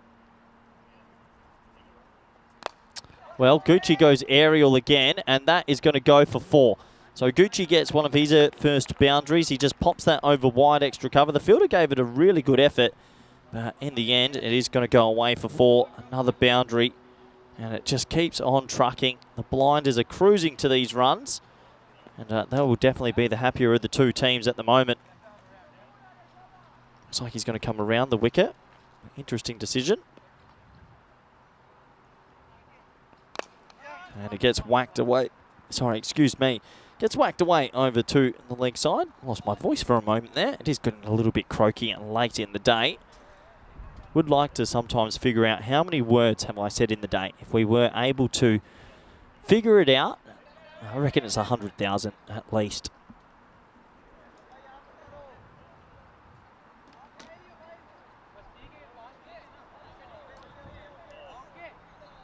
Yep. Yep, just hearing my director saying my ear, you've probably said every word you can imagine today, as that's going to be wide down the leg side. So just going down the leg side.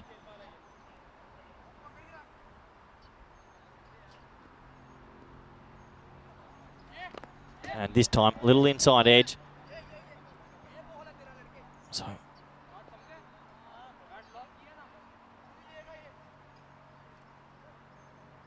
little inside edge. They don't take the 1.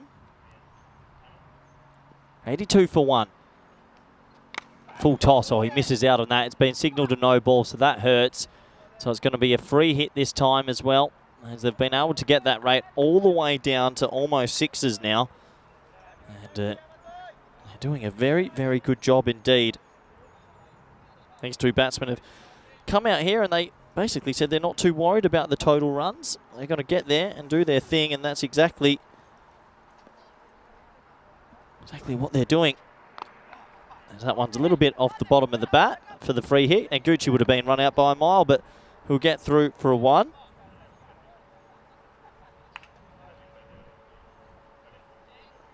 So I think that takes us to the end of the over. No, we're going to have 1 left.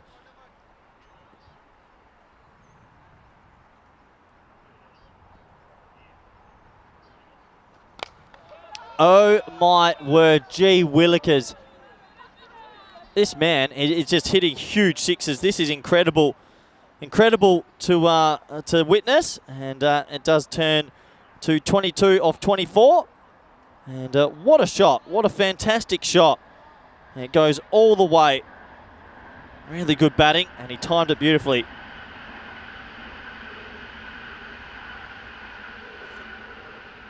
.66 off 20 for him. It's going to be a man of the match display. He's taking them home in a canter.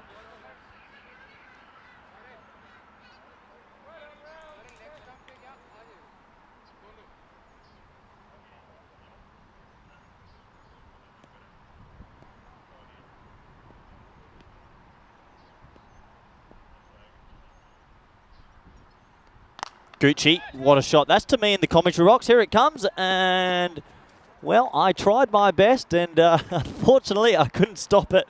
It's been a long day, as you can see me there hiding in my cube. Nice shot from Gucci, as this match does start to wind down.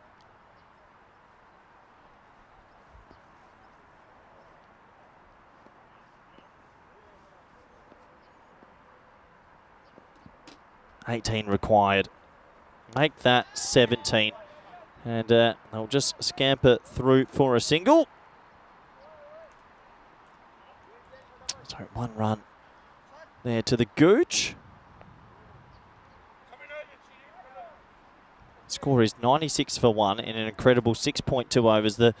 This team has this beautiful hitting ability in this top order, and we're seeing it again. If one of that top 3 click, it makes it so difficult for the opposition. And he hasn't got one for once. He hasn't hit it out the middle. So that's just going to be a single. Quite remarkable, because it felt like nearly every single ball that he hit was going for 6. He's a very talented player.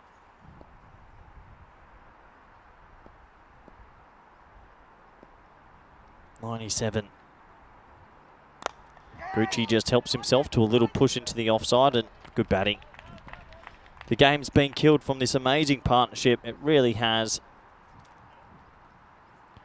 There's nothing they can do now. 15 off 20. It's just a matter of time before they get these runs with 9 wickets in hand.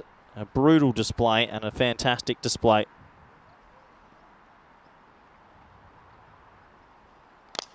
That is straight, and that is 4. I'm going to take my headset off for a moment.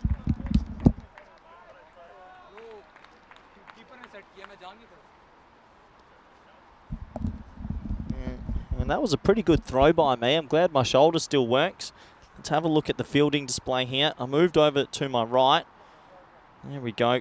Look at that. Little chinos. Still got it. Do miss playing cricket a little bit. Oh, technique. Technique, technique, technique. And that is a play miss, and he's angry with himself. He shouldn't be so angry with himself. He's done so well today. And that will be the last ball of the over. So only a couple more runs to get, and we are done for Friday. This is tomorrow. And if you do love cricket, you'll be tuning in again tomorrow. I'm sure you will. Day 6 of 12. Looking forward to it. There's Ultimate 11 versus Royal Eagle. Royal Eagles versus Blinders Blizzards. Let's just start the morning tomorrow.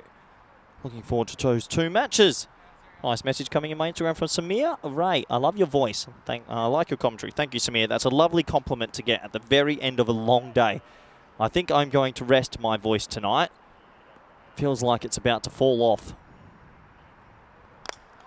Oh, yeah. Thanks, Gucci. Adios, Palazzo ball. We've lost a lot in this innings. We really have. I don't think I've seen the ball get lost this many times in just 1 innings. And that big Matthew Hayden style chest puffed out. And that's a glorious shot for 6. So 5 off 17. Oh no, Gucci, what have you done? Oh, what have you done, Gucci? Oh, it was going to be a massive wide down the leg side, and somehow, he's caught up with it and got a leading edge back to the bowler. Oh, that's bad for your stats, Gucci. Oh no. Just one of those small things. It's going miles down the leg side. That's a bit of a comical dismissal. He'll have a big laugh about that a little bit later tonight over a couple of beverages, I'm sure. But he's had a good day overall. He has a bit of smiles on his way off, and he'll go for 19 of 13, but at the end of the day, it's the partnership. He played second fiddle in this one. And sometimes in cricket, you can't always have crash, bang, wallop. You need to be the person that's also giving the strike also. He gets some warm round of applause for,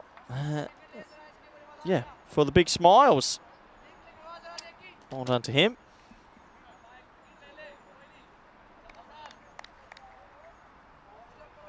And Kroom saying Gucci giving you another early night. Corey, maybe. What do we have here? How many runs to go? 5. 5 to go. And then we'll wrap it up. We'll do a little presentation at the end. I'll say goodbye to you all, and we'll get to see you all again tomorrow.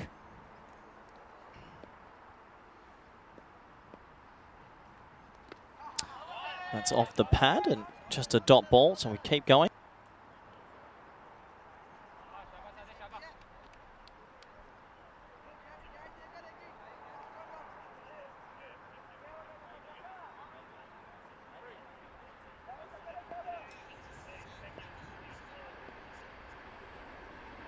And that one's hit hard down the ground, and it should be the one. It'll bring the man of the hour back on strike, who has batted phenomenally, 71 of 23.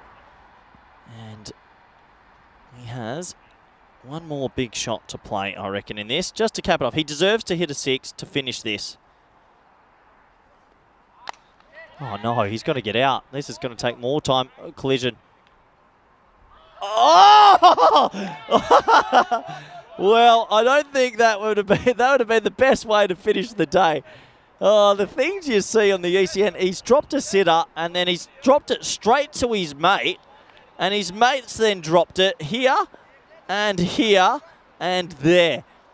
Unbelievable. I think the Vikings will go away tonight, and if they practice their fielding, they can still do very good in this competition.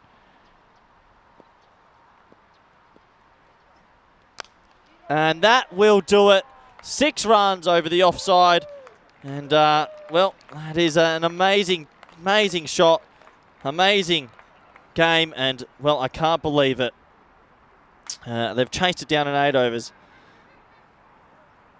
And we'll see the rounds of applause. And, well, what a game of cricket.